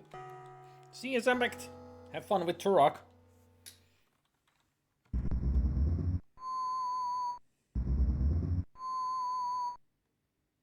What a great sound effect for somebody snoring.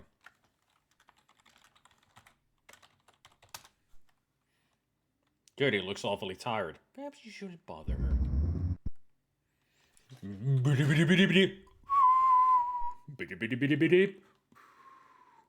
that's what it sounds like when you sleep.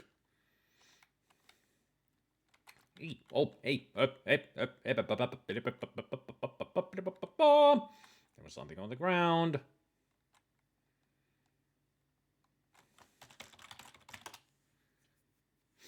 Looks like someone dropped a white handkerchief on the floor.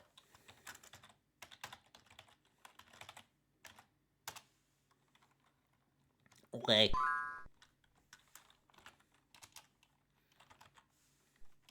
Notebook and pencil and handkerchief.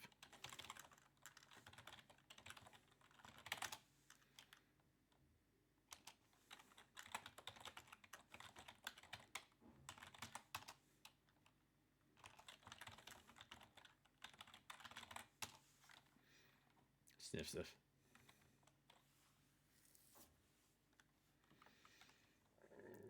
Bird.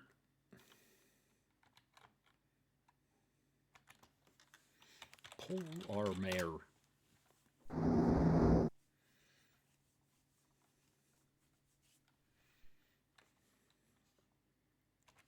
Now I wonder.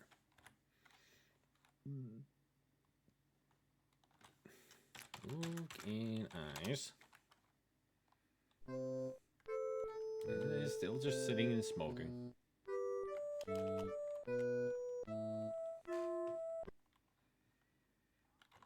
Since we're in Act 2, I wonder... Yep, we dead. That was immediate. That's what you get for being such a snoop, Laura. Yep, that's what I thought. It's already activated because we're in Act 2. But I didn't think it would happen right away because it's only like a 25% chance of happening. But we got it immediately. This is the other place where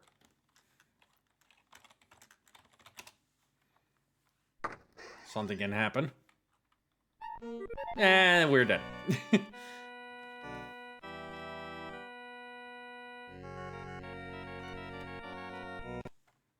Both places killed me right away when it's only just a small chance of happening. Perfect RNG. That's what I've got. Perfect RNG.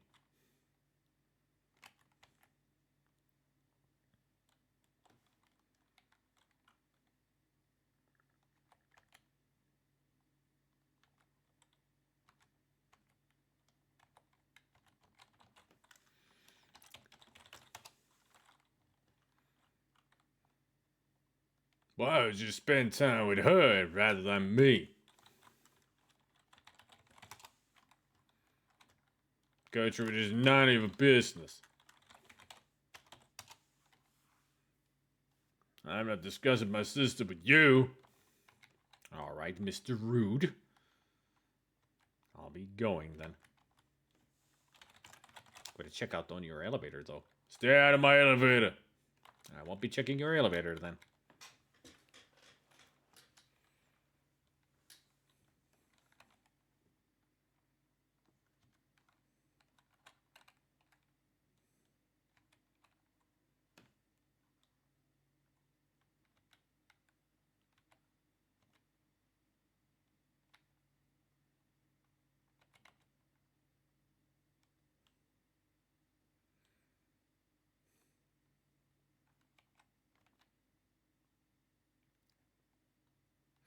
It looks as if this might have been a nursery at one time. Now it has been converted into a makeshift guest room with Ethel as its current guest. Yeah, she ain't here though. It's a wonderful old dollhouse, but you better leave it alone. You see several old toys on the dusty shelves. Most of the sofas look very old, dusty, and uncomfortable.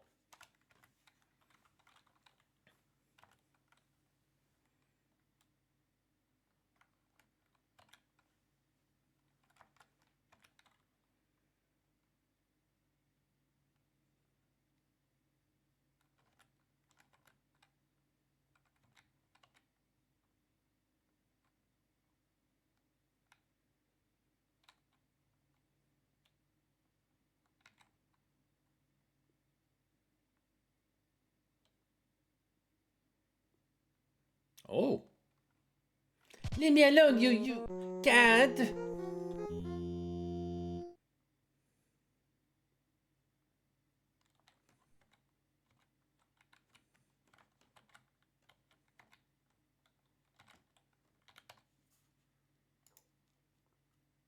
It seems that Rudy Dujon is Gloria Swansong's brother and Gertie's son. You suppose that Swansong must be Gloria's stage name. Rudy's a handsome man and any woman would be attracted to him, but you sense an undercurrent of hostility in Rudy, a sense that he should not be crossed. My sister's a swell girl, and I don't like to have people say otherwise. Uncle Henri and I don't always agree on the proper way which one should lead their life, but he'll soon come around.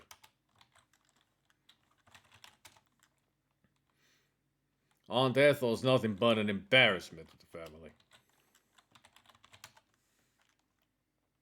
I'm sure she's just resting in her room. We saw her. We would all be much better off if my uncle would just get rid of him. You don't want to go near that old lech. Yeah, been there, done that. I know what she's after. I've got her completely pegged.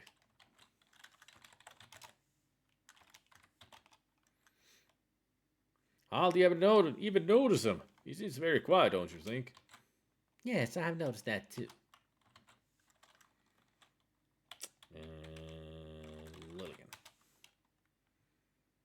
You know, I've always been a little leery of her. I'm not sure she's all there, if you know what I mean.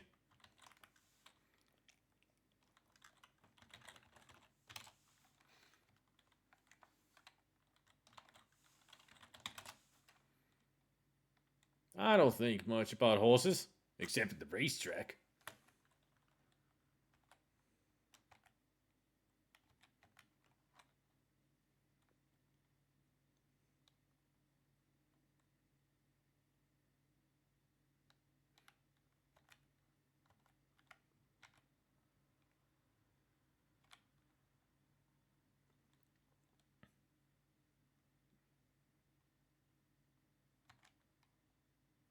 Anything happening here?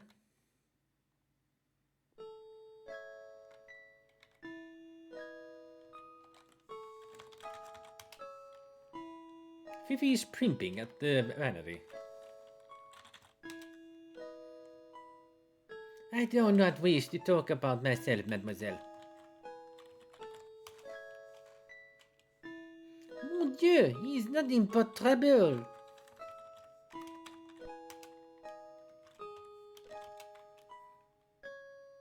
I love working for Henri. He is a wonderful boss. Oh, I am quite fond of him.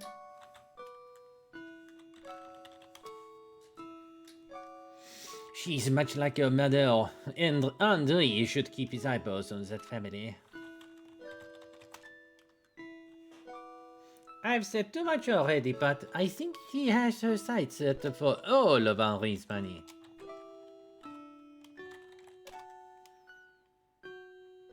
It is not good that Mademoiselle drinks too much of the liqueur. That makes Henri very sad. I do not like to talk, but Mademoiselle Prune does not like me. She always gives me the dirty looks.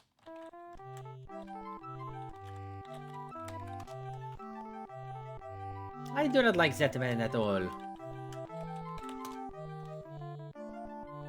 He is harmless, mademoiselle. Do not worry about him.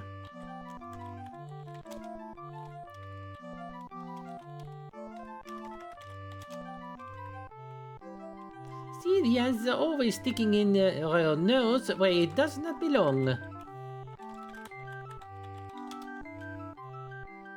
Fifi must enjoy listening to music as you see a Victrola in the back corner of the room. I'm currently playing the music.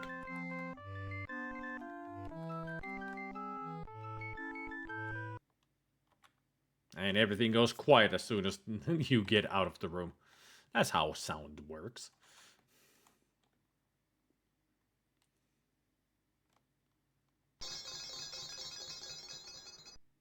Finally, we got the jingle jangle of them. Took a while.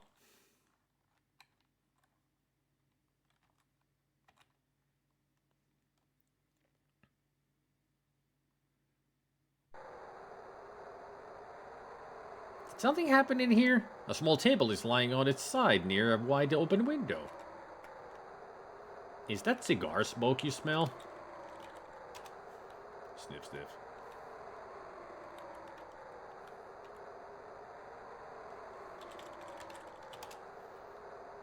A small table has been knocked over, spilling a potted plant on the floor.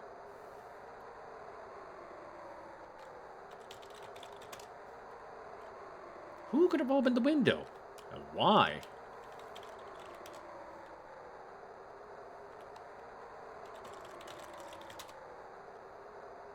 Curiously, you peer through the open window into the darkness outside. Looking downward, you think you see something, but can't make out any details. Let's go take a look.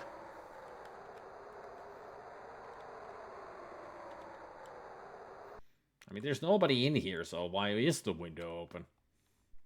You would think that they would have a window open just to get some fresh air in here, but...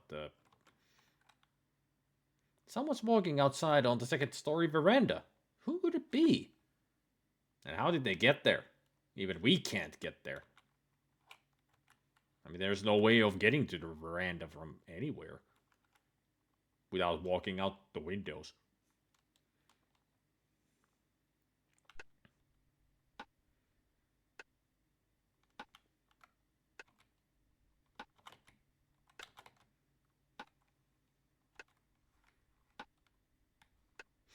One important tool a good detective uses besides asking questions of people is to selectively reveal information to them and listen to their response. If you tell Gloria about Fifi, you may receive additional information about Fifi, or at least what Gloria thinks of her.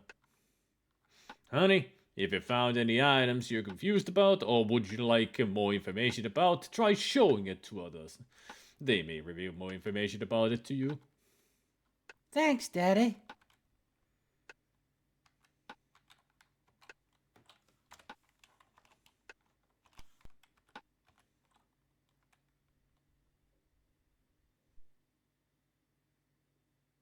Thanks, Daddy, indeed. You found the Colonel's billiard room. Funny, he doesn't seem the kind of guy who would enjoy playing billiards, listening to records on the Victrola or the player piano. A lovely old player piano sits against the back wall. You see an old-fashioned Victrola and cabinet in the corner of the room. You see several musical instruments hanging on the wall. Gloria's Swan Song, a beautiful platinum blonde, is the Colonel's other niece and Gertie's daughter. She seems so glamorous with her long feather boa, stunning jewels, and lovely gown. You'll be told that she's a successful actress in Hollywood, although you never heard of her.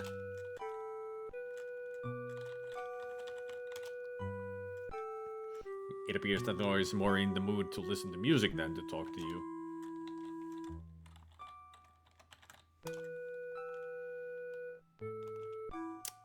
Apparently she is. Not even wanting to talk. At all.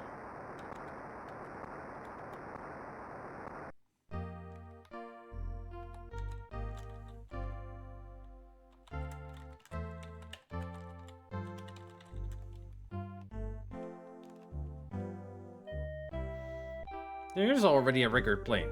Oh, one of your favorites.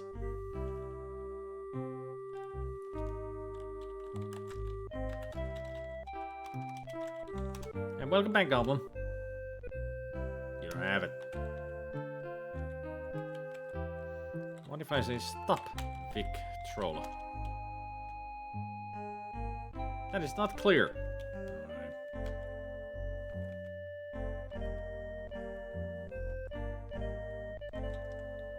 Stop the music.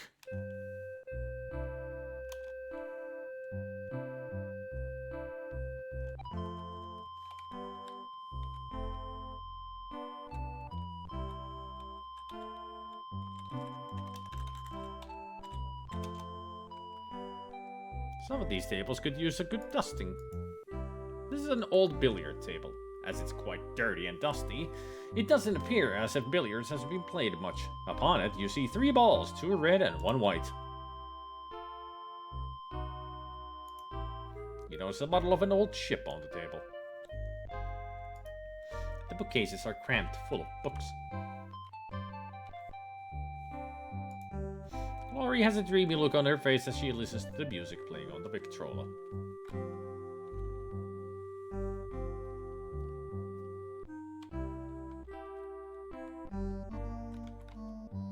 We'll just leave her to her music, since that's so much she's interested in.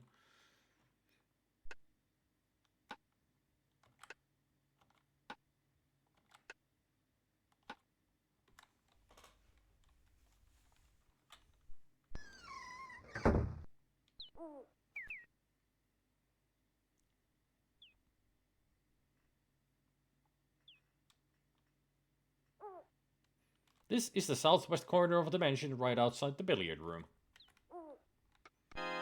Oh dear!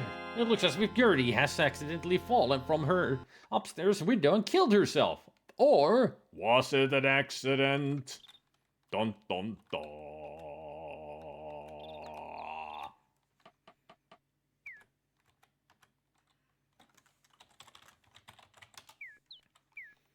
Gertie's dead, alright. Ex-a-noob. I don't know how to type anymore, do I? Gertie's dead, alright.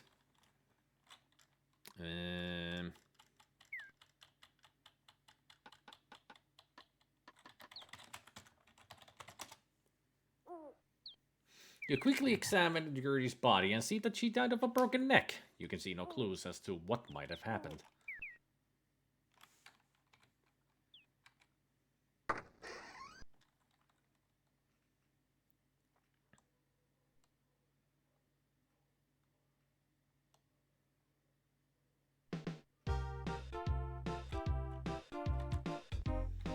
Tell about Gertie. Mother! Oh no, it can't be! I mean, she's just outside.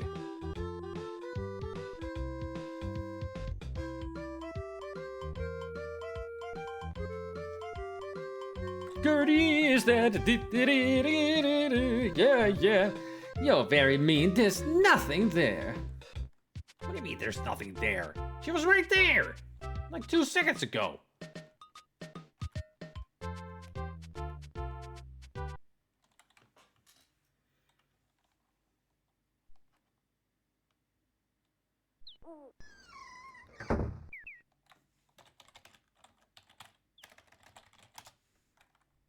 You must be joking. Gertrude is dead. Yeah, but she's not here. The ground is wet and soggy from a rainstorm earlier that day. Like, how did she vanish so fast? This murder works in mysterious ways.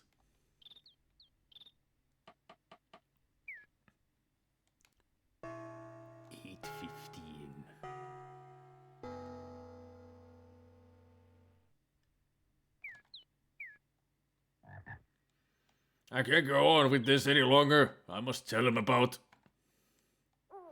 Quiet! Let's go into the house to continue this discussion.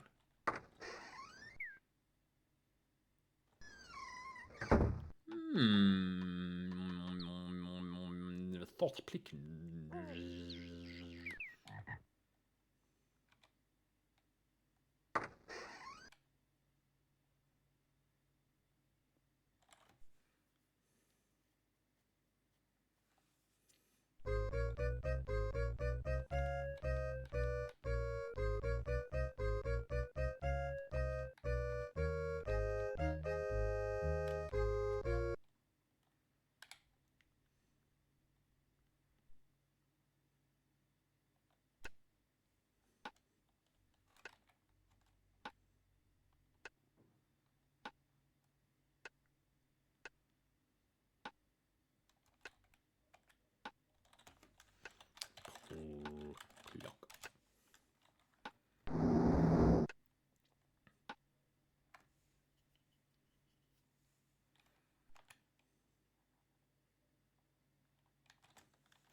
Look in eyes.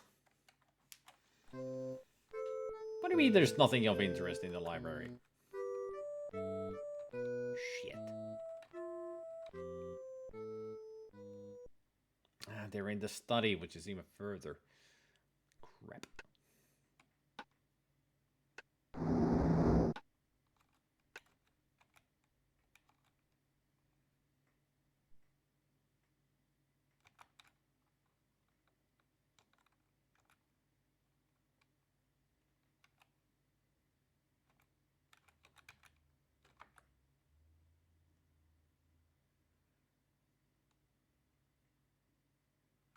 This appears to be the Colonel's study, as a large desk dominates the room. Upon the desk, you notice a small glass case. At the back of the room, two large cabinets also catch your attention.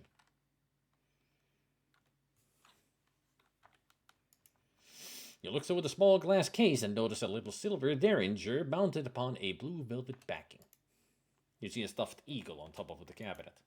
A huge rhino head hangs above the fireplace, 2 African spears crossed beneath it. The crossbow looks several hundred years old. You see a stuffed alligator on top of the one cabinet. No, get back inside. I don't want to go outside, you stupid bitch. Get back in there. Get back in there. You dimwit.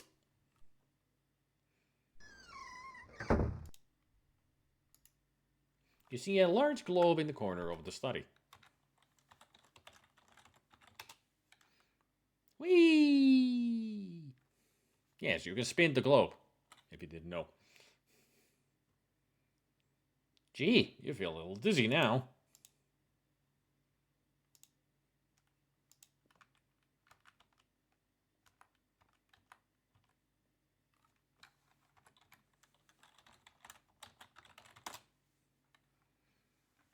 Cautiously, you peek inside the open door of the cabinet. Not surprisingly, part of the Colonel's weapons collection is housed there.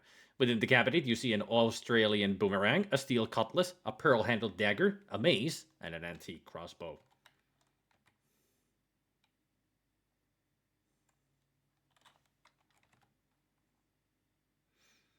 You carefully open the glass door of the cabinet and look inside. Stored within is the Colonel's rifle collection.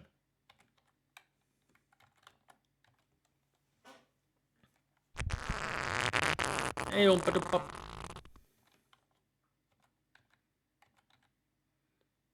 so many people use farts.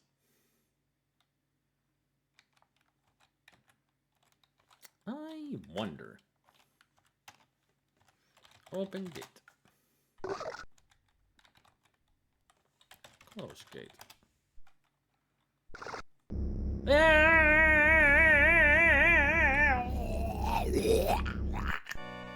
Way to go, Sherlock. You just invented the trash compactor. Yep.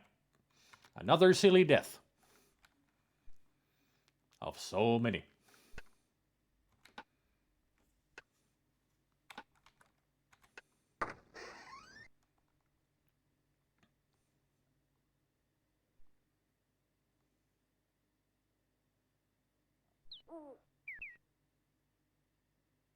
No Easter egg.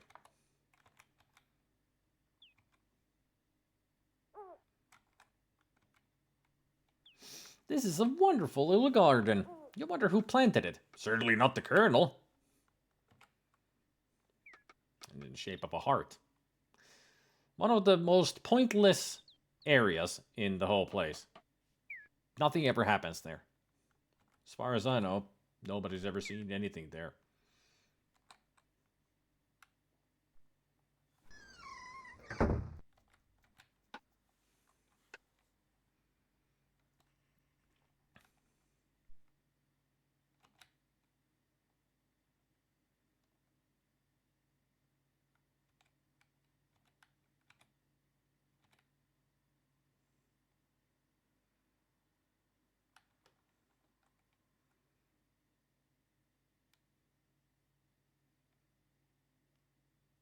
$8:30.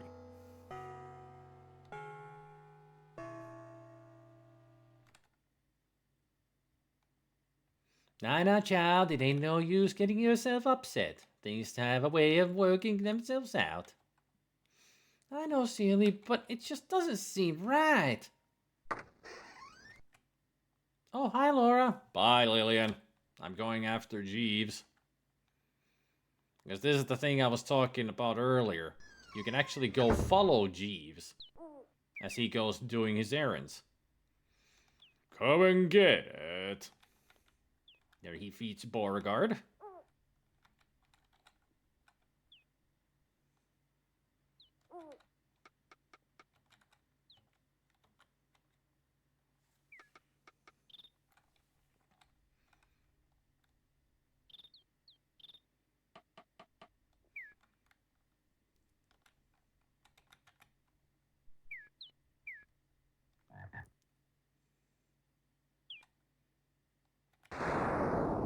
It's a neat little detail that they added into the game that you can actually follow Jeeves. And he is just going around the estate doing his work. You're staying at the west side of the circular gravel driveway leading to the old plantation house. I also see the one area that I haven't been to yet.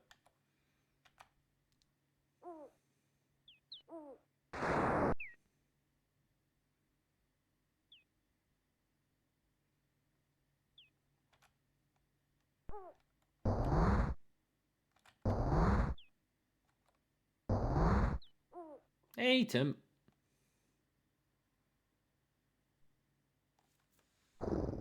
There he goes to feed Blaze.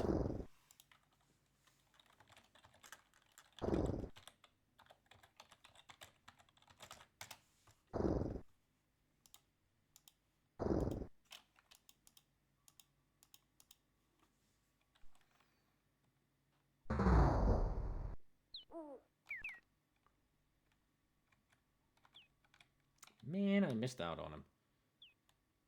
No, don't worry, he is.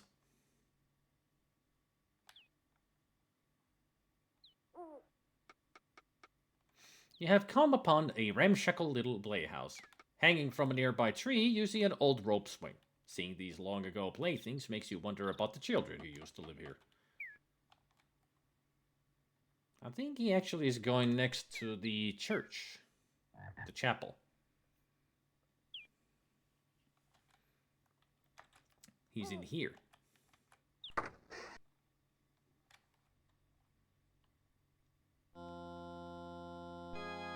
This is the old plantation chapel.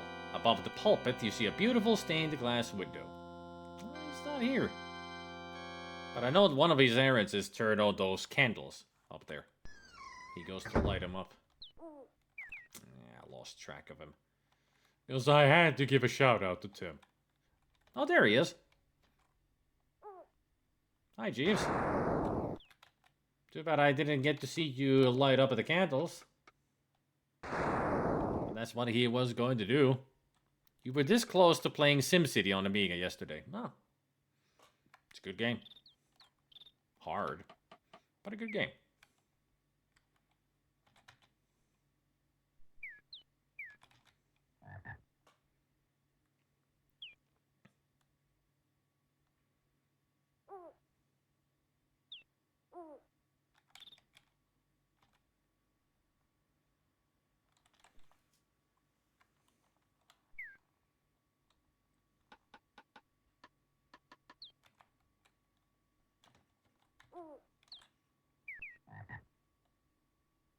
I'm sure he doesn't mind us just following him.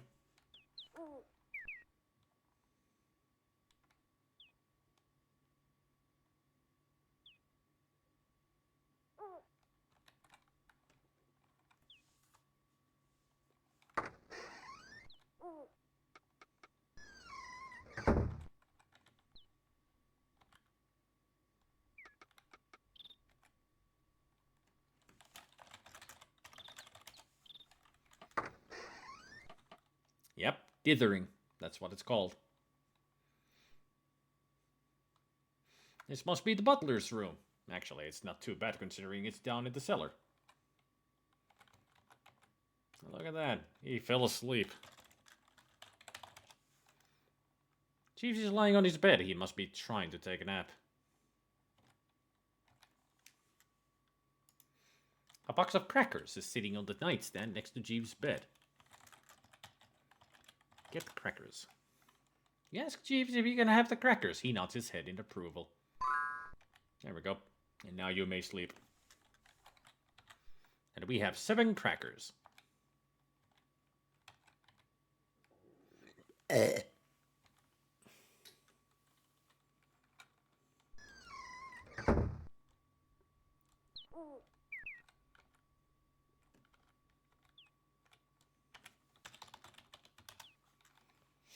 Old Beauregard snoozes in his doghouse.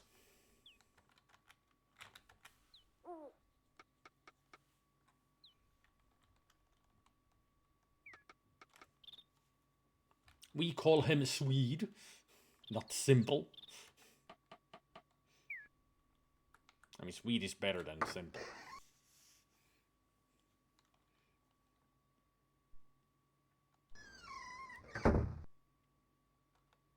You know, Polly, you really understand me, don't you, huh? Ah, Polly. Ah.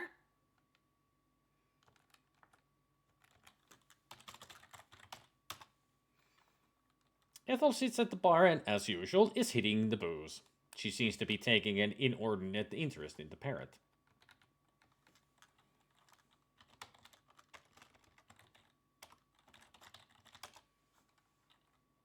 The parrot cocks its head quizzically. Ask about Lillian. Eh? Gertie? Eh? Tell about Gertie. Eh? Give a cracker to Carrot. You gave a cracker to the parrot. Alright, gotta tell him, racehorse scam, rock! Eat cracker in front of the parrot. You pop a cracker into your mouth. Quite tasty.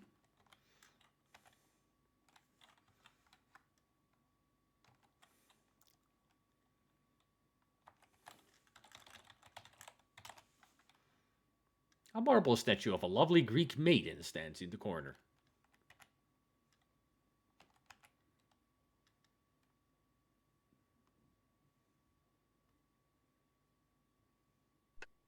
I don't know if the parrot can bite, Laura. At least I don't remember anything like that happening.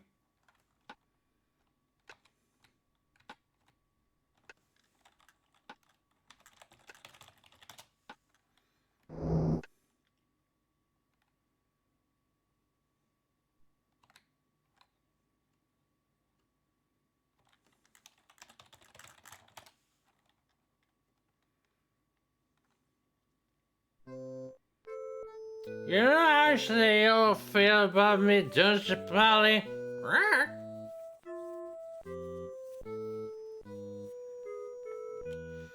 I don't care what she thinks, especially Grace that's named daughters. I think I'll have another drink. Okay, Polly? Have a drink.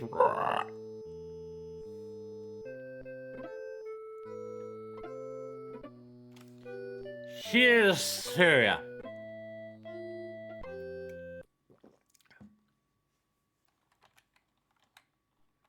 So strange that they always have a big message on screen on how to skip. If you don't care about the dialogue, you can always skip it. At least they tell you how.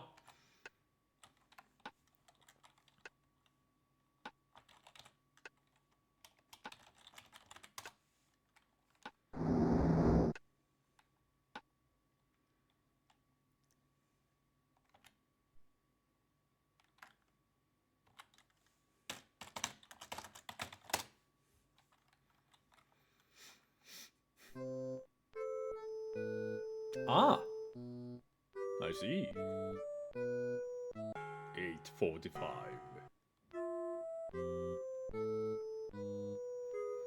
You seem distant, babe. What's the matter?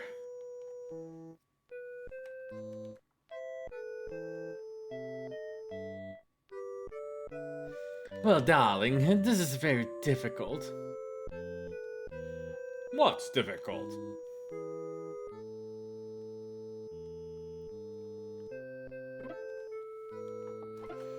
You and I want to end it.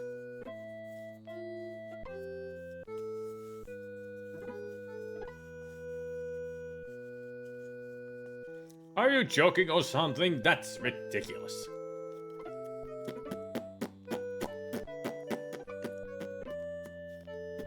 No, darling, I'm not joking. I have a new beau. He's a director.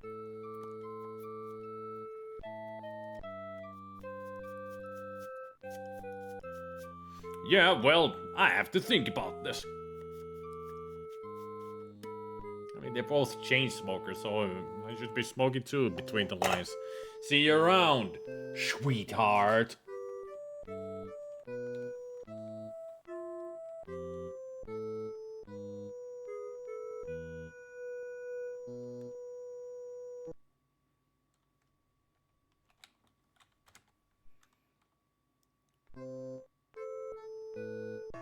Really? Doctor is alone reading a magazine. I just look in there and it moves to Act 3. Shit. When was the last time I saved? Like over 10 minutes ago. Hey, Bennigan. I didn't want to move to Act 3 already.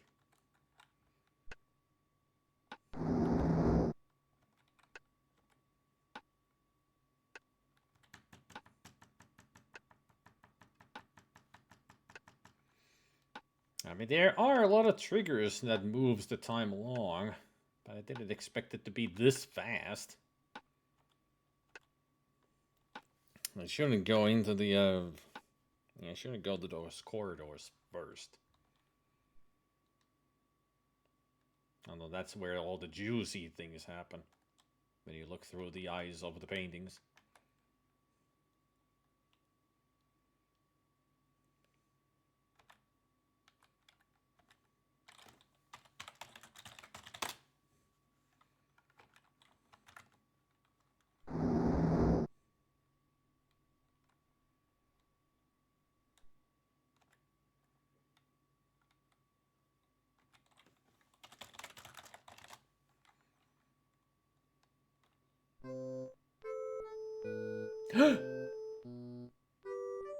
The secret revealed. He don't need no wheelchair.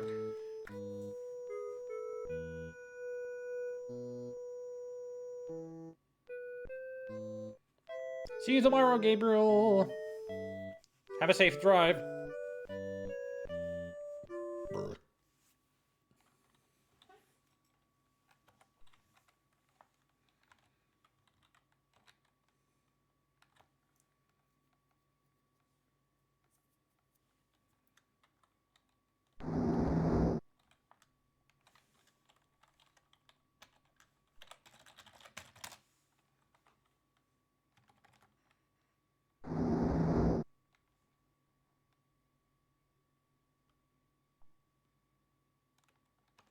Well. Someone has left an old cane behind.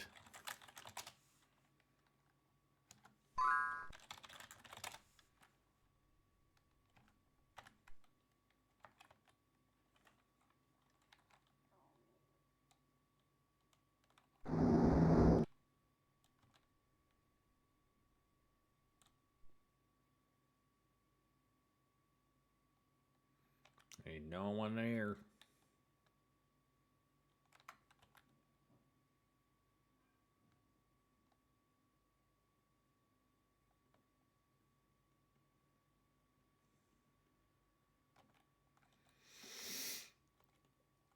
I shouldn't be this tired. Yeah. I think I should go to sleep early today.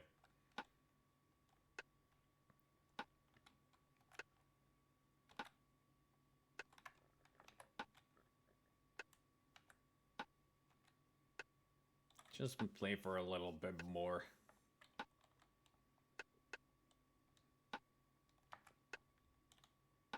Let's see if Wilbur is still around.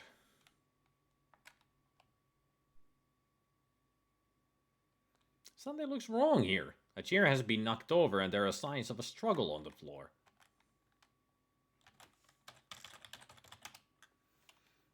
A fireplace poker has been dropped on the library floor. You see some small pink feathers scattered upon the floor. Can I get the feather? No sense of carrying a bunch of feathers. Get the poker.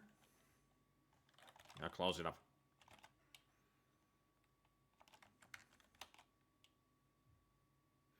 As you retrieve the fireplace poker, your eyes happen to fall upon some small pink feathers scattered upon the floor.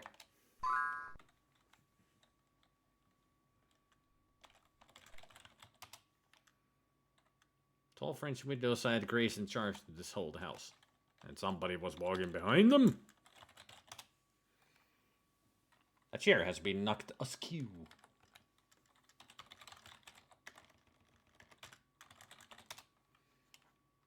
You spy an open magazine on the library table. Why, this must be the magazine that Wilbur was reading.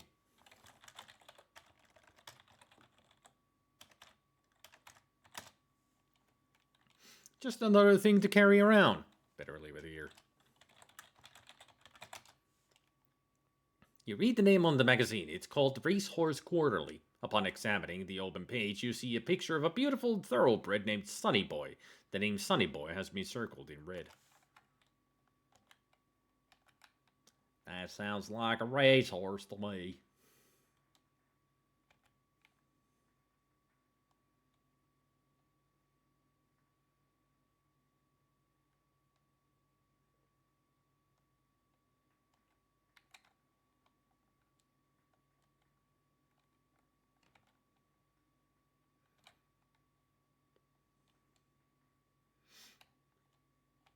So one of the fun things around here, if you wait long enough, Jeez will come around and he'll clean up those feathers.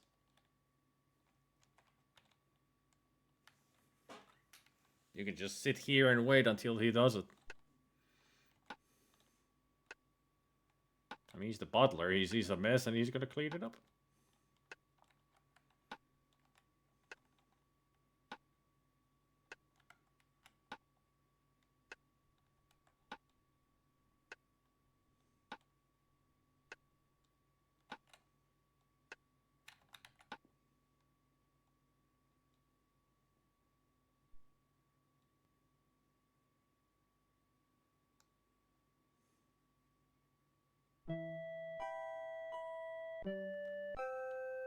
Really? There's nothing happening here. She's still just listening to music. Ugh.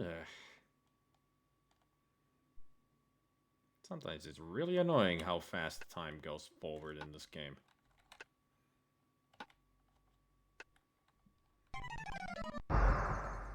And somebody forgot about not walking down in the middle of that. Ugh. I forgot my own rule.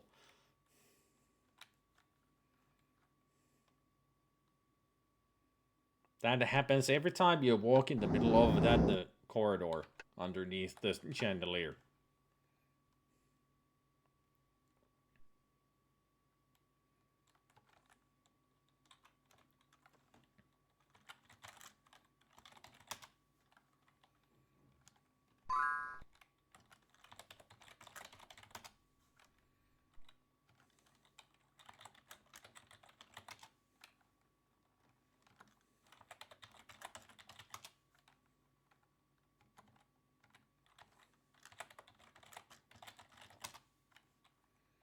I wonder how the small pink feathers got on the floor.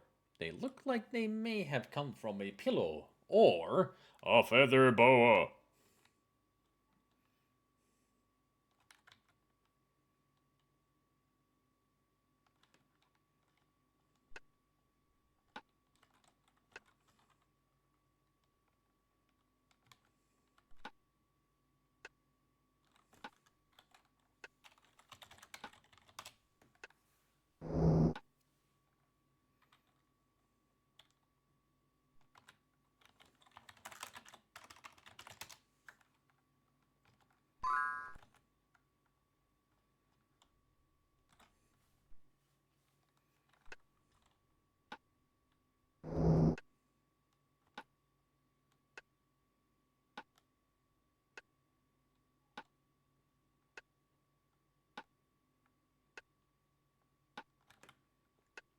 There we go. Not walking in the middle of the screen.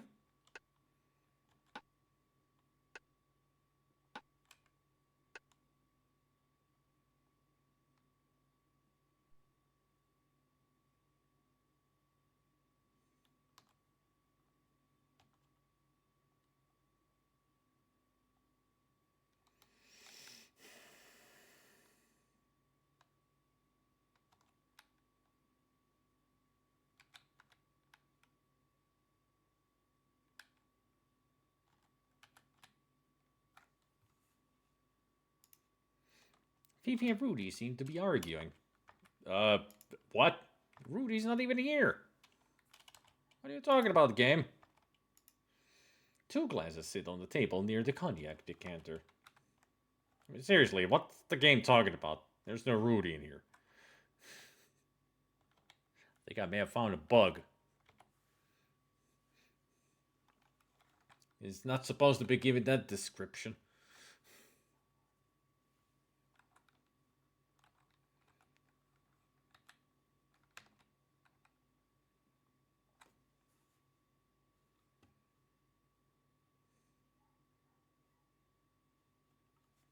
Well, these two are having an argument, for sure.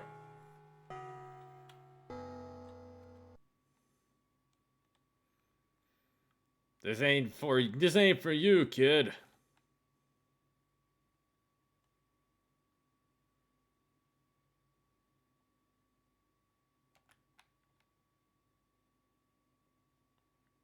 All right. If it ain't for me, then who is it for?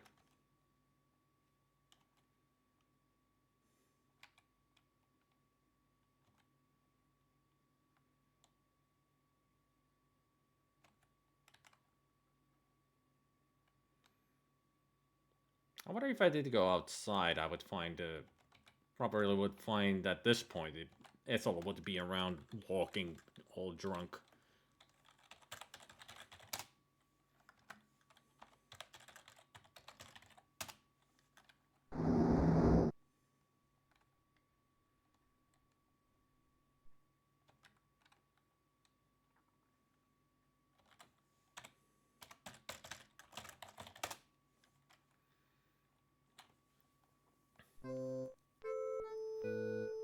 Who is the so-called director that Gloria's seeing now? Why, I ought to punch his lights out for getting between me and my gal. Gloria was never your gal. Just because she went out with you a couple of times, you thought you owned her. Well, I got news for you, buddy. My sister doesn't need to settle for the likes of you. As a matter of fact, you were nothing but a mere dalliance. Ha! Why, you're the one who can't make a commitment to anyone. You're just trying to sink Gloria down to your lousy level. You ain't good for enough to kiss the ground she walks on. You're nothing but a low-class jerk.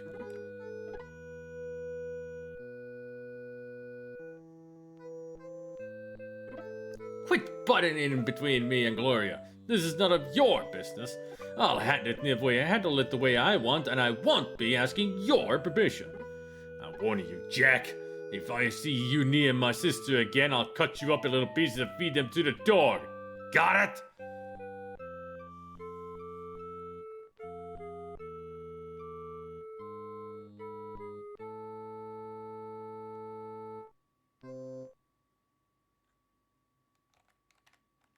Well, they certainly have a good relationship.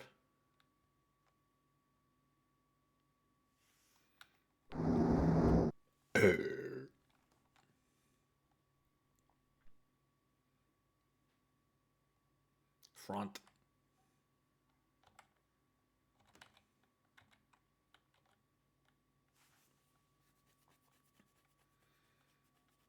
Trying to remember the places where we can find Wilbur. I know one of them is a stable.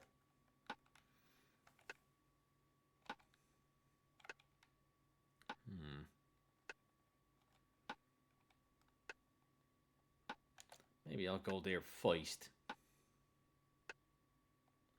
Oh, if I'm going this way, I could go to the chapel. That also is a place where he could appear.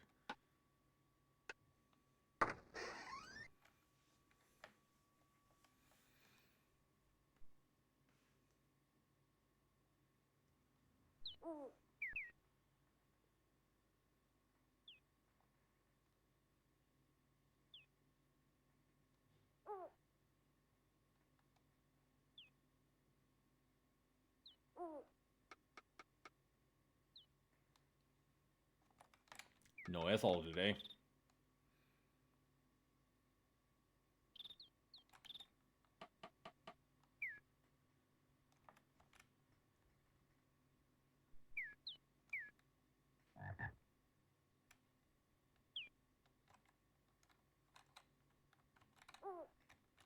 Oops.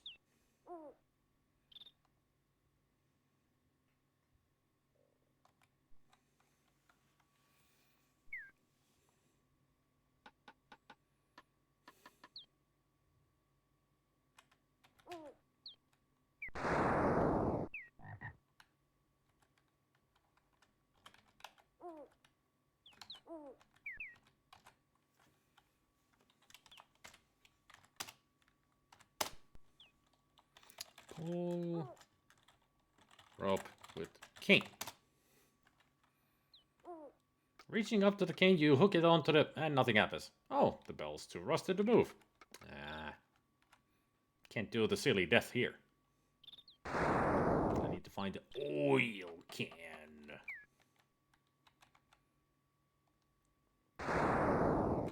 Ethel? You around here? Guess not.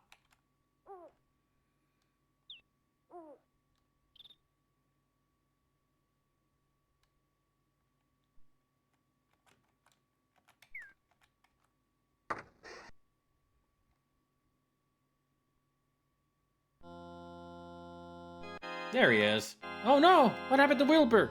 Someone must have hit him over the head and killed him. Nervously, you look behind you, but there's no one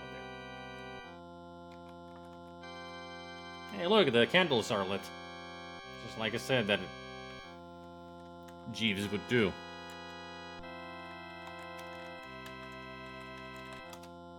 Wilbur. With trembling hands, you search Wilbur's body and confirm you're suspicious that he died by a tremendous blow to the head. What's this? Why, it's Wilbur's monocle. Think it might come in handy, you take it with you. Oh, of course. So welcome back. Monocle. Use monocle on handkerchief. What do you want to do with the monocle? Examine the handkerchief.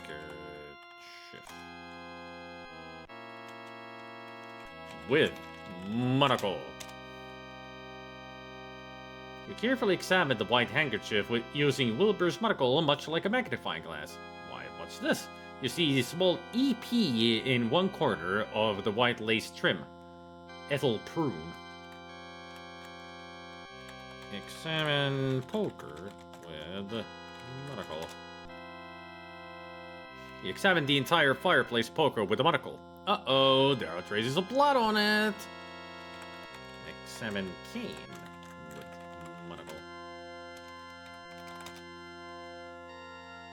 You examine it with the monocle, but don't see anything interesting. And there isn't anything else. Examine Wilbur with monocle. It appears as if Wilbur was fatally hit on the head with a blunt instrument.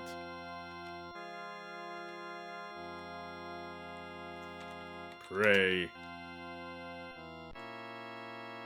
Suddenly feeling pious, you kneel at the pulpit and pray.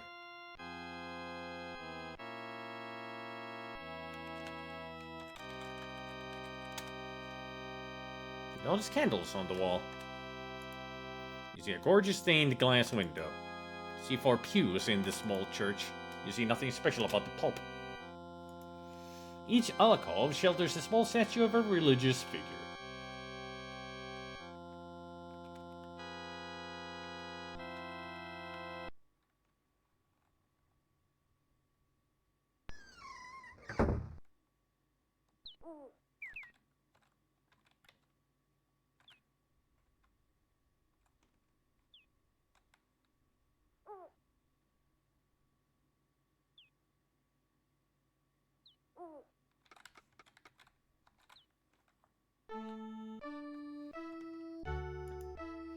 Ethel must need the cool air, night air to help clear her head. She's just wandering mindlessly.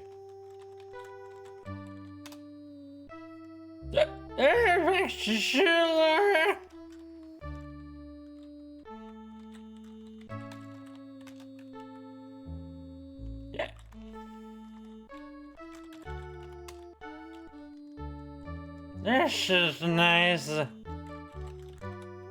Wilbur's dead in the chapel.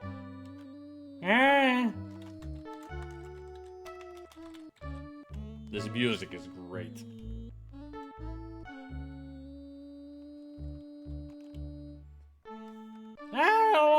Who's your friend? Oh, it's yours. Where's everybody? What's happening right here?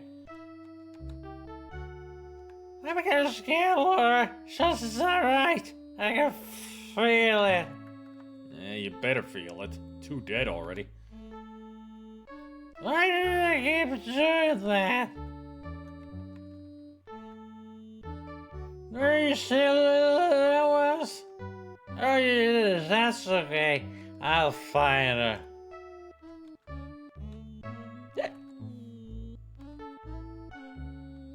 Ethel's too befuddled to really notice you. She barely responds.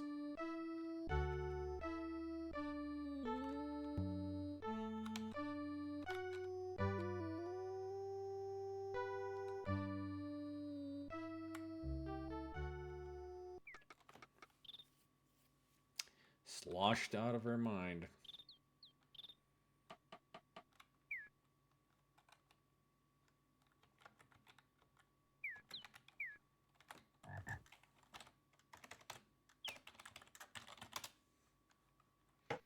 You rap lightly on the playhouse door. Is that you, Laura? Come in and join me.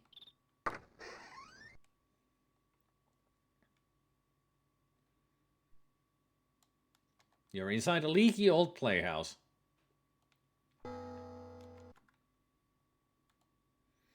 And then he said,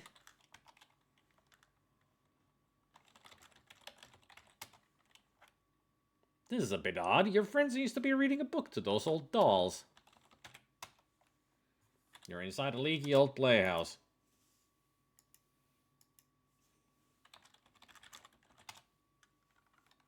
The dolls look like they've been hanging around here for a long time. You wonder who they used to belong to.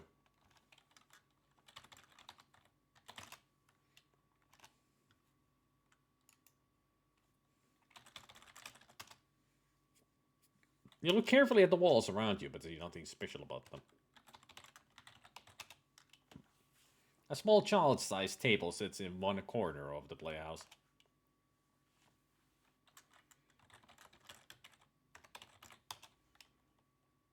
Huh? What are you doing here, Laura?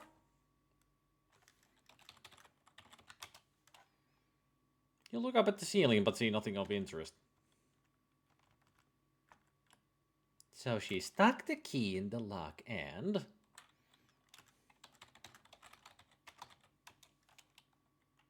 Little round windows adorn the playhouse walls. It would appear that Lillian's more interested in reading a book to some old dolls than talking to you. It would probably be best to leave her alone right now. No, not acid, just maybe a little bit. Just a tiny bit. Oh, boy.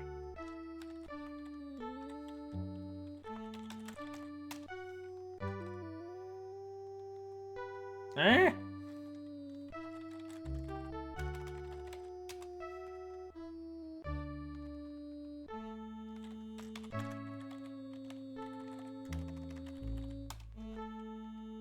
You have frightened off a little squirrel. A charming old swing hangs from a nearby oak.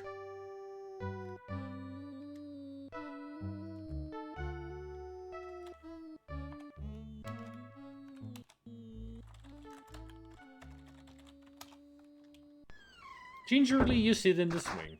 Oh.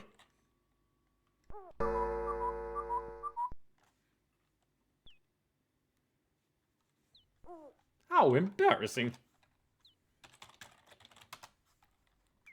The broken swing hangs from a nearby oak.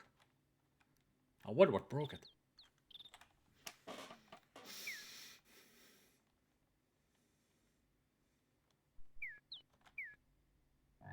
Bah, squirrel.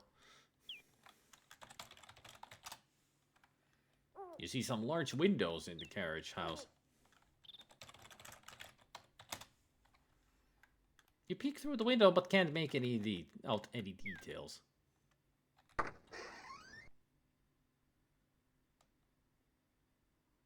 You peer through the gloom of the old carriage house.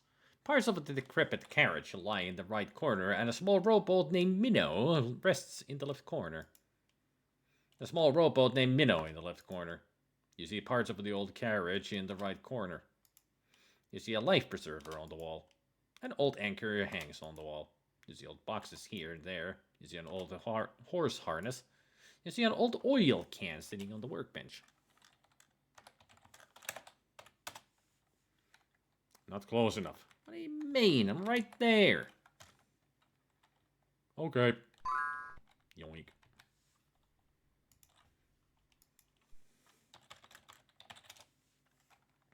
You can't see any oars.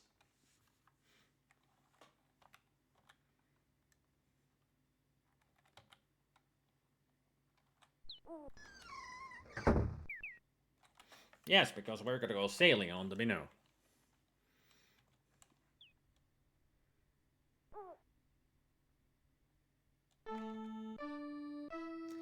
Oh, Ethel.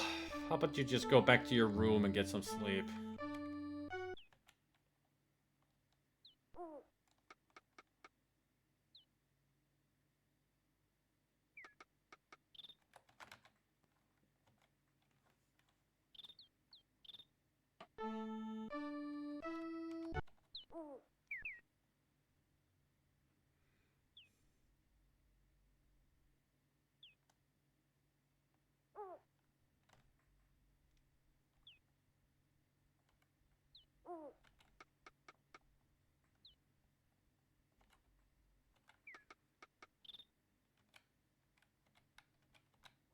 Now, as the final act of the evening, I will show you another silly death. The porch lights help to brighten this dreary house. And it really shows that it's getting late because they turned on the lights here. Another neat detail. There's another detail in the house that when you go to the kitchen, and when I looked at the looked in the coffee pot, it says that there is hot coffee in there. Later in a different act, when you go and look at it, it says there's still a little bit of lukewarm coffee at the bottom of the pot, and at the final act, it says that the pot is empty. It's a nice little detail that everything, just people drink the coffee along the night. Also, other detail is the big fire in the study, right in the first and the second act. It's a roaring fire, but it diminishes the further we get in the acts, and in the night, last act, it's just completely gone. So there's a lot of neat little details in the game, which is great when they add these kind of small details to a game. Oil arm. I'm sure this will do nothing bad. No bad consequences on this kind of thing. Ah, that is a sharp axe. Got a splitting headache, Laura? How sharp is that axe if it cleaves her in half? So, just so clean.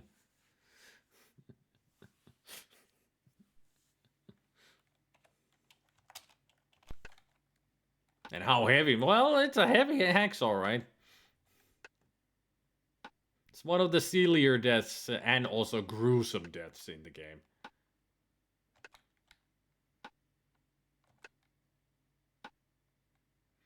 Shame that Dagger of Amun-Ra is a bit unfinished. What do you mean? That it's unfinished.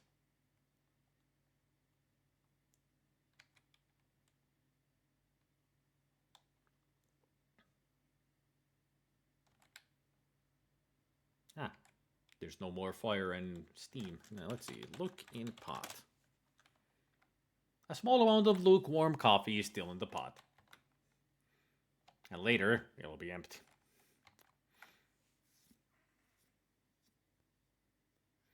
That they have made a player to be unable to solve the case completely. No, you can complete it easily. You can get it completed easily.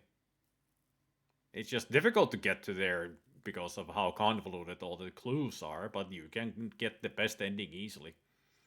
This is the one that has the super sleuth meter at the end. And this is the game where there's one certain clue that is so hard to get that for 30 years people could not get super sleuth at all because of one mistake that they made in the game. One bug of a programming mistake. Yep. That's all it needed for people not to get super sleuth was one programming mistake. You can still get super sleuth without cheating or doing anything. It's just doesn't make any sense because they programmed it wrong. That's why this and AmigaLive's are both really hard games to get the best ending, because the other one has a programming bug, and the other is so convoluted with its solutions that it's like... And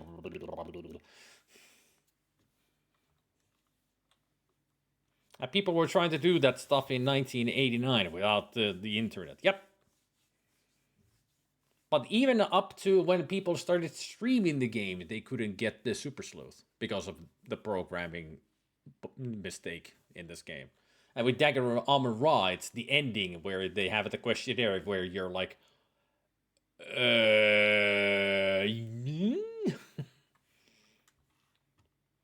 yeah, but there's also a problem with that goblin. AmigaLive's hint book is wrong. You heard me. AmigaLive's hint book is wrong. They give you, for a couple of things, the wrong hint.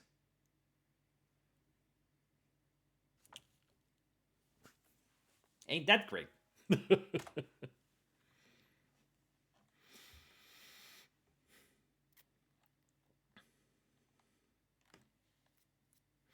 It still is like missing dialogue that makes all the things way clearer than what the game is asking in the last act. Yeah, there is that.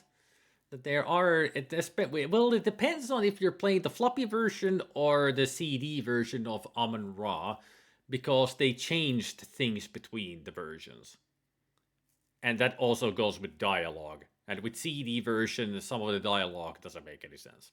Like, they changed... Like, they somehow screwed up. So if you're gonna play AmigaLive's, play the floppy version, because that is more stable of the two, even though it's still, you know, kind of bonkers. It's still they're great games. This and AmigaLive's, both are great games. It's just you cannot even call them Sierra difficult. They're just bonkers.